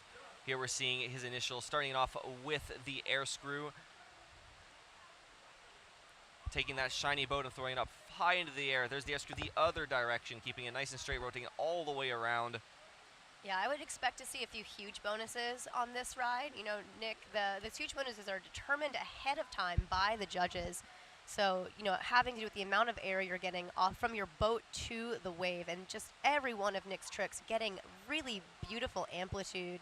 And he just did not waste a second of that ride. Absolutely not. He went trick to trick, didn't waste a single pass. So as we were mentioning, there's a couple other techniques, but one of the ideal ways that every paddler envisions themselves going is land a trick, let the momentum pull you back up to the top, and then go right into another trick and just never stop the entire 45 seconds. It is extremely tiring, but if you can pull that off, allows you to maximize how many points and how many tricks, especially on a wave where sometimes if you miss that pass, it can take you like a couple seconds to work your way back up to the top by working to the shoulder or pushing yourself back away. And there's that blunt McNasty. You know, the control in the foam pile there is really, I think, just have to call it out. It shows that experience of boating on a multitude of features and knowing how to hold your edge, find your edge, despite what's happening around you. Nick also suffering from concussion recently, so just absolutely incredible to see him out there putting together a really, really strong ride. Yeah, and they're still just liberating his points here. It is hovering at 1156.67. Yeah, that would put him well the top of the leaderboard with just one ride. Definitely. I think that's a ride that I'm going to be trying to capture from the live stream and saving for myself. How do I do this? Yeah, keep one of those on your study sheet. Teach me your ways. But yeah, Nick's partner Emily, or wife Emily, will be out competing tomorrow. His family's running around. He's also been out here helping coach a lot of the youth out there. So just one of those athletes that is also constantly giving back. Happy to help those when you ask him for feedback. Always appreciate that. I think that's one of the best things about these World Cup events is that, you know, you get to learn so much just by being here. Exactly. It's a totally different atmosphere than the World Championships, which happen every second year following the World Cups. World Championships are closed specifically to the national team members, so you end up with a much more focused, still very friendly, but a much more focused, streamlined event where athletes are going in. Their goal is to claim that world champion title. Here at the World Cups, it is more open. It is amazing to see. We have tons of athletes, especially out here in the U.S. So his score coming in at 1156.67 with a single ride, putting him right at the top of the leaderboard. That will be incredible once he combines hopefully two of those rides. Yeah, but next up, Alan Ward out of Great Britain. Dad Tim Ward was a longtime team manager. Alan calling Hurley, the Hurley Weir home. He saw Nick's ride. He knows he has to put down, and I'm excited to see what we've got in store here. Surfing around, looking to set up for that first perfect pass, going for the air screw. So snappy. Air screw the other direction. He just makes it look so effortless. Oh no, an unfortunate bobble off of that surfer's left shoulder. God, I think we're going to have to come up with a name for that thing because it is just a heartbreaker. Exactly. I think you might have almost come up with it right there. Yeah, watch this textbook execution on that air screw. Boom. Alan paddling a carbon Gigi prod, and you can see the way the carbon boats just really react off the water there. Yeah, and they're unfortunately landing slightly too far on the we'll call it the heartbreaker shoulder, pushing him just off the back of the feature, but that's okay. He's still got two more rides to show us what he's got. And you saw Alan still giving a fist pump and a smile there, and I think that's what we'd love to see out here, that positive competitive spirit. Exactly. So right now sitting with a combined score of 860. Yeah, still in the top 5 with with that one terrible ride. I say terrible, but I'm dreaming of 2 air screws in my same ride. So I have a hard time pulling those off. So. And JrMK starting things out with a roundhouse, looking to spin it around, maybe bringing around a back roundhouse. Again, these tricks have to rotate around the bow or the stern of the kayak to count, so you may not see points on the board, even though it looks like they are doing tricks. So JrMK getting some air maybe on that roundhouse the same direction. He knows that he wants to bring the stern more vertical to get the higher points for the blunt. He's catching a bit of an edge there, but managing to recover, going back in for another pass, looking to throw an end, possibly rotating enough for a roundhouse, but an unfortunate flush, and that'll mark the end of his second run of this heat. Yep. I don't envy the judges in any of these competitions, but as you were saying, here in the World Cup, we've got some people that are out here only judging, a few athletes filling in as judges in a few categories, so really everyone working to put this event on, and no one working harder here than the town of Columbus. Yes, Columbus, Georgia has been an incredible host to all these athletes, as well as the Phoenix City in Alabama, where we've all been camping. But next up here, we've got Stephen Wright dropping in for his second run. Stephen Wright, known by some as the Hobbit King, longtime Keener coach, starting things off with a helix, getting the air bonus on that, looking to set up for his next trip, looking like maybe a flip turn out of there. Ooh, maybe trying for the air screw, but somehow just saving that trick. Stephen is laughing as he gets bounced around on Good Wave. This is, well, some might say, his home feature these days, going for a back blunt, maybe a back Pan Am. Stephen working his way over to try and get to the surfer's right, going for the helix the other direction. Interesting choice to start with the helix. We haven't seen that too much. Going to set things up with the blunt there. Going for the back blunt, getting the air. Stephen just such excellent control on this ride. Interesting, his clock has not started running on this ride, at least on my screen, but I could hear the buzzer going just as he went for that McNasty. Yeah, we've had a couple UI errors during the beginning of this World Cup final, but that's all right. Our UI guy is 100% volunteer work, so we appreciate them regardless for coming out here and putting the time to make sure that you guys have something to watch. Yeah, could not do it without the incredible team of volunteers out here today. I love that replay of Stephen's helix. Like I said, unusual unusual starting trick here for this wave. Yeah, we've definitely seen a lot of helixes flush due to the fact that you spend a lot of time with your body in the green water, which in this feature is very, very prompt to pull you right out. But that was a bold move, and it paid off with good high-scoring points right off the bat. Yeah, you've got to kind of know the score sheet. Look at that beautiful McNasty or pistol flip right there. Yeah, he's definitely besting his first ride with a 626-point ride, putting him in a combined score in the 900s, sitting him in the second spot position at the moment. Yeah, this is always a tough gamble to play, right? It's like, how hard do you push on this ride? How much do you use this ride to lay down the ride you want to use in the finals? But next up, out of Canada, Caleb Grady. Please ignore what it says on the bottom of your screen. Yeah, so he's dropping in for his second ride, going in right off the bat with a beautiful snappy air screw. Looking to set another one up.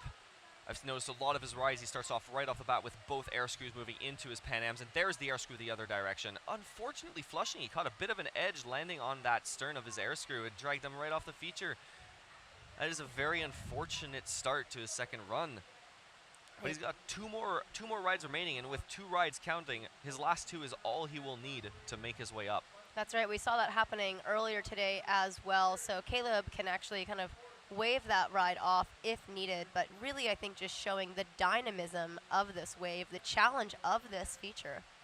Yeah, it's definitely been proving a much bigger challenge, especially compared to earlier this week when we were all playing on Ambush, which is a much slower feature. You do need to muscle things around a little more, but it becomes a little more forgiving in that sense. And I want to give a massive shout out and thank you to Georgia Power providing us the water here today. But one of the challenges in this World Cup for athletes has been that there's been very little practice time at these flows. So the wave actually only hit this level for the first time yesterday afternoon, but Nick doesn't seem bothered by it as he drops in for his ride and starts things off with that air screw. He's on that heartbreak shoulder though, and I am curious to see what happens. Can he get back over to the goods? Ugh. Unfortunate. He ended up getting pushed into that other feature. Now, you can only score tricks on the main feature, which is good wave. But if you, as you noticed, he surfed a little bit in that feature off to the left, hoping that he could get a pass to get himself back in, as you still can retain as long as you're still surfing. But unfortunately, not being able to make it back in, that'll probably be a run that he's going to wave off. I would imagine so. I mean, that is why, for the non-attainable feature, these athletes get 4 rides. Exactly. You know, in other features like the twin wave in Nottingham at the last Worlds, you could paddle back up the eddy. If you flushed off here, you flush off, you're done. Yeah, and it's been a very interesting World Cup. There's been a mix of features. This one has been is non-attainable, giving you a completely different competition format, whereas World Cup number 1 on Ambush was an attainable feature, meaning you only got in your prelims 2 rides, and they were the only rides that counted, so you couldn't mess up on a single one. Yeah, it's so different, and it's amazing that the Chattahoochee River here has such a wide variety of features. It's unusual to have a World Cup on the same river, but on 2 different features. But right now, Alan Ward dropping in for his 3rd ride.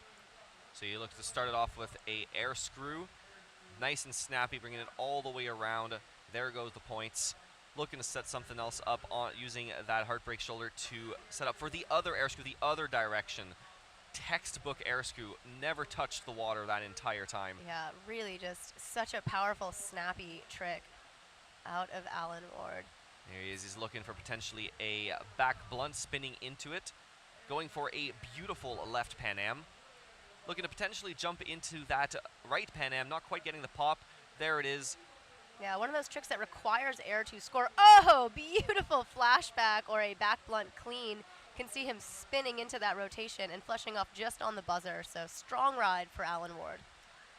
Yeah, and the main difference we'll see, like one of the reasons people will spin into a clean backstab, which is called a flashback, is it is a little easier to set up. So what you can do is you can initiate that spin, get that rotation momentum, and then take the paddle out of the water midway and throw into your backstab. It is another approach that a lot of people will use if you have a nice green spot on the wave to spin into it. Yeah, easier to kind of get the angle needed for the back blunt in some features. You know, most features are kind of sloped or slanted left or right. There's very few perfectly symmetrical features in the world, which makes going right or left easier. So flashback is a nice way to kind of deal with that. But you can see Alan spinning into it, but not keeping his paddle clean on that one. Still look at that Pan Am, beautiful oververt with the air bonus. Or not the bonus, excuse me, with the required air element. Yeah, the only bonus you can score on a Pan Am is a clean, super clean, or huge. Yeah, and you can link them. Exactly. Yeah. Any trick in the book can be linked to another trick by throwing immediately into the next trick when you land. Yeah, so that's actually a recent change in the rules. But right up, JrMK, I believe, out of North Carolina here for us, dropping in as he looks to establish that surf and set things up, not using the bounce. Going for that roundhouse, maybe the blunt the other direction. You can see him kind of finding his flow here as he moves trick to trick. One of the challenges, I think, for these athletes is being able to keep your focus both on the clock and knowing where you are on the wave. So JrMK doing a good job of staying towards that surfer's right shoulder here, going for maybe a blunt the other direction. Let's see if he is going to ever go backwards for us. It is a kind of scary wave to set up backwards on, to be fair. Definitely is. We've seen a couple times where the people go to set up backwards, stern catches, and we have seen one person try to save it into a back loop, but that is a very difficult thing to do. That is bold. That is bold. But yeah, you know, I just think what a fun feature to be out here kayaking on this beautiful day here in October in Columbus and Georgia and Phoenixville, Alabama. So 121 points combined right now. So JrMK upping his first ride score. Yeah, and here up next, starting his second ride, we have third ride already. Wow, the time is flying. We have Stephen Wright. Stephen going to be setting things up with those helix to the right to start. No, Stephen, no. An unfortunate flush right at the beginning of that ride. That's okay. He's got one more to show us some points. And that's right. We are cutting all of these athletes today down to the top 20. So again, the goal today for these men is top 20. Tomorrow's goal will be top 10 and then into the top 5. And we had junior men this morning. They cut right to the top 10. And that's all based on the number of competitors. So typically the senior men's class, one of our largest classes that we have. And then tomorrow will be the turn of the women and the junior women. So big week here at the ICF World Cup. I heard a lot of the athletes today saying it's just been challenging due to the constantly changing levels, the unexpected heat, as well as just, really no rest days for many of them between training and competing. Yeah, we're currently sitting at a nice and toasty 86 Fahrenheit or 30 Celsius for the rest of the world.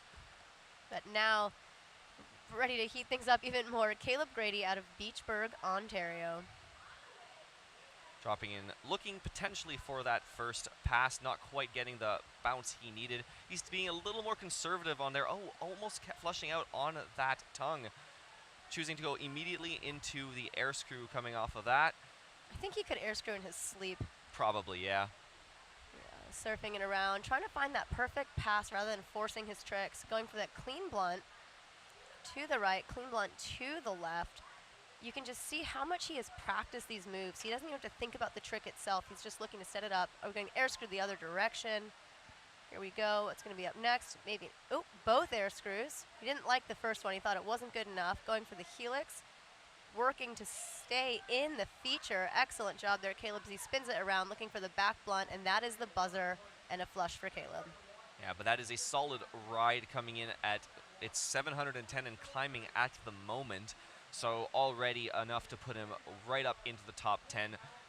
And this is just his third ride. He's got one more left to go. Yeah, and Caleb really doing a great job of, kind of when the feature started to boss him around, staying patient, staying calm, not rushing his tricks, and waiting to find that stable balance and showing his competition experience as well as his wave surfing experience there.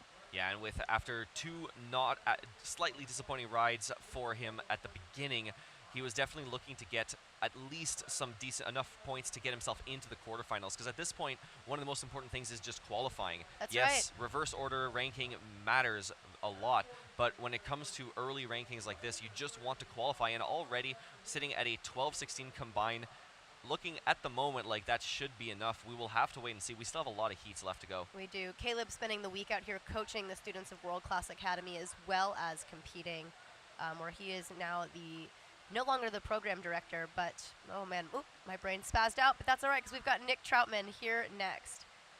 He's dropping in for his third ride, going right off the bat, bouncing into a nice air screw, going for the air screw the other direction, looking to set up into a helix, maybe looking for the helix the other direction, not quite getting the pop on that edge, going for it this time, sticking it, looking absolutely beautiful, lots of points on the board already. Looking like one of the stronger paddlers out there since this morning, especially on this feature. Yeah, Nick, just such an experienced competitor and a wave boater, a former world champion at the Toon World Championships in Switzerland, also on a wave, going for that clean blunt. Beautiful air and amplitude right into the back Pan Am. Oh, that trick is just spectacular. I love it every time it happens.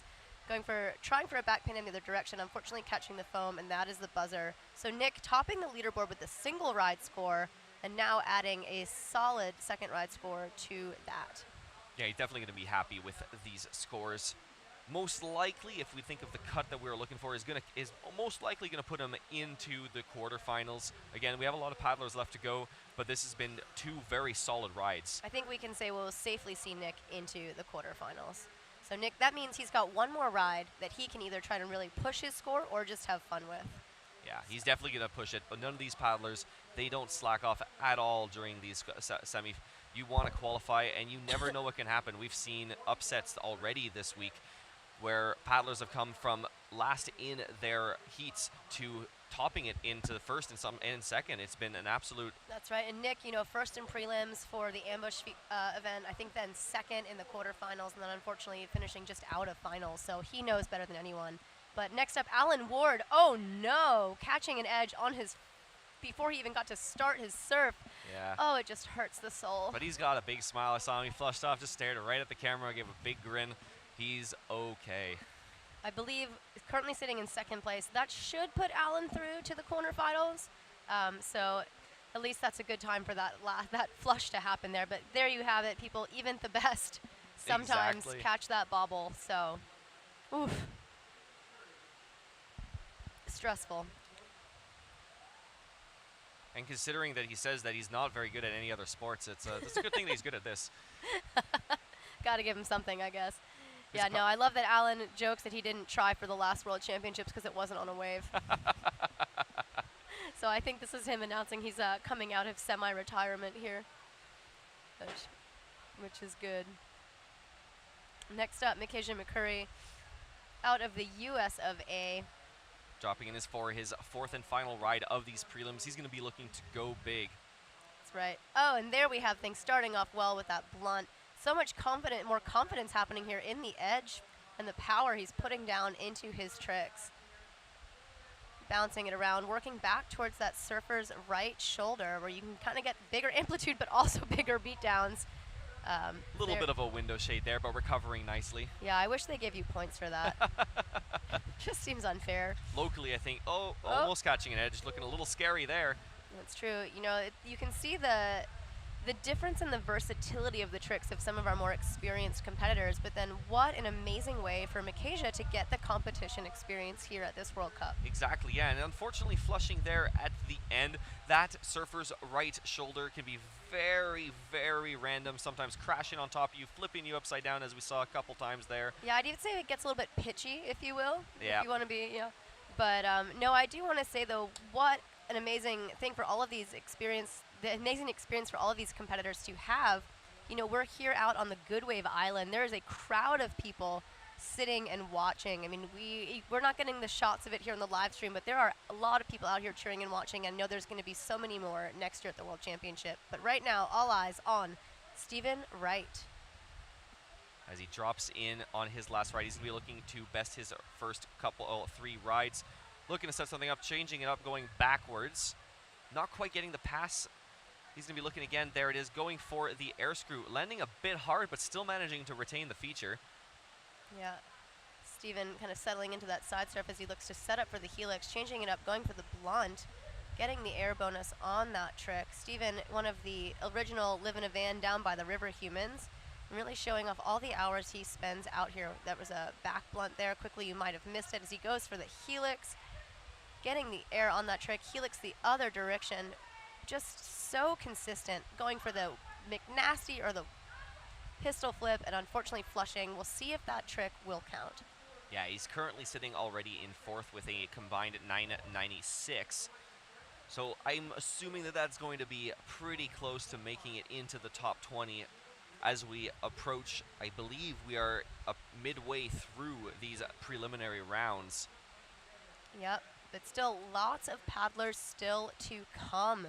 Paddlers from Great Britain, from Poland, from Finland, from Ireland, from the US of A, and maybe even from France and Austria. So what an international scene we have here at this World Cup event. And you know, it's really remarkable because most of these athletes have to finance these style of trips and these competitions themselves. And so this is really done for the passion, for the love of the sport, and for the fun. And that's one of the reasons all the athletes that have been staying around here have been so grateful to Whitewater Express, because a lot of these events can be extremely expensive to stay at, but they've been providing us with camping that has been completely free. Not to mention dinner almost every night. Exactly. And showers, washrooms, a place to hang out with air conditioning. It's been incredible. All right, here comes Caleb for his final ride here in prelims. Looking to pass for potentially an air screw, not getting the pop he was looking for. He's going to be patient and look for another go at it.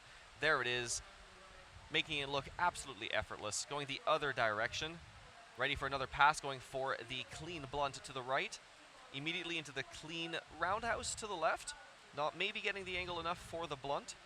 I'm curious to know if any of the judges will give either of these a super clean bonus.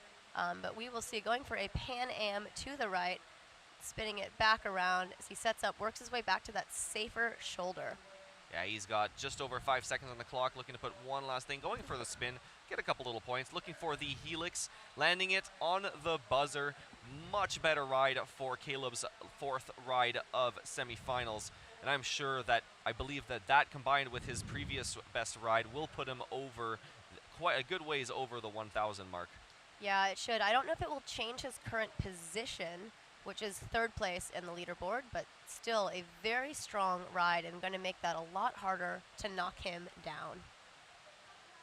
All right, now we're seeing, again, those two air screws.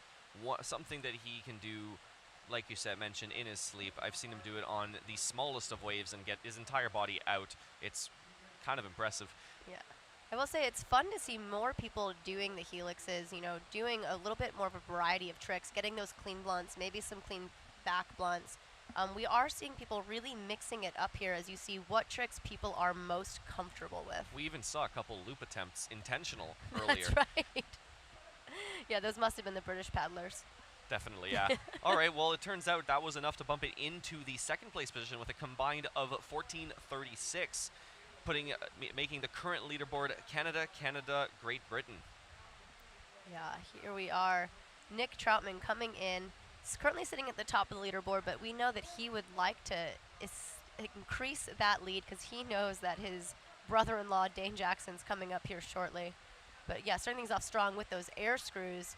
Just getting so much air, retaining the control on the surf, looking always back upstream as he works his way to the surfer's right shoulder. Going for a huge back Pan Am right into what looks to be a helix attempt, maybe getting a flip turn out of that trick. We will see what the judges have to say. Going for a back blunt or back Pan Am the other direction. Surfing it around. Trying for maybe a flip turn to the left. Forgive us as we get a little slowed down here. The glare on our screen is starting to be significant, but I saw two clean blunts with air from Nick Troutman there, trying to go for the blunt into the McNasty. Boom! We'll see if that landing counts before he flushed off. Yeah, one of the things the judges look for when retaining a trick is complete stop of downstream momentum. So when you land on the foam pile, if you can stop your downstream momentum for even a second before flushing off the back, you are more likely to score that trick. Yeah, and those tricks need to land in control, right? And so that stopping momentum also showcases, hey, this trick was intentional, I landed in control, trying to sell it, everything always to the judges. Yeah, and as we wait for his score to lock in, and that'll wrap up the end of, I believe that was the fourth run of our fourth heat. Our next heat will begin, we're a little ahead of schedule, but our next heat will begin at 3 o'clock, and that'll include Harry Price of Great Britain, Tusku Anisma, perhaps. of Finland, we apologize for the pronunciations, Bartosz Czauderna of Poland. What a people's favorite. Yes. Eric Jackson of the United States and Dylan Grarer of the United States. Man, just more and more talented paddlers waiting their turn here in Columbus, Georgia. It is hot out there. Oh, yes. So all of you watching from the comfort of your air-conditioned or heated homes, we envy you. Definitely. We've just put up a tent, so at least we're out of the sun at this point. But we will see how long that lasts as the afternoon weather continues to heat up. Massive thank you again to all those helping to have this event run here. Whitewater Express, Georgia Power. Up there is Nick Troutman's fourth ride score, 8:28.33. So that will increase his lead and his position on the leaderboard. I believe that sits him at a 2,136.67. All right. Well, as we move into, at this point, a 20-minute break before our preliminary heats 5. If you are at home, make sure to go outside. Don't sit down on your couch on this beautiful day. If it's not beautiful, then makes sense. Stay inside to stay out of that rain. But in the meantime, we will see you back. This has been Zach. And Anna Bruno. And we'll see you back in a bit.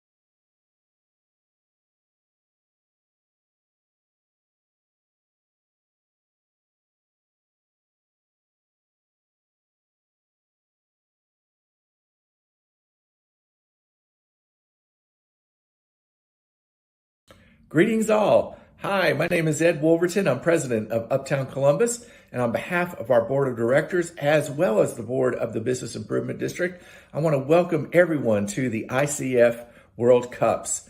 When we were first awarded these competitions in June of 2021, Uptown quickly convened a group of 30 civic leaders to help plan, fund, and organize these competitions. What you're seeing this week is part of that big effort to make this happen for our community. We had three major goals as part of putting this together. One was for the competitions to be an economic development engine for our entire region. Secondly, to make this an extravaganza that everyone can enjoy. And lastly, we wanted to be sure to attract more people to Columbus and Phoenix City to raft, zipline, and enjoy our community. We appreciate you coming here, and we look forward to a great competition. Thank you all.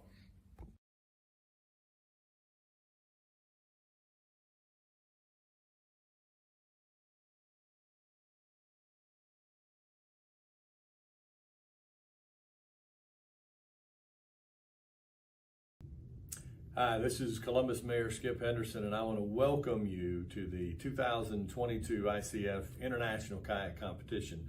We are thrilled to have visitors join us from all over the globe.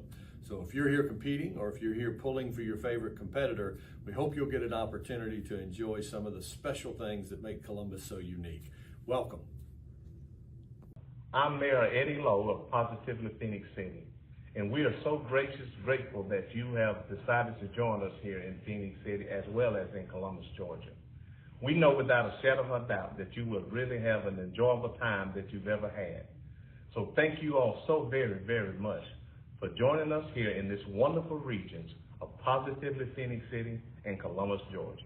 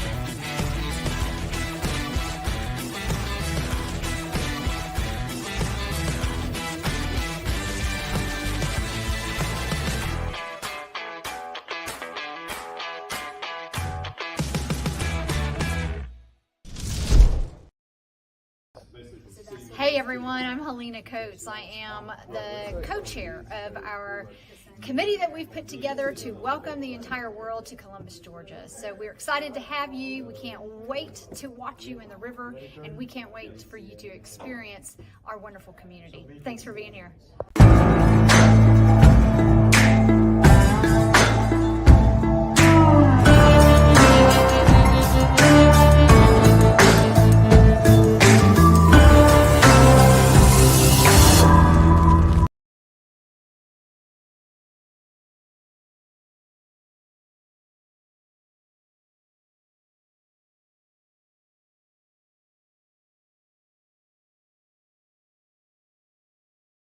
Yes. Hey, I'm Dan Gilbert with Whitewater Express. We are so excited to welcome you to Columbus and Phoenix City. We have what we think is the best whitewater in the world.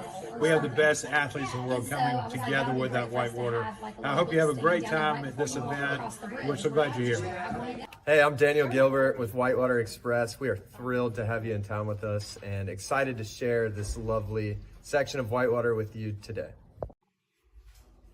Hi, I'm Lucy Barris, and I'm honored to be a part of the host committee and invite you guys to Columbus and show you guys all we have to offer.